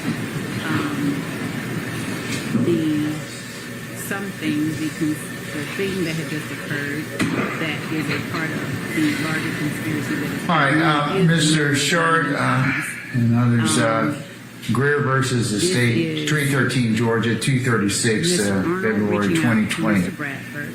Mr. Arnold asking, Criminal case. What's up? Recording of lead detectives interviewing the defendant, where detective referenced statements made by the defendant shooting victim's daughters, and the defendant shot victim during the fight, was responsible for the shooting, was admissible for prosecution of malice murder and other crimes. Statements were part of an interrogation technique. And what detective asked of or said to the defendant was not offered for the truth, but rather to establish questions or statements defendant was responding to and the effect the informer had on the listener, 24-8-801C. So I'm going to admit that over your objection, sir. I believe I had Mr. Steele. Did you wish to add or anything? I didn't let you finish. So anything, sir? Before I move on to Mr. Matthews. In doing a 403 analysis, I find the evidence to be, from my gatekeeping function, more probative than prejudicial. Then would you instruct the jury that there's nobody saying that the threats are misrelated? No, I'm not going to do that. I'll let the jury at the appropriate time when we instruct the jury, I'll give an appropriate instruction as to that, sir. I don't believe that one's required at this point in time. So, all right. Mr. Matthews, anything, sir? No objection under the RICO warrant, under the RICO, and also the compensation clause as relates to count. All right, thank you, sir. So noted. Okay, all right. Unless there's anything else, would you instruct your witness accordingly, please, madam? Which therefore, Can I go to Your Honor for a second? Huh? Can I go with this? Sure. it serves to maintain a certain level of cohesiveness among them, and each one of the people who are taking part in the conversation are persons who believe who have just had some involvement. They did not switch cars with, provide cars with, provide transportation for. The people we believe are involved in the murder of Donovan Thomas. They are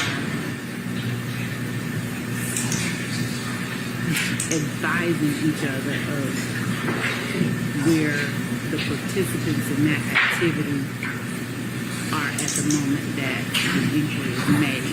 And I think I said that Mr. Arnold asked for Mr. Williams, and then that he asked for Mr. Kennedy, so that's the mistake on the part. He asked where Yak was, and I think that they, in responding where one of them was, Mr. Arnold was told that they were either with Mr. Williams, there was a reference to their current locations. And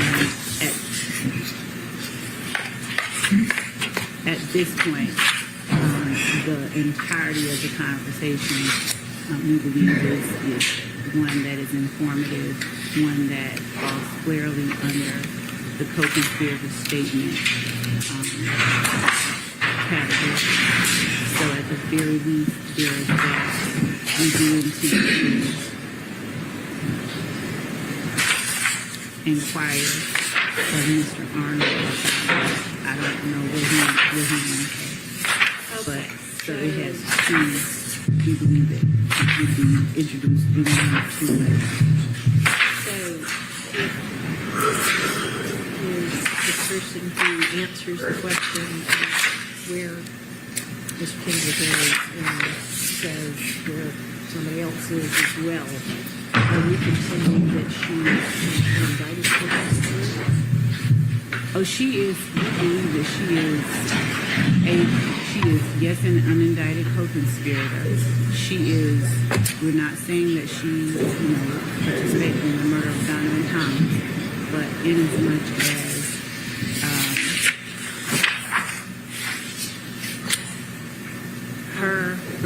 her actions this night and what she does later on, I think the conversations that she has with Mr. Hendricks. We won't be trying to get into what she told us to read about Okay, all right. Provide an alibi initially. Sergeant Ingram, can we summon our jurors, please, sir? She's lying for Mr. Hendricks later on. The surveillance video. She's kind of so she yes is part of the conspiracy. In that sense, she's not in it, but it's a broader conspiracy that involves YSL and protecting its members and carrying out purposes. She is a part of that. She's not indicted. Yeah.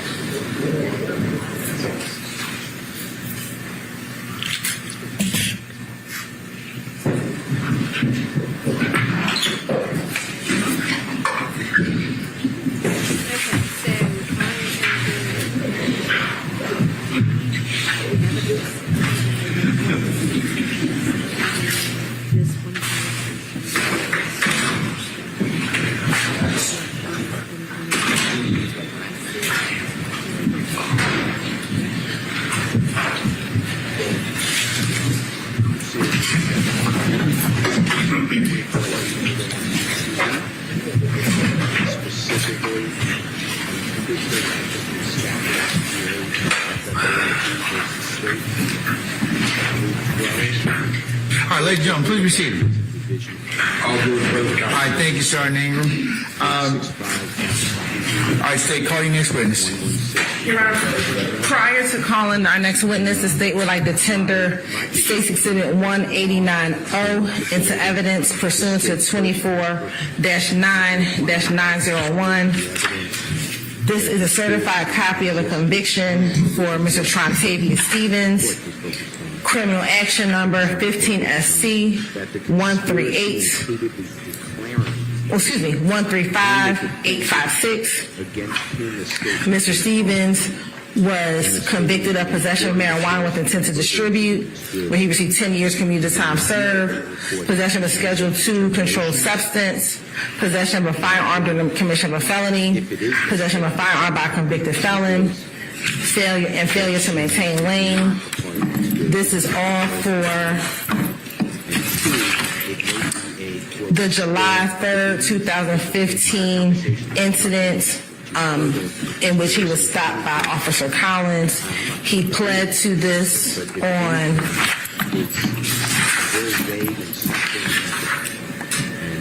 March 10th of 2016, and with this would conclude Act 48 through 50.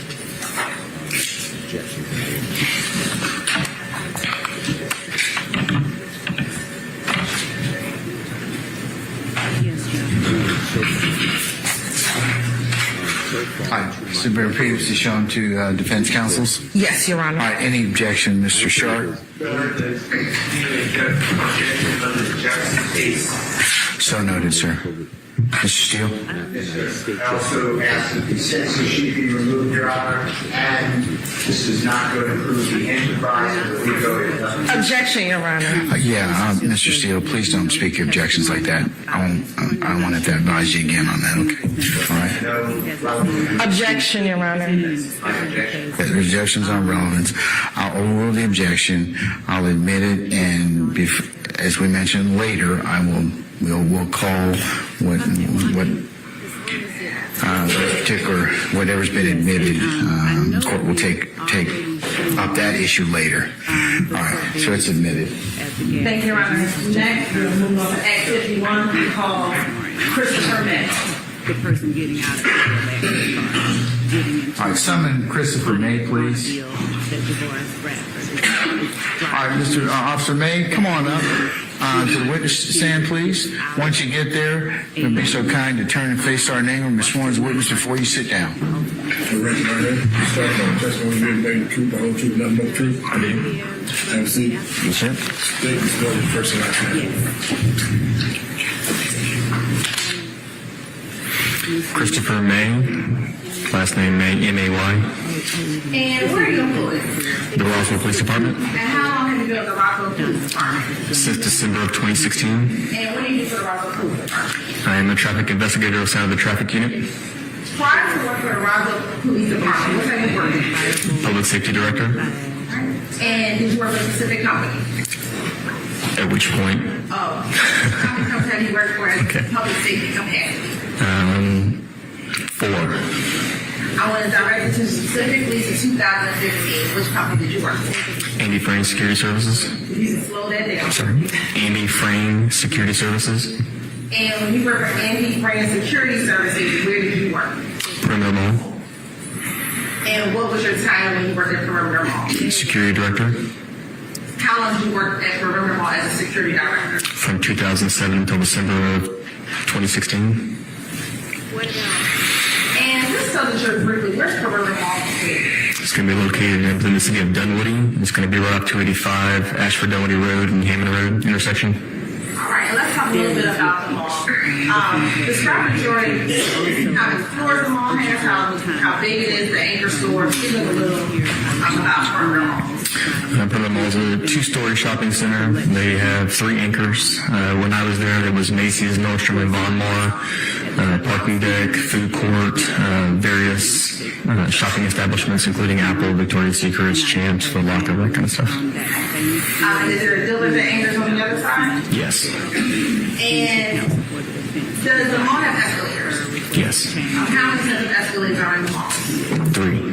Right. And where are those located? One's going to be in front of Macy's. One's going to be in front of Nordstrom, and then one's going to be in the center court. Sorry, it's been a while. I'm going to show you what's in mark that states in 186P. Tell me if you recognize what's in 186P. That'd be the center court area for the mall from the upper level vantage point. And how do you recognize it? I can see the food court off to the bottom in the lower right, and that's not going to ever get moved, so. Is that a fair, accurate depiction of the censor court and the censor escalator as you remember back in 2015? As best I can recall, yes. Your Honor, this time the state like the Tennessee is in the 186P establishment. No objection, sir. All right. States 186P is in published as you see fit. Did you serve as the director of security the entire time that you were at Perimeter Mall? Yes. What were some of your job duties and responsibilities? I did the hiring, the firing, the contractual compliance. I served as the first level for who? Oh, I apologize. I did the hiring, the firing, contractual compliance, scheduling, managing account hours and deployment of those hours. I employed security officers and police officers. I did operational startups, takedowns, develop policies and procedures. You say operational startup and takedown. I would have to travel sometimes for new facilities or facilities new contracts, or to go and take a contract down that ended. And as the director of security, were the security personnel that work with you armed security? No. What were some of the jobs and responsibilities of the security guards at Perimeter Mall? They were actively to patrol and be a visual deterrent source, as well as a first contact point for customer service for anybody who might need assistance. They did incident reporting for any kind of liability incidents, slip and falls, any kind of criminal activity that was reported to the property. They would also take a report as well, so we could document that and keep track of what we call hotspot areas of high crime. And taking you to July 2018, you can recall how many security guards did you have under your watch? Depends on the time of day. It could be anywhere from 2 overnight. It ramps up to 4, then 5, and then 6. And then around between 3 p.m. and 7 to 8 or 9 p.m., depending on the day of the week, it could be 8 to 9. And then on the weekends, it could be 10 to 12. And you said something that some people work overnight. Was Perimeter Mall secure 24/7? Yes. I didn't feel it was something to. Taking you to July 2015, did you have a specific shift that you worked? I worked various shifts. On that day, I'd have to look at what day of the week that was. was. I'm not sure. That's okay. Generally, you work Okay. in a A variety of shifts. To issue with, and the reason the state tendered Since you are not armed and your security officers are not armed, when there are disturbances of death, what occurs? We contacted the Dunwoody Police Department. contains the statement. I'm going to direct your attention now to July 7th, 2015. Were you working that day in your capacity as director of security? Yes. Okay. Did you have other security guards working that day? Yes. So no, you know how many security guards you had working? I have to look at the deployment, but there should have been 8. In 2015, the Perimeter Mall had a store called Champs. Yes. Where was that store located? So it's going to be off the center court towards the Macy's side, on the lower level. What type of store was it? There were sporting goods, athletic apparel, shoes, hats, things like that. And on that day in July 2015, did you have the occasion to respond to the Champs store? I did. Why did you respond to the Champs store? I had a security officer who was notified about individuals on skateboard electronic devices. We termed them hoverboards. Just when they were becoming popular, and so I was notified that he tried to advise these individuals to get off the hoverboards, and he was met with resistance. So they're informed that what they need to do next is contact me so I can come and try to explain the policy a little bit better and see if we can't get some voluntary compliance. And what was the policy regarding hoverboards? What was the policy regarding? They weren't permitted to be used on the property. Why? The property, so it's for liability reasons, insurance. The property wasn't built to safely allow those type of conveyances to be operated. There was an exclusion in their policy for anything that was related to a disability or handicap issue. And did you ultimately respond to that Champs store? I did. What happened once you responded to the Champs store? When I responded to the Champs store, I could see the 2 individuals on hoverboards inside Champs. We stayed outside the store. We're not going to interfere with the shopping that's going on inside the store. And we waited for them to come out. And from your vantage point, were the individuals on the hoverboard inside of that store? Yes. Did they eventually come out? Yes. Can you describe the males? Can you describe the males? To the best of my memory, they were African American males. They were dressed actually pretty nice. They had baseball caps on, dreads that were kind of somewhat visible, thin build. Remember they had nice shoes. And then they had a third individual with them that was not on our board. He was kind of taller, maybe not heavy set, but bigger. They were thin, and he was older.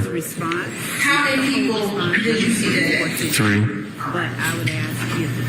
So there were 2, all 3 African American males? Yes.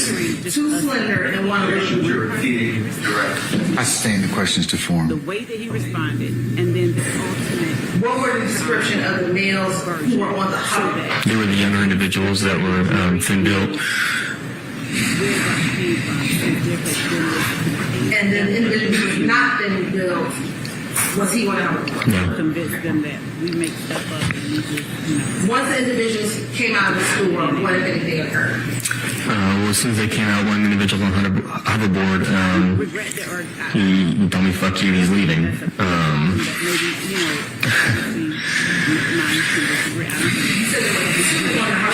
Yes. Can you describe anything more about the ones that fuck you were leaving? Later on I can, when I was able to identify him. Okay. Now, once that was said to you, what happened next? So I tried to explain to them the mall's policy on the devices and try to give them an opportunity to get off the devices and carry them. And one of the other individuals told me, the other one, not the one that said fuck you, told me that I can't tell them what to do. They continued to move away, which again, previously I was told that they were leaving, so I let them continue. Tried to get out of their way, just walk with them. They went to the escalator and they still rode the hoverboards up the escalator. As they rolled the hoverboard up the escalator, what happened? They're being loud. They're using profanity. There was a lot of. I mean, it was a weekday. I'm assuming, from what I can recall. I mean, it was still people in the mall and families, and so it was drawing some attention. I remember just using my two-way radio to kind of communicate, let dispatch know what was going on so they could follow us with the cameras. I had originally asked for the Dunwoody Police Department to respond because of the activity that was going on at the time. So you said you originally asked for Dunwoody to respond? Yes. Okay. What happened? Should they get on the hoverboard and go up the escalator? So at that point, I was trying to tell them they're going to be banned from the property because they were failing to comply with the mall policy as it was explained to them, given an opportunity to comply with. Okay. And the escalator they rolled up, is that the same escalator that is contained in State's Exhibit 186P? No. Okay. It's not. It's on the other side of it. It's on the other side of the escalator. That's the down escalator. So they were going up the up escalator? Yes. Was in that general vicinity in the middle of the mall? Yes. All right. Did they go up the escalator? Yes. All right. What happened? We got off the escalator. Remember, we had to kind of stop because one of them came off the hoverboard when they got to the very top. They didn't fall. They just had to get back on it. And then they continued on. So even after you asked them to get off, they still maintain being on it? Yes, ma'am. All right. What happened next? I followed behind the male that was walking. He had a bunch of bags, shopping bags from Champs, I believe. Was that third male? The third male. So I stayed with him, behind him. I tried to explain again as we were moving forward that they were going to not be allowed to come back to the property because they were leaving. At some point in that interaction, I did cancel Dunwoody because they were going to leave and we would just do the ban paperwork ourselves. We said do the ban paperwork. What did you need? It's criminal trespass paperwork. It's how we document the individuals that are not permitted to come back on the property. We put a date that it starts and a date that it ends. Sorry. So slow down. Okay. What's the ban paperwork? It is a criminal trespass form. It's a written form that notifies an individual that they are no longer allowed to be on that property from a specific time period. Okay. And so, at this point, because they were leaving, you canceled the Dunwoody post. Yes. Did they eventually go outside? Yes. What if anything happened when they went outside? So I'd also contacted and asked for additional security officers that are already outside patrolling to respond to the area. I could see we were going to what we term the streetscape, which is the valet area. What did you call it? Streetscape. Okay. And so when we got out the doors, I could see two of my officers, actually they were supervisors, walking up towards the individuals. I could see an interaction occurring. I could hear some yelling about, get out of our way. And then I remember this specific gesture where the arm came out wide, like you're free to go. Like we're not going to stop you to leave. Who made that gesture? Those supervisors. Okay. One of your employees? Yes. All right. And you said you called this area. What was the area that you were in? The streetscape. Streetscape? Streetscape. Mm-hmm. Okay. And I'm going to show you what's been marked as State's Exhibit 187P. Do you recognize State's Exhibit 187P? I do. And how do you recognize State's Exhibit 187P? That's our streetscape area at the center part of it. And is that a fair and accurate depiction of what the streetscape area looked like back in 2015?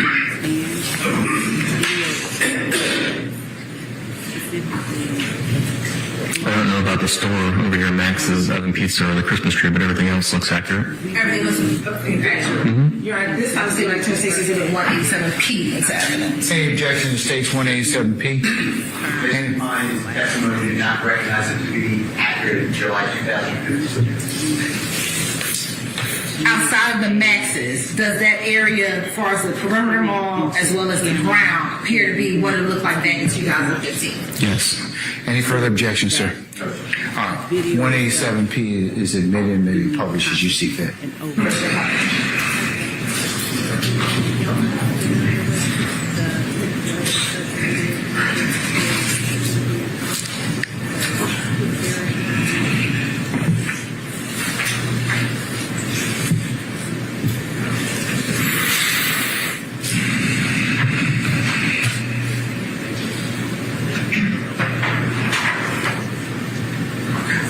Now, is this the well area or the drinkwell area that you're just referring to? Yes. Okay. Yes. And is that where you saw your security officer, your supervisor, make the hand gesture and kind of present themselves as if the individual's supposed to walk out of the way? From my side, it's the left side of the screen. This could be just outside of frame.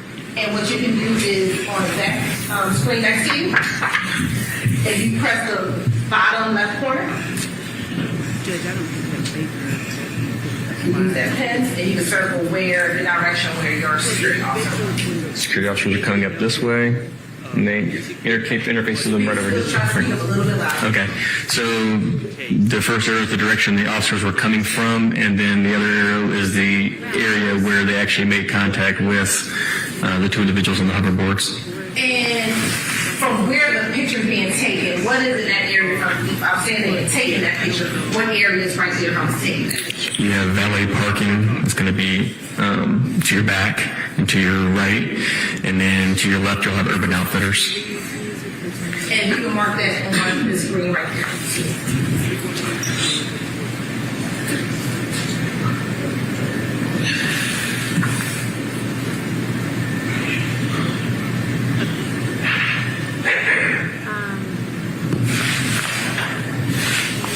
All right. Now, as you saw, your supervisors kind of let the individuals go. What happens next? We continued down towards the valet area where we approached a white car. And when you say you approached the white car, how far did you get to the white car? Maybe 6 feet away, 8 feet away. So did you go directly onto the car? No. Okay. What happened once you got to where the white car was? One of the security officers got the tag, called it out. When we got in the car, the driver was loading bags into the car. One of the individuals was the one that told me I can't tell them what to do. He got in the car. The individual told me, fuck you. He got to the passenger side rear area while the driver, which was the individual not on the hoverboard that I was walking with, he's putting bags in the car, and he told me that he could have me arrested for trespassing. So to be clear, the driver was the person who was not on the hoverboard. That's correct. And what did the driver say? That he could have me arrested for trespassing. Okay. And then not the person who said fuck you, but the other person, where was that person at? He was in the car. I don't recall which seat he got into. Okay. And the person who initially told you fuck you earlier, where was he seated? He was going to be on the passenger side rear. Okay. Once the driver said what he said and the passenger, what did they happen next? Well, there was further exchange. I tried to tell the driver that I'm not on his property. He called me a peon and said I can't do anything. I don't have any power. It's a long time ago. I just remember the word peon specifically. And then somebody was still talking in the car, but they were getting ready to leave. So I could see the rear passenger on the passenger side. I was standing out from that car door, which was still open. And I was trying to encourage them to go ahead and leave because that's what they were going to do. And he looked at me and said that he was going to come back up here and shoot me in the face. He said he would come back and shoot you in the face? Yes. All right. What, if anything, did you do at that point when he said, I'm going to come back up and shoot you in the face? I took a step back and I requested Dunwoody respond. And now this is the second response from Dunwoody since you canceled the first one. Yes. What happened with the individuals in the car? At that point, they left. They closed the door and they left. What happens next? Dunwoody responded to the streetscape area, which is where we told them where we were. And once Dunwoody police arrived, do you recall which officer arrived? Officer Stevens. And what happened once Officer Stevens arrived? He started gathering statements from the security officers that were on scene as well as from myself. We walked from that point. Once we got the statements, then we walked back to Champs. Why did you all walk back to Champs? Officer Stevens has said that it's possible to identify the individuals because they may have used a credit card to make the purchase over there. Okay. And did you go back to Champs? We did. What happened once you went back to Champs? So Reggie, I don't know his last name. We were friends for a long time. We coordinated shoe releases and stuff. He's the manager of Champs. When we went in to go ask him, he told me that he's a known rapper by the name of Young Thug. And when he told you that he's a known rapper by the name of Young Thug, what did you do with that information? I Googled it. Okay. And when you Googled it, what did you find? I looked at the image and identified that it was the same individual who threatened me and had earlier told me, fuck you. So the person that you saw the picture of Young Thug was the person who said, fuck you, we're leaving, and I will come back up here and shoot you in the face. Yes.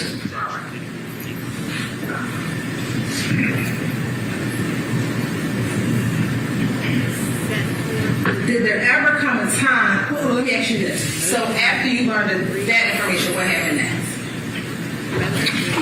After you Googled who it was, what if anything happened after that? I typed my statement for Dunwoody. And on July 7th, did you ever learn what young folks true is? I can recall.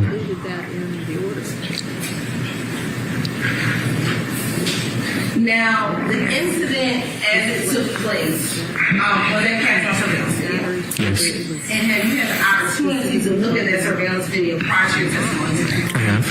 And have you also had the opportunity to look at a snippet of excerpts from the large surveillance video in this case? I have. And both looking at the surveillance video and the snippets, were they a fair and accurate depiction of what you just testified to back on July 7, 2015? Yes. I'm going to show you what's been marked as Stacy Exhibit 188P. Tell me if you recognize Stacy Exhibit 188P. Yes. How do you recognize Stacy Exhibit 188P? It's the same video disc that was recorded that I signed to verify that I viewed the video snippet. And does the original, so not the excerpts, the original video appear to be the same video produced regarding this incident from July 2015? Yes. Did it include any additions or deletions? No. Now, did the excerpt, of course, appear to be portions from that original video? Yes. Your Honor, this time the state would like to tender State's Exhibit 188P into evidence. Any objection states 188P? Your Honor. All right, states 188P is admitted and may be published as you see fit. Thank you, Your Honor. Your Honor, the state will solely publish the excerpted version of 188P. All right.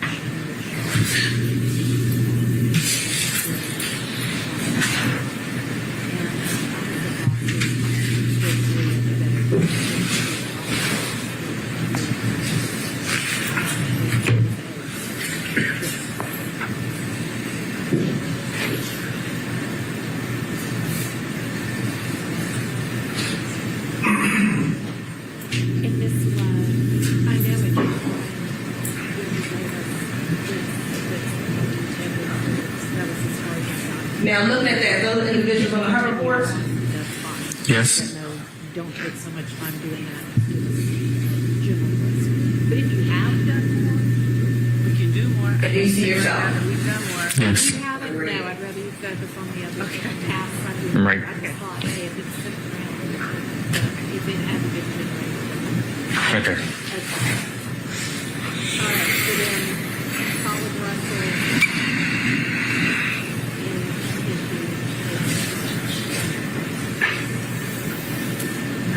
exhibit.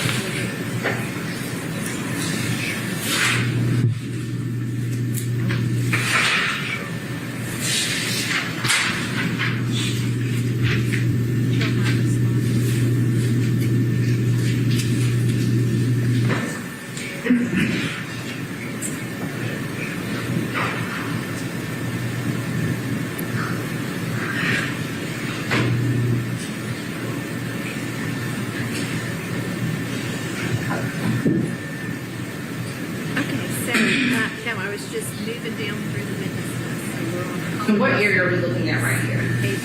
We're looking at the entrance area from the streetscape into the mall. Issues we need to litigate beforehand with regard to any of the exhibits that are going to.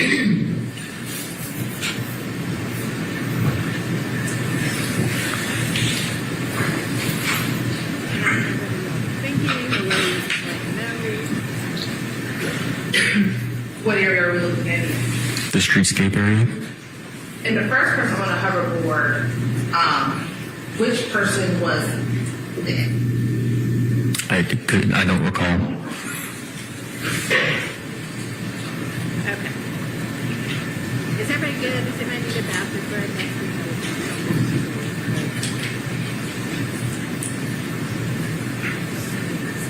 And then as you walk behind the third individual. All right. Yes, ma'am. DeJuan Maynard on the next page, social media. Any issues on that?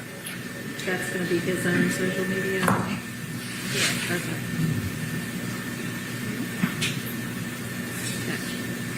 All right. Is there any issue? Everybody has all the body cam that might.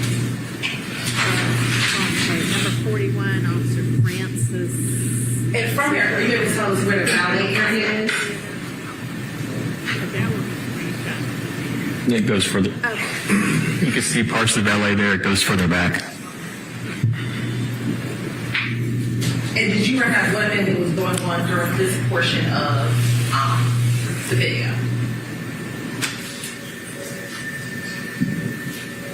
So that's going to be where the car is parked, and that's where we're going to be standing while they're loading the bags. Jump turn to the next page. Miss Stanley, who's jail caller. Any issues there?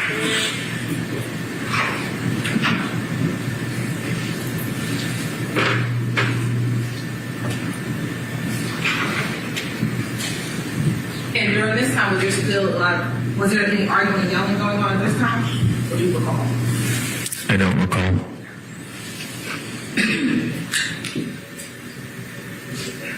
What area are we looking at right here? We're looking at the parking area for the streetscape and for the valet. And do we see that white car? Yes, right there. Is that the same white car? Yes.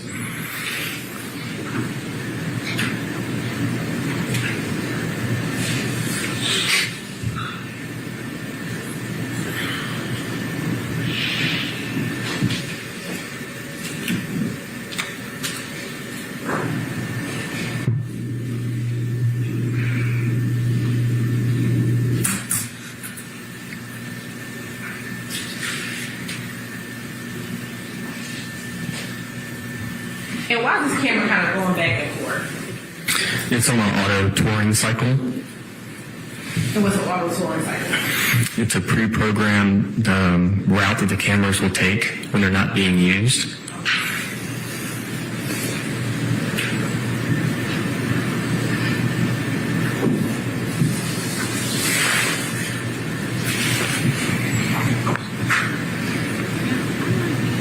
But I think we've already had consent for the order. I'm checking if I see. So what's going on right at this moment, if you can recall? Are you all standing at the car? We are. Okay. And are you able to identify where you are in this portion of the video? I'm right there. Okay. And do you remember who was standing the closest to you at all? Was one of the security guards? No. And is it at this moment where Young Thug says, Objection, leading Your Honor. I stand in objection. was this where the comment, I'll shoot you in the face occurred? But I can't tell from this frame. Is that what this frame? Okay. Was it in this general vicinity though? Yes. All right.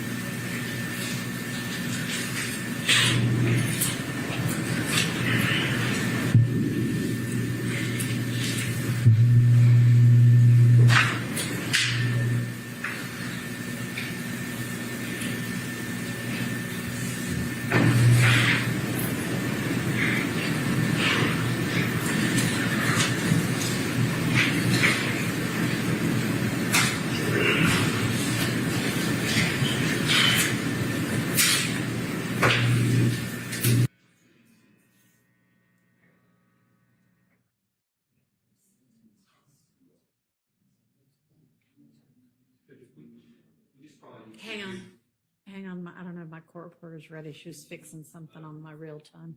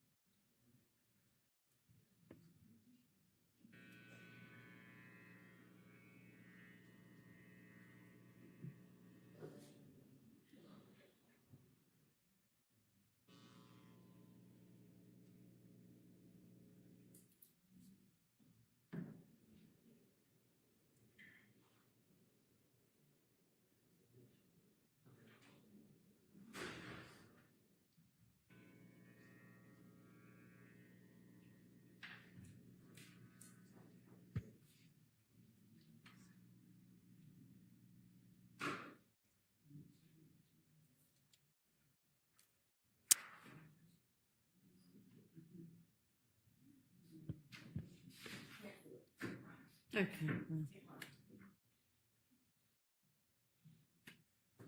All right. She's, I think, ready now. Are you ready now? Almost.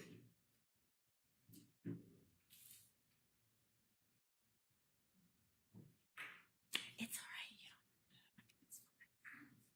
It's okay. Thank you, though. Okay, ready. So I know that the issue had been previously litigated and tried to bring it back up again. I think the court indicated that it's been litigated. I just wanted to remind the court or say to the court again that my concern, which is concerning Mender being a co-defendant in this case, I believe he's on that. It's alleged that he's one of the people on that call with Tiana Stanley and supposedly Mr. Holloman. So prior to this honorable court coming on board, the matter had been litigated previously. All right. I tried to readdress it with Your Honor, and the court indicated it's been resolved. November 16th, 2023 was the date the order was entered. All right. But that was my concern. Okay. Thank you. Yes, sure. Okay. And Your Honor, yes. For full context, the last line of the order reads that the court grants the state's October 24, 2023 motion to introduce Gary Holloman's statement to defendant Mender's mother and defendant Mender in the three-way conversation the day after the robbery as residual hearsay evidence pursuant to 24-807. That's different than what, it's in the same call, but I heard Mr. Matthews reference something. The residual hearsay issue I actually did look at again, and I came to the same conclusion. Okay. So you're talking about something different. Is right? Yes. You're talking about kind of, I guess, confrontation issues. Was that litigated? So I don't know that there's. When we say confrontation, wouldn't think it's not a confrontation clause. Testimonial, right? In any way. Bruton issues. Okay, so it's not confrontation issues because it's not testimonial, but there might be Bruton issues. I don't know. I'd have to listen to the. I don't think Bruton issues would exist in this type of context. I think either. So, okay. So what then? Well, I clearly wouldn't have an opportunity to cross-examine this person has certain rights. Okay. Because they're on the indictment. Well, they're not. Yeah, they're not testifying. That is part of the issue. But when you have a right to cross-examine somebody is when they're giving some kind of testimonial evidence against you. So even if they weren't on the stand, if this were to cross-examine, and we would otherwise have a confrontation clause problem, but you don't have the right to cross-examine on something like this if it's not a testimonial type statement. So, okay. I understand that. Okay, so maybe I'm just not following what it is that your argument is going to be. I know that we're going to be unable to cross-examine. Okay, well, all right. We'll deal with that. Okay. Yep. That was the only issue in that. That was the only remaining issue. Okay. I did want to bring to the court's attention, Judge, that the relationship that was represented to the court on the prosecution of Mr. Holloman and Ms. Stanley and Mender, I think they indicated that this was supposedly his nephew or something. Right. I don't believe it. That is, in fact, the relationship. He's not a nephew. Mender was not a nephew, but that'll come out later, too. Because that was part of I think the court. I had noted that as yet another reason why it was okay for it to come in. But, I mean, Mr.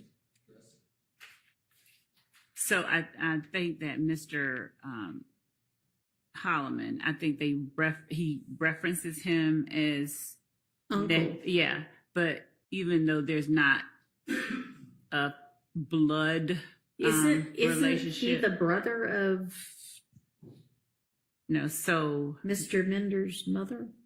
Or no, not brother. or aunt or whatever? So who is he the brother of?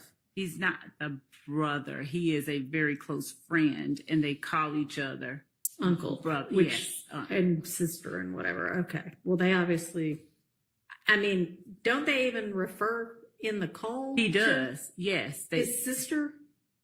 Or he refers I know to that they call him uncle or unk or something, but I thought there was even a reference in the call to one of the people being his sister. There are those types of references without listening again, but they are calling one another those types of family names. Even though they're not blood relation. Correct. Because they obviously feel that close to each other. And Yes. there are times when, somebody's a close family friend, but they're considered an aunt or an uncle. So it apparently is that instead. So, okay. Thank you, though. Your Honor? Yes. On that issue, I join the Honorable Mr. Matthews, and I understand you ruled residual hearsay under 24-8-807, but that's supposed to be used very rarely. I know. And yes, it's not. I agree. It's not brutal. It's not testimonial. It can't be brutal because it's not testimonial. But this is an overt act, and it's therefore applies to everyone. So under 403, I know I'm going to ask for a limiting instruction if your ruling stands, but that's a very tough instruction when it's a overt act in a RICO case, because it's the same thing like the conviction by the jury of Mr. Ryan that we discussed yesterday. You're telling the jury you can use it against person one, but not against the other five. But it's an overt act that they can use on one person's verdict form, but not another. And I just don't, I would ask the court, since it's 807, which really has to be like prior sworn testimony that was cross-examined or a dying declaration, I would just ask the court to potentially reconsider or allow a limiting instruction that will help you craft, of course, if you approve it. But otherwise, I don't know why it comes in against Mr. Williams. Okay, so those are two of the examples of types of evidence that come in under 807, but that's not the entire universe. So the fact that it isn't either of those two things isn't determinative or dispositive. And I don't know that a limiting instruction would be appropriate here. And you're welcome to craft one and present it, and I'll consider whether I think it's appropriate. But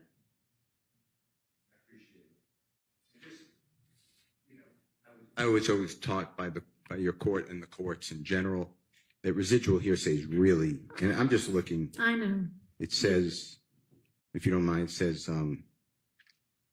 it must be equivalent to cross-examined former testimony, statements under the belief of impending death, statements against interests, and statements of personal or family history, not just that people are related, and that these categories of hearsay have attributes of trustworthiness not possessed by the general run of hearsay statements that tip the balance in favor of introducing the information if the declarant is unavailable to testify. And that's another thing, and that's, by the way, I was reading out of ASH versus State, 312 Georgia 771. It's in division. It's in division 3B as in Barry, and that's 2021. But also, a person to that conversation is available to be cross-examined. I'm not talking about a person with a Fifth Amendment right, but there's another person who I believe is available to be subpoenaed and is on the state's witness list. If I'm wrong, I don't want to be wrong, but I believe that what I said is accurate, that the person is here in Atlanta and could be subpoenaed. So I would ask again, And who is that? Miss Mender, but if Mr. Matthews can help me with the name. Who? So we're referring to Kiana Scanlon. Okay. That's who we're referring to. Okay. So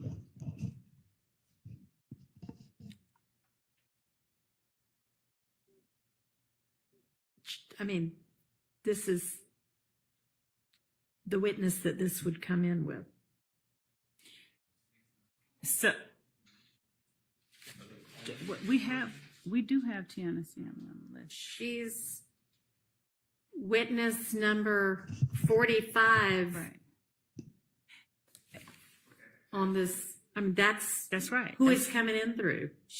Right. That's what we have. That's literally the evidence that we have next to her. And of course, the court's aware that Mr. Holloman is deceased. And so it falls squarely under, we believe the court made the right ruling. 24-807. We believe all three requirements under the statute are met. Okay.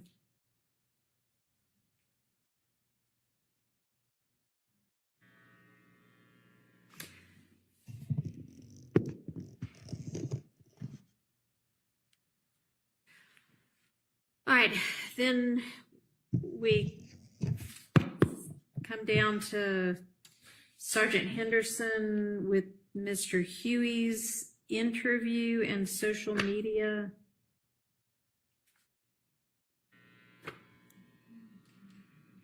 Does the court see this Officer Cornbacher still on? Yes, but I mean, all that says is testimony. Okay. And as far as Henderson goes, I've reviewed everything, so we're okay. Okay. Belknap. Any, I mean, I guess if the search wasn't.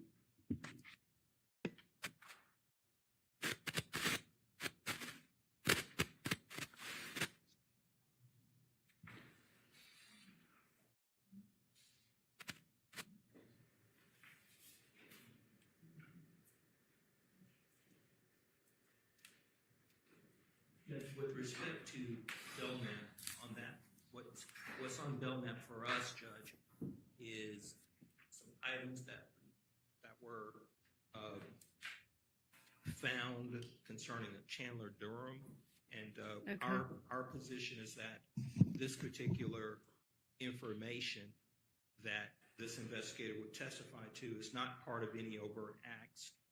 I don't believe Chandler Durham is on the witness list. I believe it's intrinsic. So I would argue that information should be kept out. Ms. Love?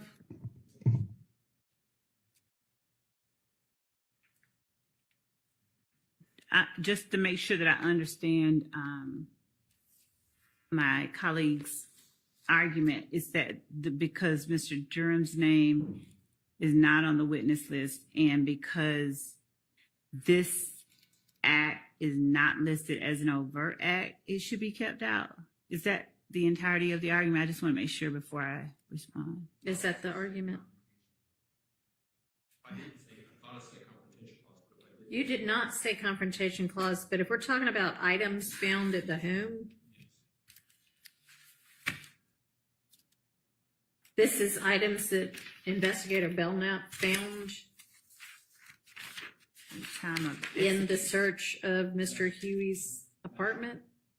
And they ended up being, I guess, I don't know, allegedly from Chandler Durham. That's correct. And is is the issue who actually says they are from Chandler, Durham, if it's not going to be Chandler, Durham? So I know that we had Chandler Durham on our witness list. We have pared things down. If it turns out that we ultimately left him off, and I'm making sure that we did, that's just one more person that we'll just want to Add back in? Yes, that we'll just add back in. Okay, so, I mean, that would just be like hearsay if he says Chandler Durham said these were his. Unless Chandler is coming to court. Okay.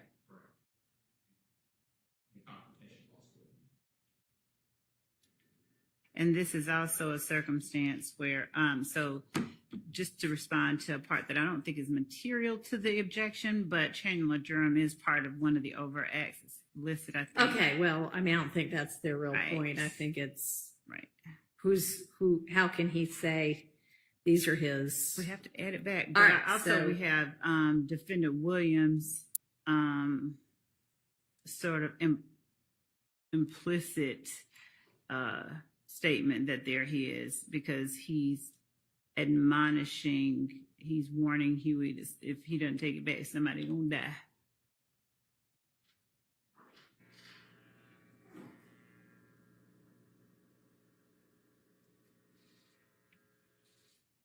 But that's just, so we, Yeah.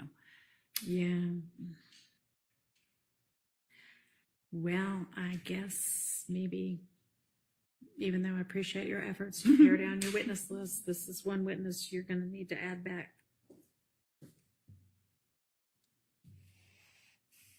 As the defense is otherwise going to Understood, Your Honor. object. So, okay. That circumstance may come up again.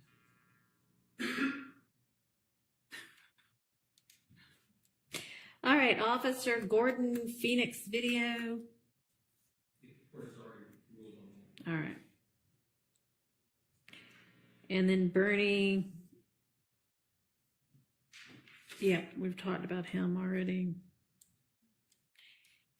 And then when we turn to the next page, page 12, this is one of those subsequent allegedly intrinsic acts, and I know I ruled on 2 and withheld ruling on 2. Yeah. And this is, I think, one of the ones that I ruled out. It is. So we can eliminate that witness if that's all they're testifying to, right?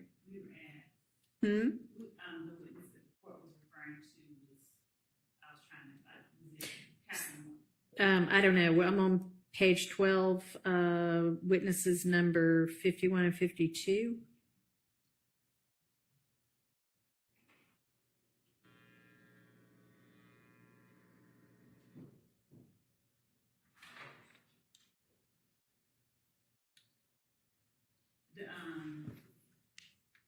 Mr. Smith and No. Timothy Brown, an investigator of Viverito. Hmm? Oh, okay. Yes, the court did exclude it. Yes, so that. Now, Mr. Hang on. So 48 and 49 were Belknap and Flores, and we have moved on past them. We must be looking at a different document then. 48 for us is Deputy Timothy Brown, 49 for us is investigator. Okay, well, I don't know how that happened. I've got either an earlier or a later version. I don't know. What does yours say? Okay. Well, what is the last witness number y'all have on yours? Last one that we have on ours is witness 105. That's Lieutenant Lynch. Okay, so you know what? I remember you saying at some point I've added 2 witnesses, so it's different, and maybe y'all are just looking at a different one. But the 2 witnesses obviously we just maybe. So you have 48 as who? 48 is Deputy Timothy Brown. Okay. And I have that as 51. So somewhere above that are two witnesses who, I don't know. Do you remember the two witnesses you added in?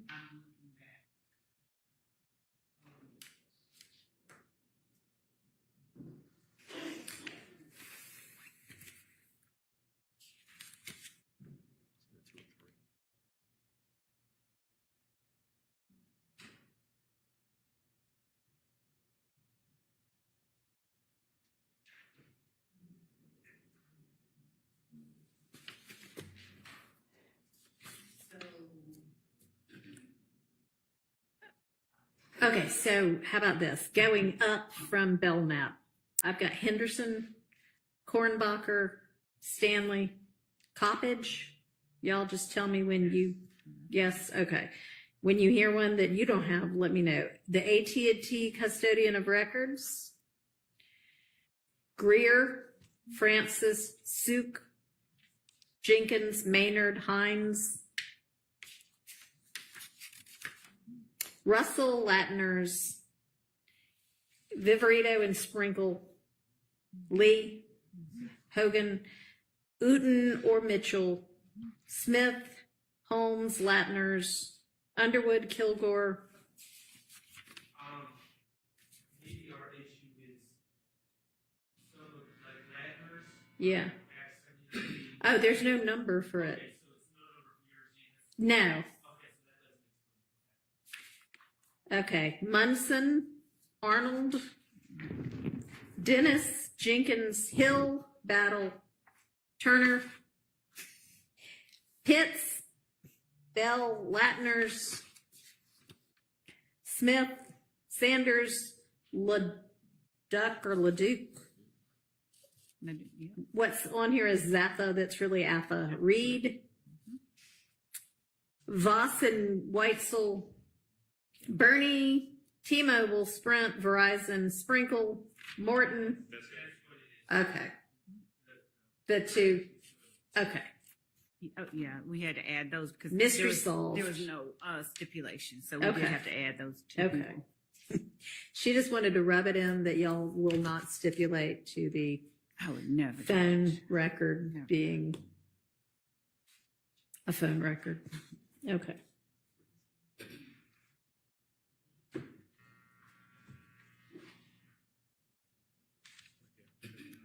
All right. So anyway, back to Timothy Brown and Viverito on that issue. We can strike those two witnesses because that evidence is not coming in.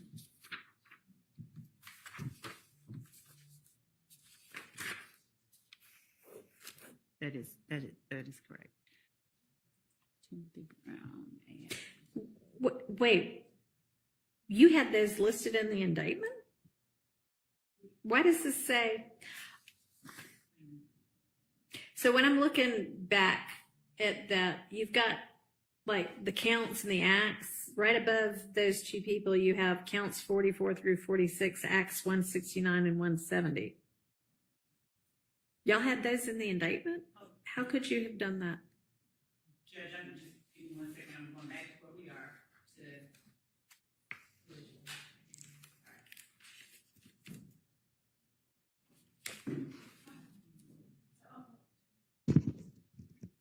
Yeah. So the indictment. Let me look at my indictment. Make sure.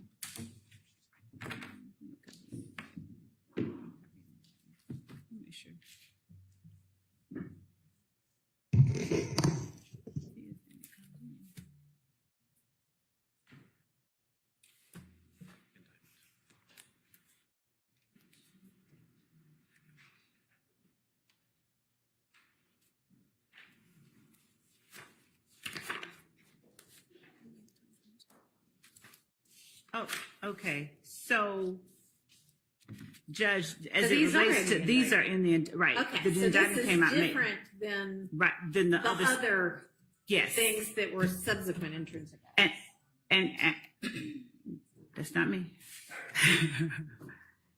So, Judge, does the awareness of similar acts having been I mean, maybe. committed?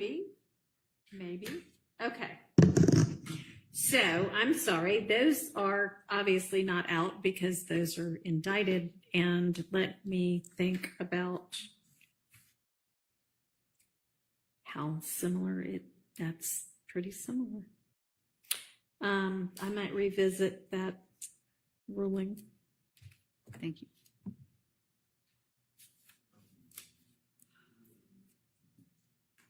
Not sure y'all made that argument at the time we were talking about it before.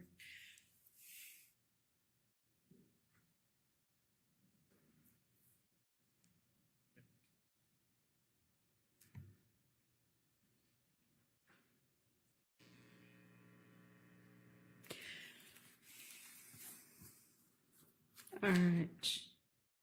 What do you say we break for the day, y'all? Okay with that. I say we break for the day. All right, and do we have any word? Okay. All right, so we will reconvene at 9 tomorrow, and hopefully we'll be able to do jury and witnesses, and apparently we haven't heard anything yet. Okay, So just plan to do that, and if not, it'll be another day like this. Yes, Your Honor. Okay, thank you. Will the court, I know the court usually does, but if the court hears something like after hours, does the court incline to send out an email? Or If it is something, well, I mean,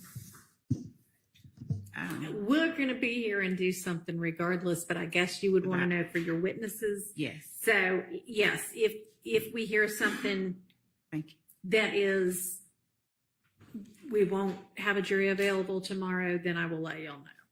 Thank you. Thank you. By, I guess. It doesn't matter what time, just before we have them Okay, come up. well, at some point, Miss Persfield and I both turn off our computers and cell phones, so. That's healthy. We should all just. You know, I don't think that we're going to be finding out at midnight anyway. I think we'll be finding out at a reasonable hour, hopefully. And if it is that they're not available, then I will let y'all know so that you don't have witnesses here for no reason. Thank you.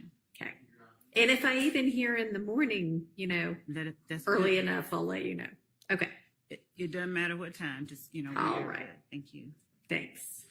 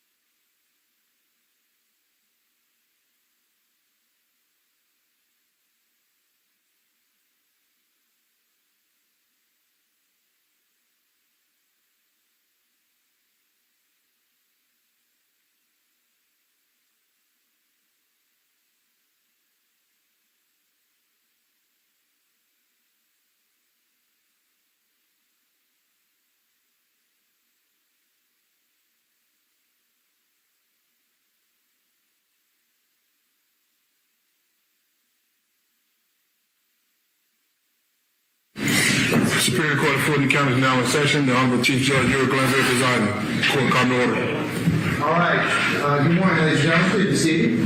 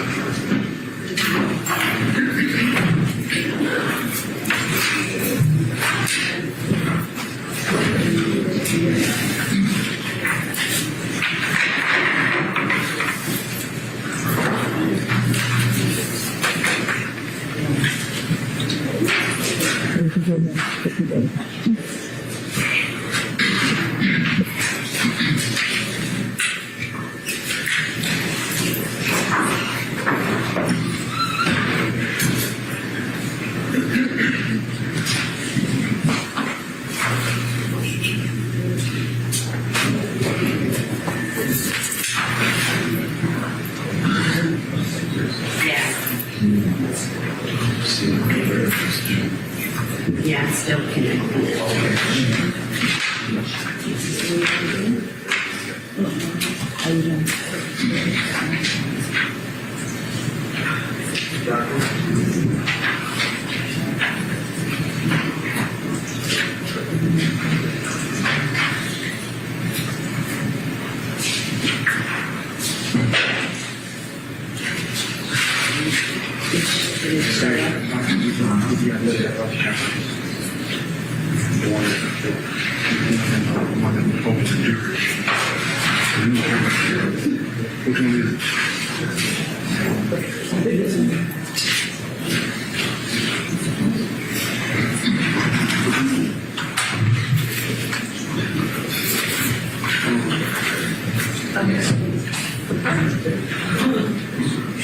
Okay, I got you. I see. Okay. Thank you. All right. You too. All right. Yeah.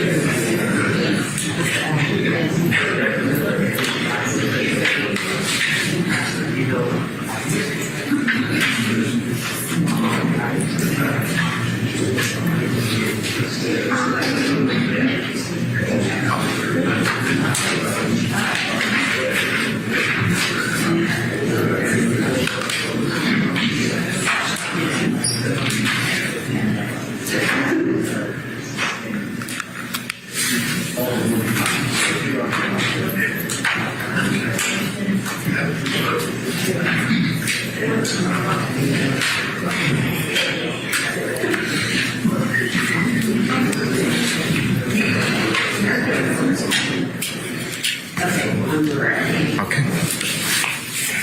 All right, good morning, council's interested parties. We're back on the record in the matter of the state of Georgia versus Khalif Adams et al., 22 SC 183572. Mr. Stilwell, Mr. Boston, Mr. Sharp, good morning, gentlemen. Mr. Williams, Mr. Steele, Mr. Adams, and Ms. Renard, good morning. All right, Mr. Kendrick and Mr. Apt, good morning, sir. Good morning. All right. Mr. Huey and Mr. Matthews Jr. and Sr., good morning, gentlemen. All right, Mr. Nichols, Mr. Harvey, Ms. Westmoreland, and Mr. Garner, good morning, councils. And then Mr. Ryan and Ms. D. Williams, good morning. All right, ladies from the state, Ms. Hilton and Ms. Love, good morning. Good morning, Your Honor. All right. Sergeant Ingram, all our jurors here? Yes, sir. Okay, all right. Before I go ahead and do that, anything I need to be made aware of, councils? Yes, Your Honor. Good morning, Police Officer Sergeant Matthews on behalf of Mr. Mark Lady. Your Honor, we currently have Officer Henry on. He's coming back. Yes. From yesterday. Yeah, he's coming back from yesterday, Your Honor. So I'm not. Mr. Huey, as the court is aware, entered a no-low contingent for a reduced offense. I do have a certified copy of it. I'll make a decision on whether or not I want to introduce that as evidence or not. I did provide that to our colleagues across the belt, and I just want to bring this to the court's attention. I don't know if they're going to have an objection to it or not, but it is certified and self-authenticating, and it's obviously a court record or document. All right. Okay.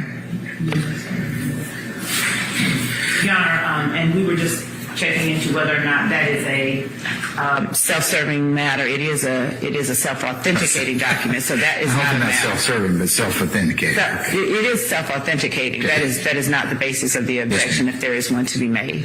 Right. So what we are looking into, I've already advised Mr. Matthews of, but in the event that he does choose to introduce it, we will impose the objection at the appropriate time. But we're looking into that matter. All right, madam. Okay. Anybody else? Okay. Then we'll summon our jurors, please. Yes, sir. All right.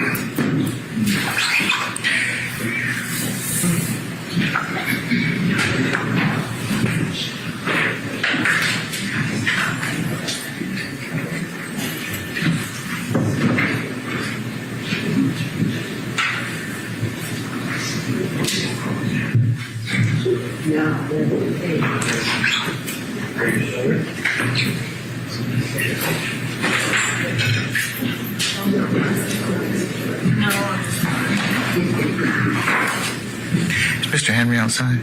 Yeah. Okay. All right. Okay. All right.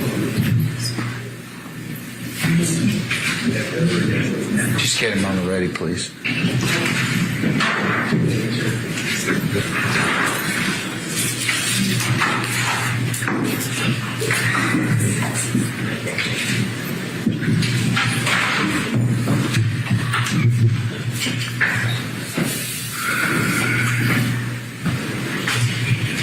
All right, ladies and gentlemen, please be seated.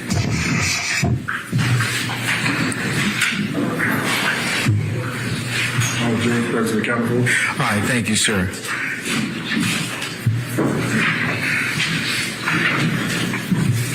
You have a seat. All right, good morning, ladies and gentlemen of the jury. All right. As I mentioned earlier, we're going to finish with Officer Henry here, and then once we finish, we'll see where the day leads us at this point in time. So at this point, Ms. Hilton or Ms. Love, you may resume your examination at this point in time. I just remind Officer Henry, you're still under oath, okay? Yes, sir. All right, thank you, sir. Good morning. How are you? Good, ma'am. You good? Yes, ma'am. So where we left off yesterday is you had retrieved the gun, you had picked it up, and you had taken off following after the individual who ran. Yes, ma'am. All right.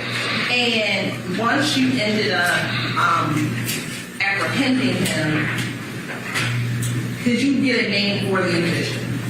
Yes, ma'am. Okay. And what was the name that you Marquavius Huey. And do you have a date of birth? Yes, ma'am. And do you remember when the date of birth is? Do you mind if I look at my paperwork to confirm his date of birth? I'm going to give you another copy. If I can take a look at it.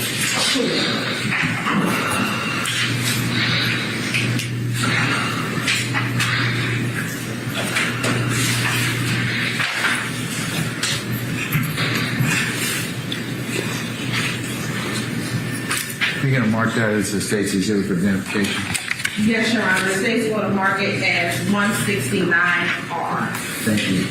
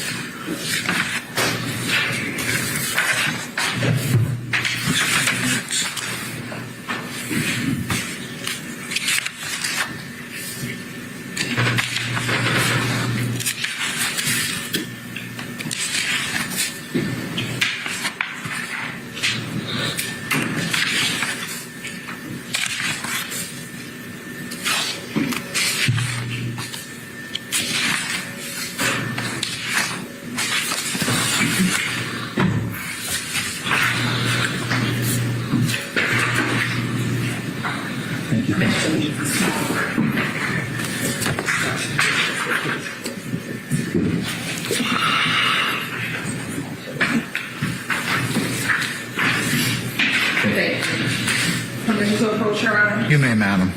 I'm going to show you what's going to mark for identification purposes 169R. First, do you recognize 169R? Yes, ma'am. And what is 169R? Is that your police report? Yeah, that's what I'm saying. No, I have it here with me. That was all action. Yes, but I have to give you the copy that the defense counsel has seen. Oh, okay. Look at section 169R, but I have a refresher memory as to the date of birth of Mr. Marquez, who was arrested back in May of 2018. Yes, ma'am. Okay. Well, did it refresh your memory? Yes, ma'am. What was the date of birth? 3/10/1996. And what type of gun did you recover? Glock 19, 9mm. A black Glock 19? It was like a black. I think it have a little bit of silver on it. I'm sorry? I think it's black and silver, but most of it is black.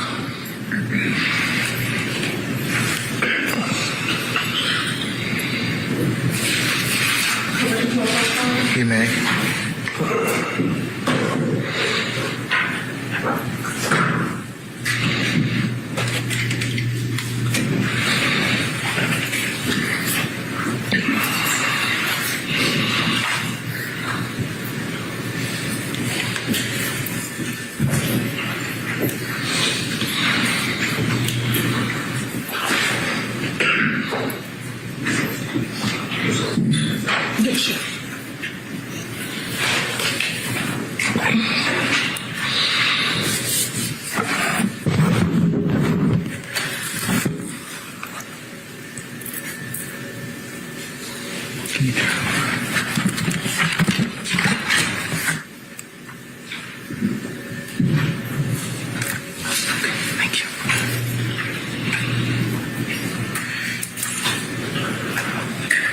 I'm going to show you what's been marked and just shown to defense counsel states exhibit 155M.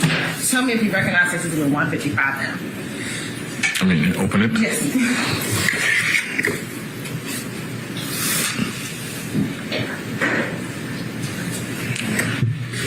Can you turn it over? Or Do you need a glove? no?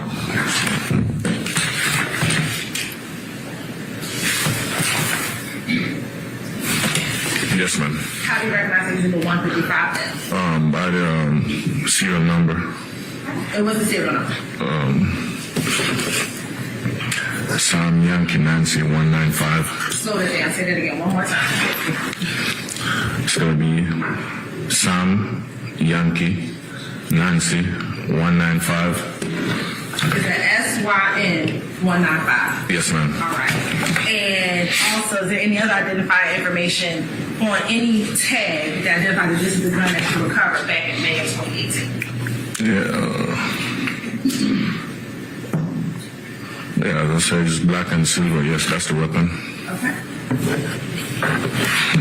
And does this red tag identify the item that you recovered back in May of 2018? Yeah, this is our tag that we tag it being stolen. Okay. And does this have your unit number on there as you are the person that recovered this item back in May of 2018?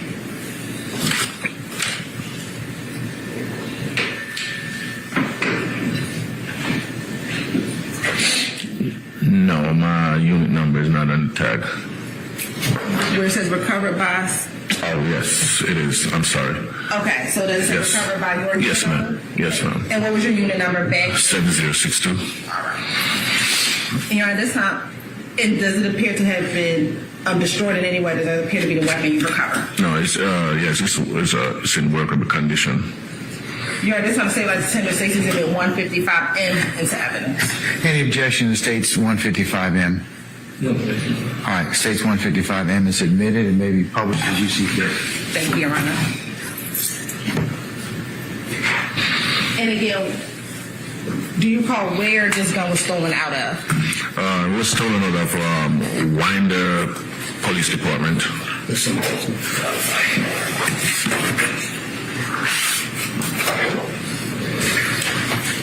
Now, in preparation for your testimony, have you had the opportunity to refresh your memory as to the image of the person that you arrested on May 25th, 2018? Yes, ma'am. Right. I'm going to show you what's been marked as State's Exhibit 168M. This is how you want it.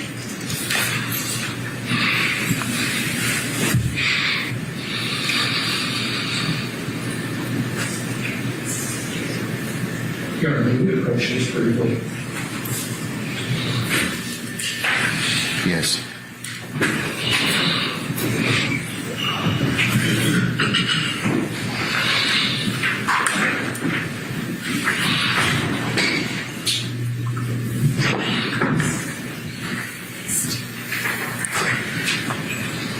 Hey, Talk Radio.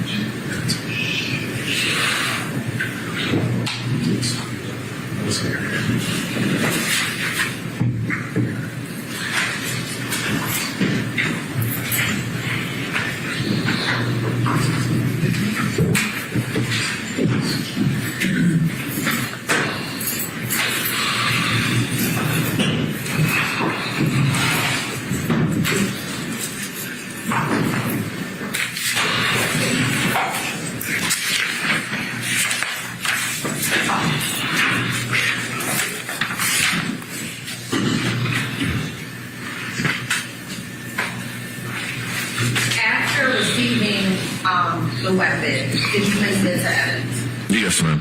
All right. What's the court indulgence? Yes, ma'am.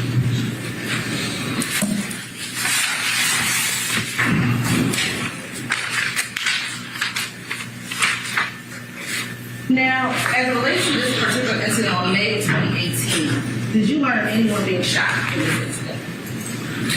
Yes, ma'am. Okay. And do you know, are you aware how many people or individuals were shot in this incident? Yes, ma'am. How many? 3. Okay. And to your knowledge, was there anyone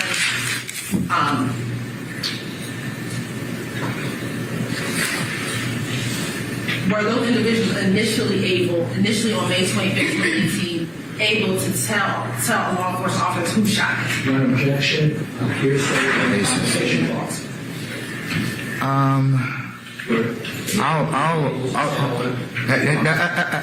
No.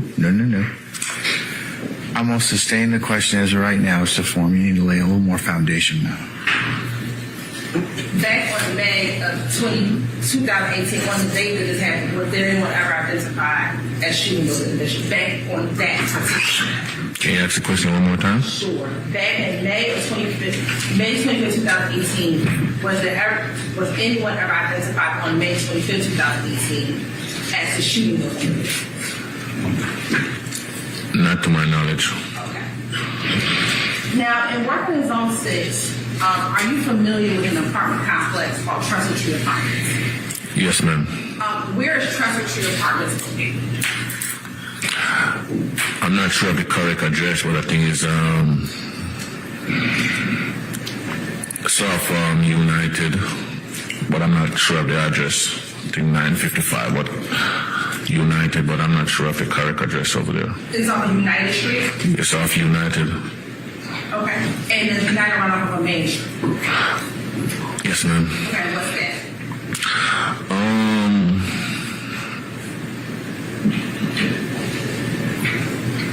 I think the correct address is 956 Trestle Tree. 956 Trestle Tree. Trestle Tree. Okay. But that is within Zone 6? Yes, ma'am. Is that in or around or near Grant Park?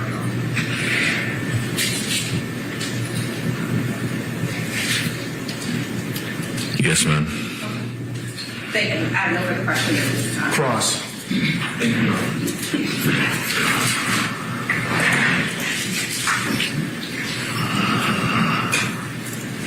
One second.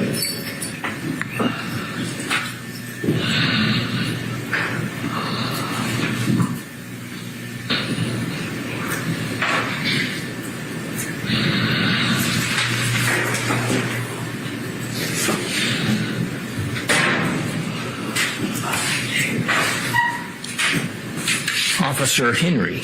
Yes, sir. Good morning, sir. Good morning, sir. Carrington Matthews here. I represent Mr. Marquavius Huey. Let's begin with a couple of things. Mr. Officer Henry, you are aware that the handgun that was reported stolen that you just identified, it was actually reported stolen on August 8th, 2015, correct? Yes, ma'am. Yes, sir. By a resident of Winder, Georgia, by the name of